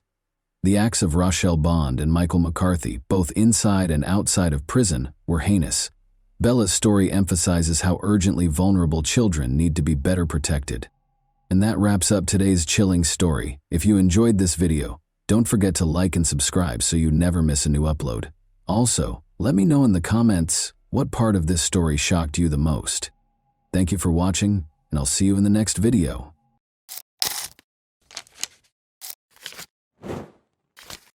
Hey guys, welcome to my channel, and today we're going to take a look at another horrible case with you. We'll talk about what happened in Everett, Washington, on September 20, 2017 at 1:55 a.m., when multiple people called 911 after hearing loud explosions as soon as the police showed up. They discovered a horrifying image on the doorstep 10 minutes later. Directly outside the door was Alicia Canales McGuire, 24. Sadly, she had already passed away. Thanks to CCTV footage and social media, investigators were able to solve this tragic case. Alicia was born on October 29, 1992, in Mount Vernon, Washington, to Manuel and Michelle Canales. She spent a significant amount of her adult life working as a caregiver because she enjoyed caring for others and always wanted to assist everyone. Raised on a farm, Alicia began working at the age of 5. She frequently went back to assist on the family farm because she understood the importance of hard work. Alicia loved spending time with her family, and she saw and talked to them often, always remembering to say "I love you" when she said goodbye. She and her spouse, Bradley, resided in Bird's View. In July 2017, Alicia and Brad tied the knot in a stunning beach ceremony at Deception Pass. As a result, investigators quickly discovered that Alicia did not reside in the home where she passed away. It belonged to her sister, Amanda Canales, who shared it with her 3 kids. Amanda asked Alicia to watch her kids while she was away because she had to travel to New York for work. Alicia was glad to assist because she loved her nephew and nieces. 2 months prior, she had tied the knot and was eager to begin a family of her own. One of the people who called 911 was the stay-in nanny who was in the house with her. When she went downstairs after hearing gunshots, she discovered Alicia motionless and lying at the front door. When the police officers got to the scene, they looked at the house first. They had to see if the criminal was inside. They made sure that the only people in the house were Amanda's kids and the nanny. By closely inspecting everything, the police began searching for evidence after the terrified kids were removed from the house. The house had a car parked in front of it. Beside it were shell casings. It indicated that the person who shot Alicia was standing close to the vehicle, just in front of the front door. The door frame was struck by several bullets. Just outside the door, Alicia was lying face down. It did not appear to be a robbery. The house was not a mess. Furthermore, it appeared that the criminal had not even gone inside the house. However, why and by whom would someone wish to kill Alicia? The detectives suspected that it was a case of mistaken identity after learning that it was her sister's home. The investigators questioned Amanda, who may have been the target, but she was in New York when the nanny, who was also present in the house when the crime was committed, relaxed. They inquired as to whether she knew who would want to harm her or if she saw the person who shot Alicia. The nanny claimed that when she heard gunfire, she was upstairs. She noticed that Alicia was motionless and face down on the floor when she looked down. She called 911 because she was afraid and didn't see the person who had shot Alicia, the nanny. As far as she was aware, she told investigators, Alicia and her husband Bradley got along well, but she provided the first important lead to the police. According to her, there were issues between Amanda, Alicia's sister, and her former spouse, Kevin Lewis. The detectives discovered from looking through the local sheriff's office reports that this was not the first time the police had been called to this address. Every incident had something to do with family disputes between Amanda and Kevin Lewis. The detectives were therefore intrigued by this version. Kevin Lewis lived in a different area of Everett, so they located his home address and went there before dawn to speak with him. It was dark in his home. During the conversation, Kevin answered the door when they knocked. "Talk to Lewis." "She should be home," he said in response to the officer's question about his ex-wife's whereabouts. He appeared to have just awoken. He was asked to tell the detectives where he had slept. He claimed that his mother and sister could verify that he had spent the entire night at home. When the detectives told him that there had been a shooting in the home where his children lived, he didn't inquire as to why they were there. It was odd that he didn't show any emotion. He should have inquired about his children's well-being as a parent, but he chose not to do so. Kevin looked shocked and said, "Really, that was the end of our conversation?" when the detectives informed him that Amanda had been out of town on business. While strolling down the street, the detectives noticed that 2 nearby homes had security cameras that they could use to verify Kevin Lewis's story. He said that instead of going out, he spent the entire night at home. However, after reviewing the video, the investigators discovered that approximately 40 minutes prior to the assault on Alicia, a car was pulling up alongside Kevin's driveway. Then someone who looked a lot like Kevin came out the front door, approached this car, and got in. The vehicle drove off a short while later.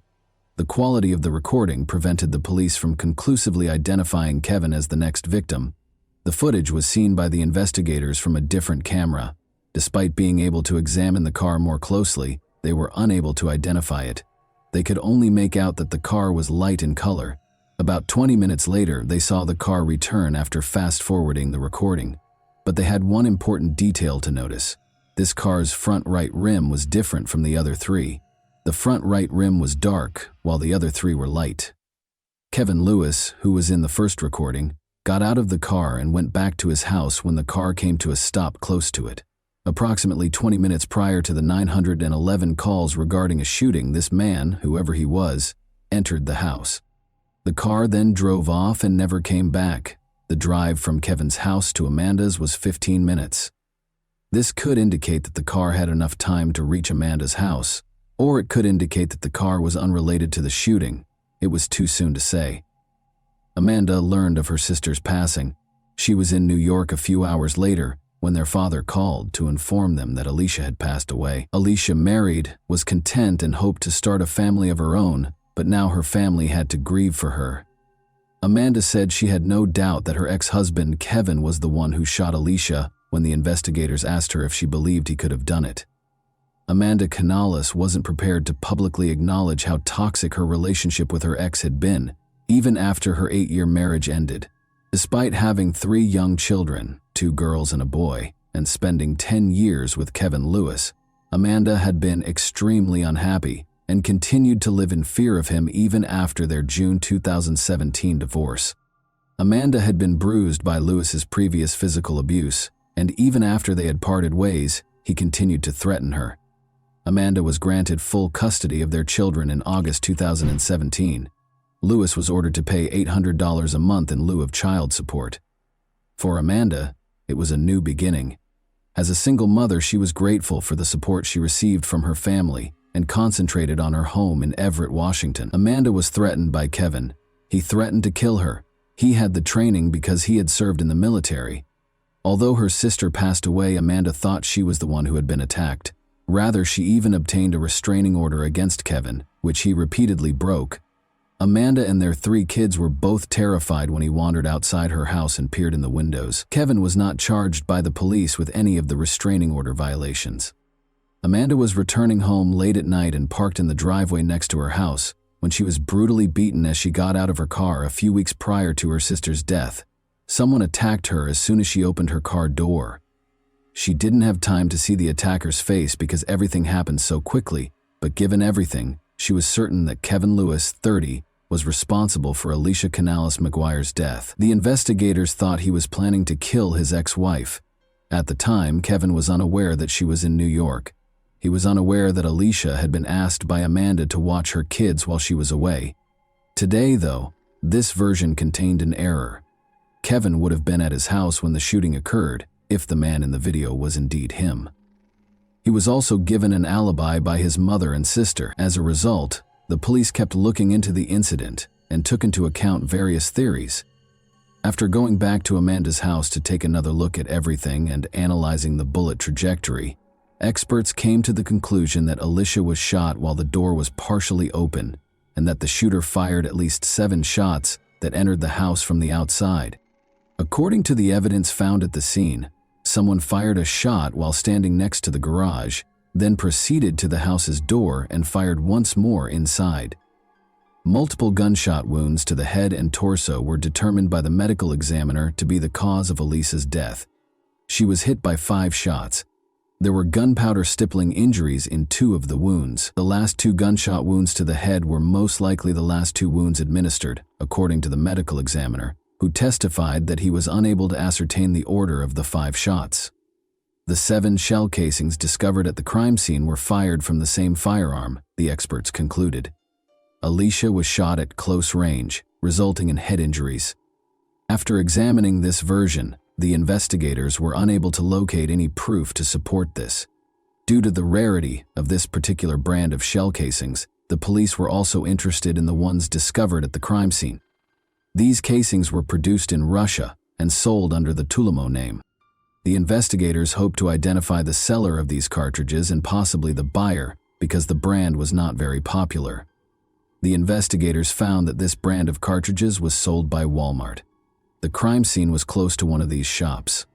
Walmart representatives informed the detectives that they had CCTV footage showing a man paying for 9mm Tulamo cartridges that he had recently purchased. The detectives went straight to Walmart to view the video.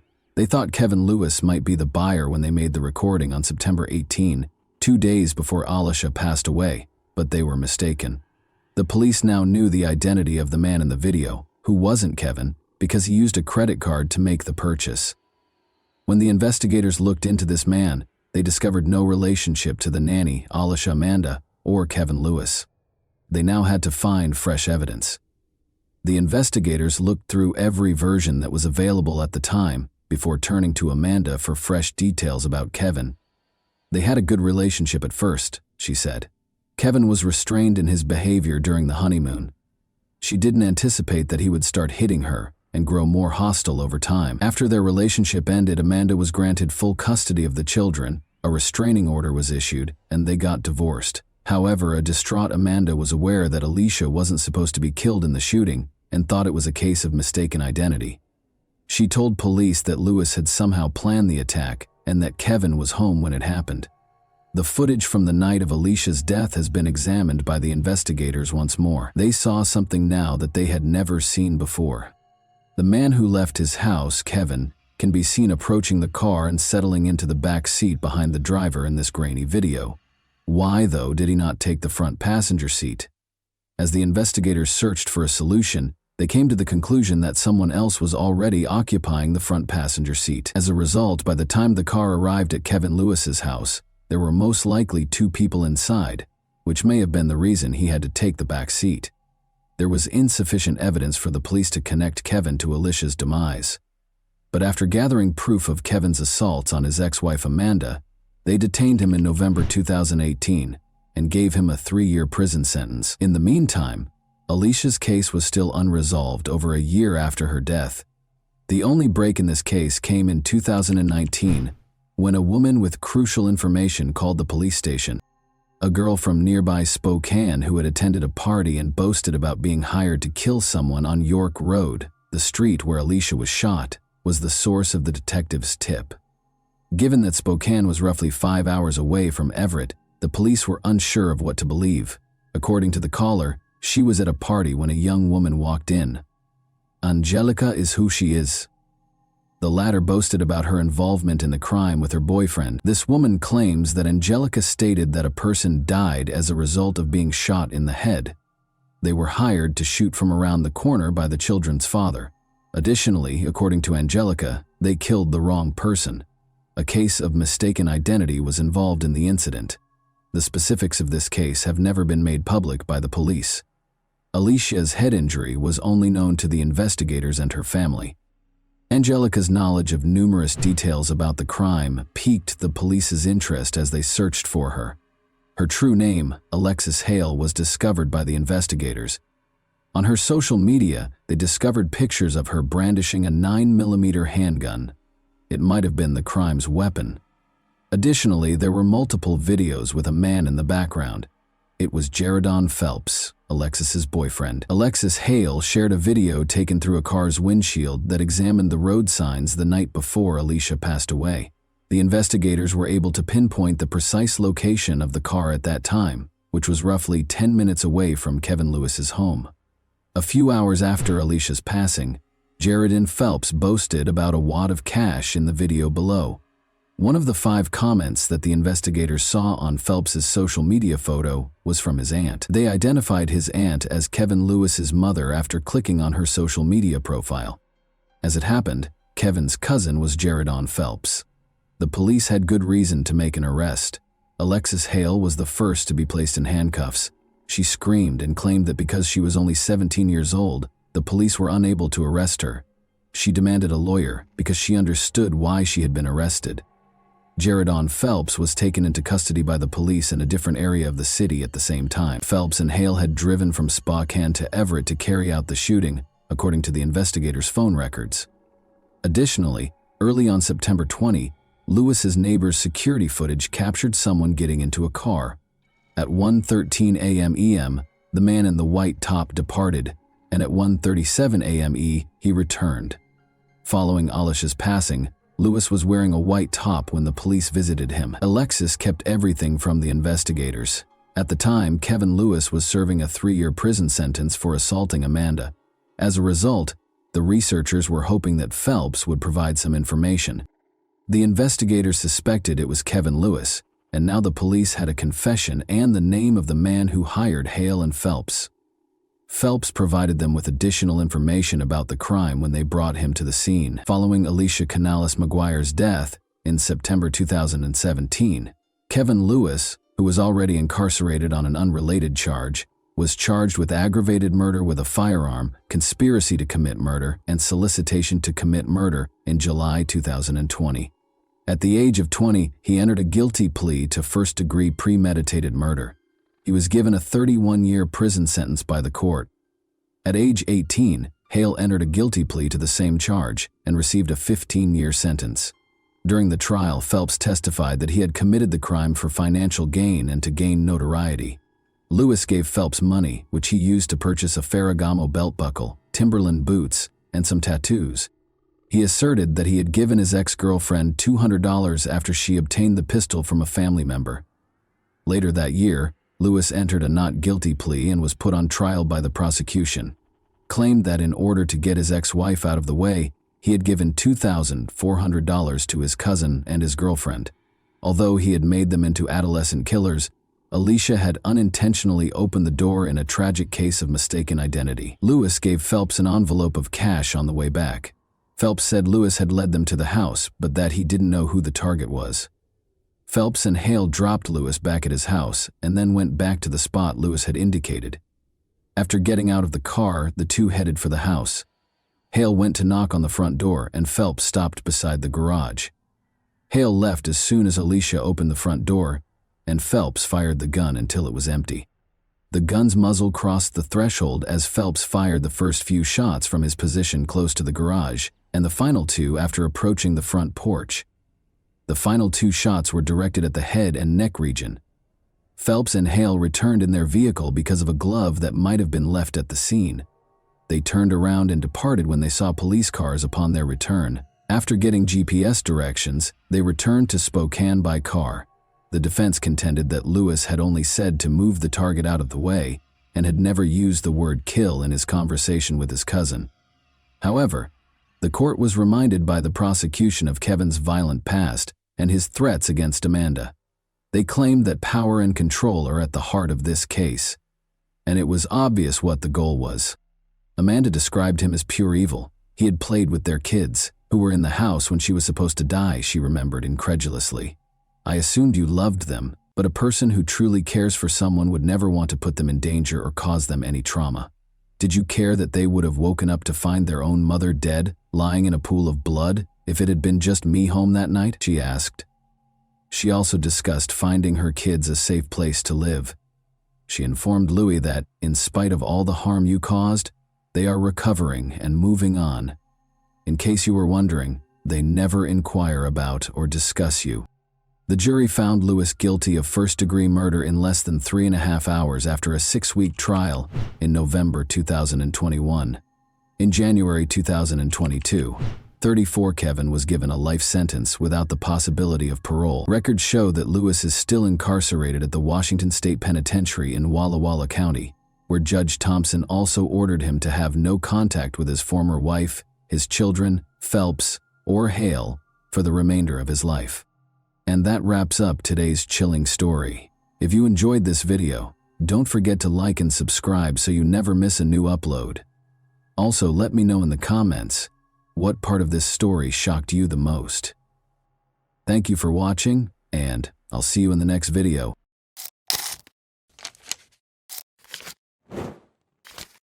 Hey guys, welcome to my channel, and today we're going to take a look at another horrible case with you.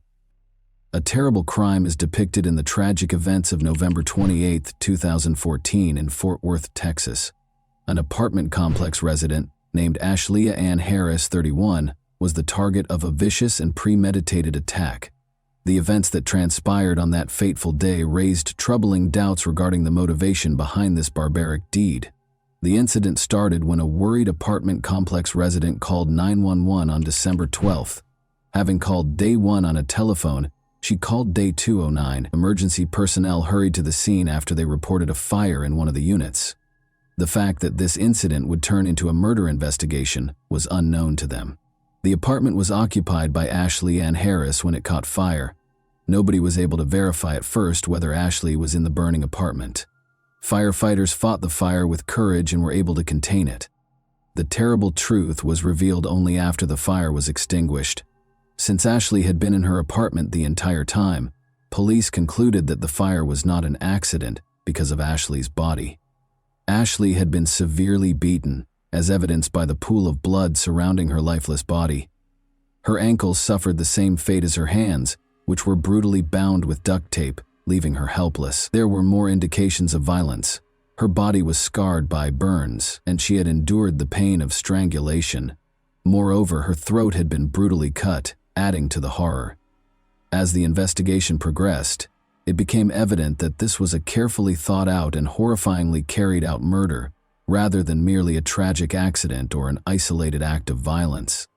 After committing this horrible crime, the evidence suggested that someone had purposefully set the apartment on fire.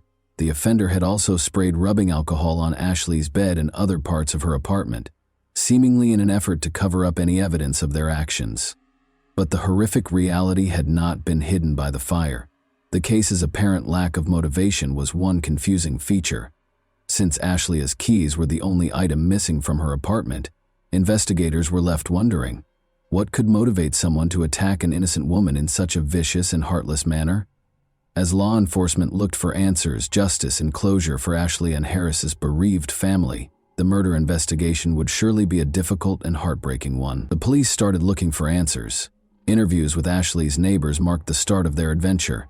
One of them, Stephen Lee, lived in an apartment next door. He described an odd sighting at around 6:30 a.m. that fateful morning. He was smoking a cigarette on his balcony when he spotted an unknown car parked close by. The car in question was a sleek black Infiniti G35, which was unusual in their peaceful neighborhood. This observation would turn out to be a key clue in the mystery that was developing. But Stephen Lee's story wasn't the only piece of the puzzle. At around 7:30 a.m., Ashley's neighbor Patrick Sweet, who lived directly below her apartment, told the police a terrifying revelation. A spine-tingling scream reverberated from above, startling and upsetting Patrick as he was startled out of his morning routine. After that, he heard a number of disturbing sounds, such as what sounded like a heavy thud and frantic, gasping breaths. He was terrified, but his carbon monoxide detector's blaring alarm was what finally got him to act. He became aware that a fire was occurring, so he quickly called 911 to solve the mystery of Ashley's disappearance. Ashley was employed as an assistant manager at an American Eagle store in the Hulen Mall, and the police painstakingly tracked her movements on the day in question. Their investigation revealed that she had eaten dinner in one of the apartments in their complex on Thanksgiving Day with her close friend Alexis Torres and a group of acquaintances. After dinner, Ashley went to work. The Black Friday sales craze during Ashley's work shift made for a long and exhausting evening. Alexis kindly volunteered to watch Ashley's cherished dog, Nala. Ashley is back at home. Was marked by the early morning. At approximately 3:15 a.m., Alexis visited briefly before leaving after 4 a.m. The timeline started to become crucial to the investigation at this point. According to the police, Ashley died suddenly between 4:15 and 7:30 in the morning. Because of this crucial period, the authorities were keen to find and talk to the owner of the enigmatic black Infiniti G35 in order to provide insight into what happened during those hours. After discovering the black Infiniti G35, the police made the decision to interrogate Alexis, Ashley's friend. She said she didn't know who owned the car. They are intrigued, though, by a tip from Christopher "Chris" Cravey, Ashley's boss. He told the police that he knew a woman named Carol Cervantes, who was a driver of one of these vehicles. The plot twist was that Carter had been fired in August after having previously worked at Ashley Leah's American Eagle store. The police began monitoring Carter's home after obtaining this lead. The following Saturday morning at 8 a.m., their patience paid off when they saw Carter leave her apartment and get into her Infiniti G35 with a man.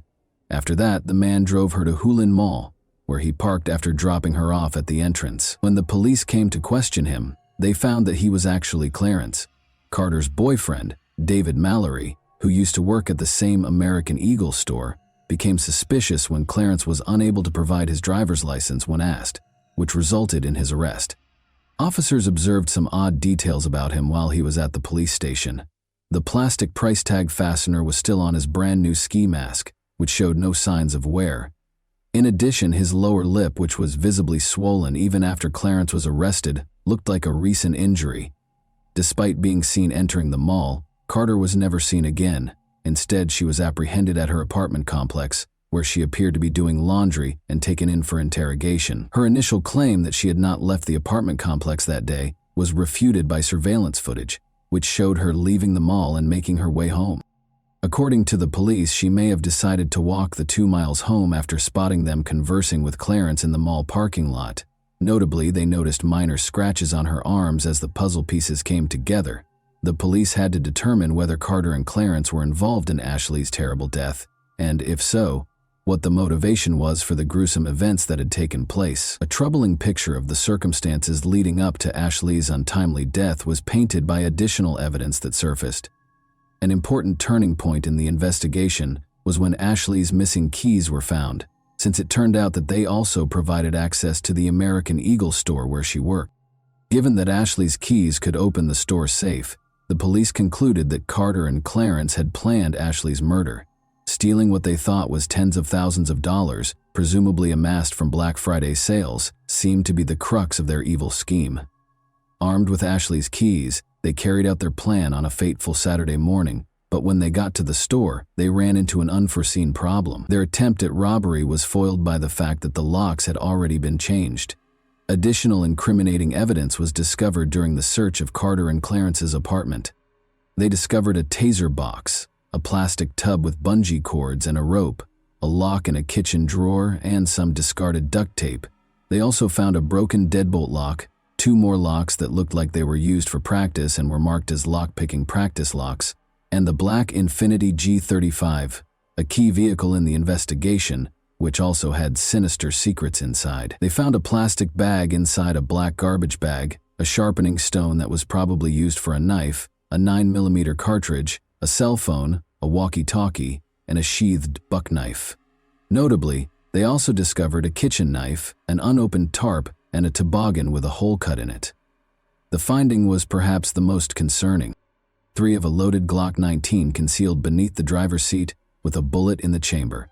The disturbing picture of Carter and Clarence's role in Ashley's murder was painted by these strong pieces of evidence.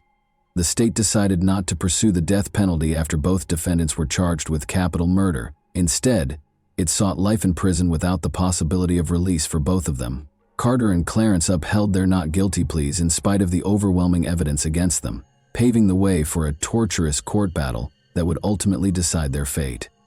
Although the prosecution gave both defendants a largely consistent story, the court cases of Carter, Carol Cervantes, and Clarence, David Mallory, developed independently. But after Carter's case was heard, attention turned to proving that she was the alleged mastermind of the crime. The prosecution believed that Carter and Clarence had several reasons for wanting to hurt Ashleigh. First, they thought the two wanted Ashleigh's keys, which would allow them to enter the store safe and the large amount of money they assumed was kept there, especially after the Black Friday sales. The prosecution also claimed that Carter and Clarence wanted to exact revenge on Ashleigh. An additional layer of personal animosity was introduced into the situation when they blamed her for their dismissal.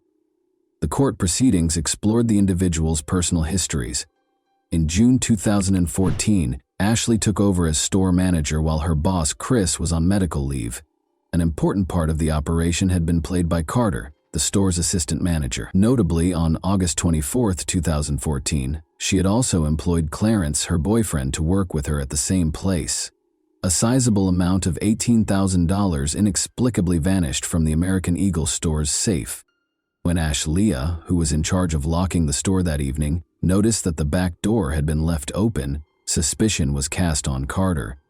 Clarence was identified in surveillance footage as the person who had broken into the safe and stolen the cash. This finding signaled the start of a series of events that would ultimately result in a tragic conclusion.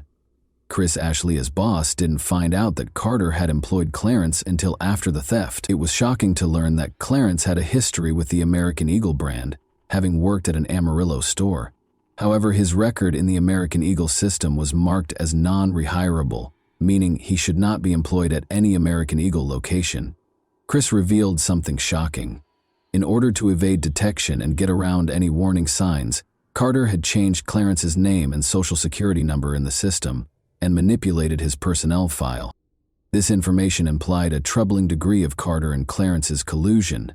It became clear as hostilities increased that Carter and Clarence had been plotting Ashley's kidnapping and key retrieval. Images of Ashley's apartment, her apartment door, and her car were among the incriminating evidence found on their cell phones. On their cell phones, police also found latitude and longitude coordinates. The terrifying story was further enhanced by Detective Cedillo's testimony, which disclosed that one of Clarence's texts included coordinates that, when entered into Google Earth, identified a location close to Lufkin, Texas. Detective Cedillo discovered a terrifying hole at this location that was 6 feet long, 2.5 feet wide, and 3 feet deep. It looked grimly like a grave for a human. The prosecution argued that the original plan was to kidnap Ashley, threaten her with a pistol, and then kill her somewhere else. But when Ashley refused to let them into her apartment, their plans took a sinister turn, and she tragically died there. More disturbing evidence surfaced. 2 shovels, a box of plastic sheeting, and a box of Craftsman sockets were found by police when they searched Clarence's Cadillac, indicating a sinister and planned motive. These disclosures presented an unsettling image of a well-thought-out crime in which Carter and Clarence were purportedly driven by retaliation as well as financial gain. As the trial went on, the prosecution called witnesses who provided more insight into the terrible circumstances surrounding Ashley's passing. Jeff Kaiser, Ashley's close friend and neighbor, was one such witness. Jeff described the terrifying morning when he was startled awake by the sound of fire alarms, recognizing that Ashley's apartment was in danger, and he acted quickly after noticing her car was still parked outside. He hurried upstairs without thinking and kicked down Ashley's apartment door with courage. When Jeff walked in, he saw a chaotic scene. The apartment was filled with smoke, and the sprinkler system sprayed water, making the place dangerous and confusing. Even though it was dangerous, Jeff tried to crawl toward the kitchen to get to Ash, but the dense smoke soon overpowered him and he had to back off to get some fresh air. Unfazed, he made 2 more heroic attempts, but the smoke was too thick to handle. Luckily, rescue efforts were taken over by firefighters who had already arrived on the scene. Arson investigator Wallace E. Hood Jr. offered crucial information about the fire's cause. He stated in his testimony that he was able to pinpoint several places where the fire started, including Ashley's bed and the closet. One particularly unsettling discovery was the smoke detector's purposeful removal and hiding under the mattress. These discoveries suggested a malevolent and deliberate act meant to hide the fire and make Ashley's chances of surviving even more difficult. With a string of gripping incidents and testimony, the courtroom drama went on. The prosecution showed surveillance footage taken in front of the American Eagle store on November 29 at around 2 in the morning, which showed an enigmatic individual trying to operate the gate lock. The prosecution claimed it was Carter, but the person's face was hidden. The altered locks made it impossible for them to unlock and raise the gate, despite their obvious attempts. This implied that Carter might have had plans involving the crime or the store. Unaware that the police were observing them, Carter and Clarence returned to the mall at 8 a.m. that same day, the court was informed. Given the previous unsuccessful attempt to enter the store, this raised concerns about their intentions and behavior.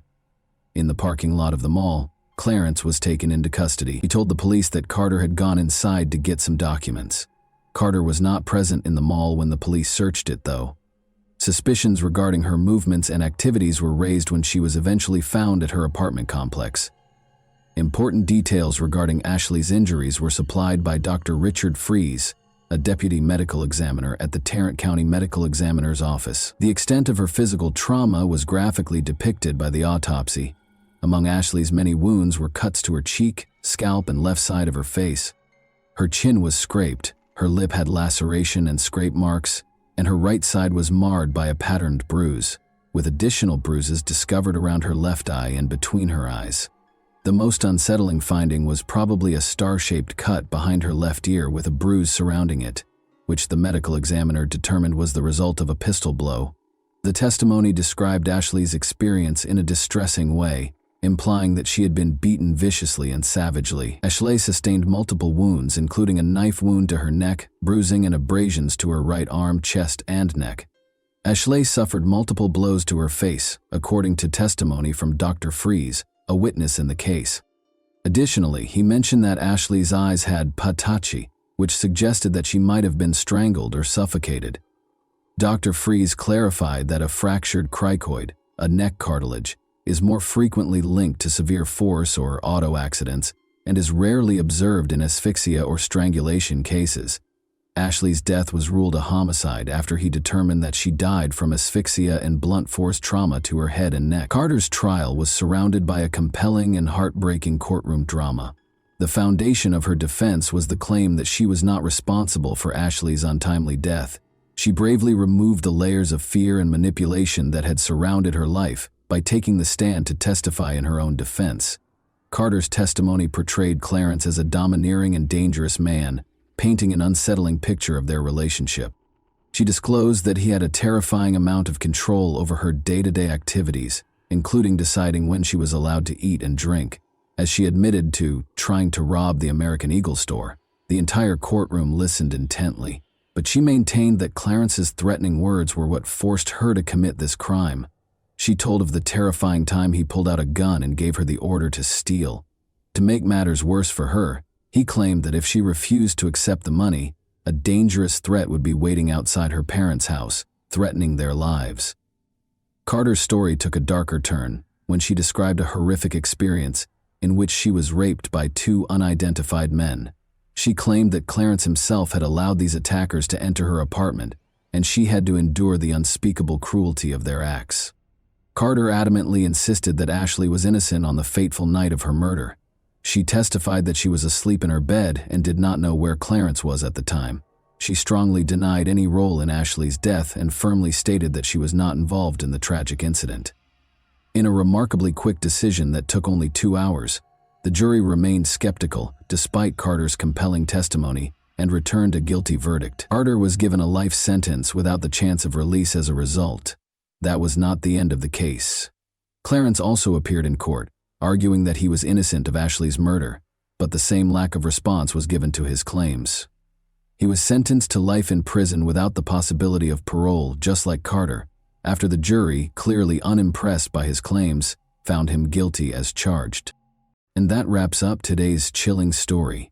If you enjoyed this video, don't forget to like and subscribe so you never miss a new upload. Also, let me know in the comments what part of this story shocked you the most. Thank you for watching, and I'll see you in the next video.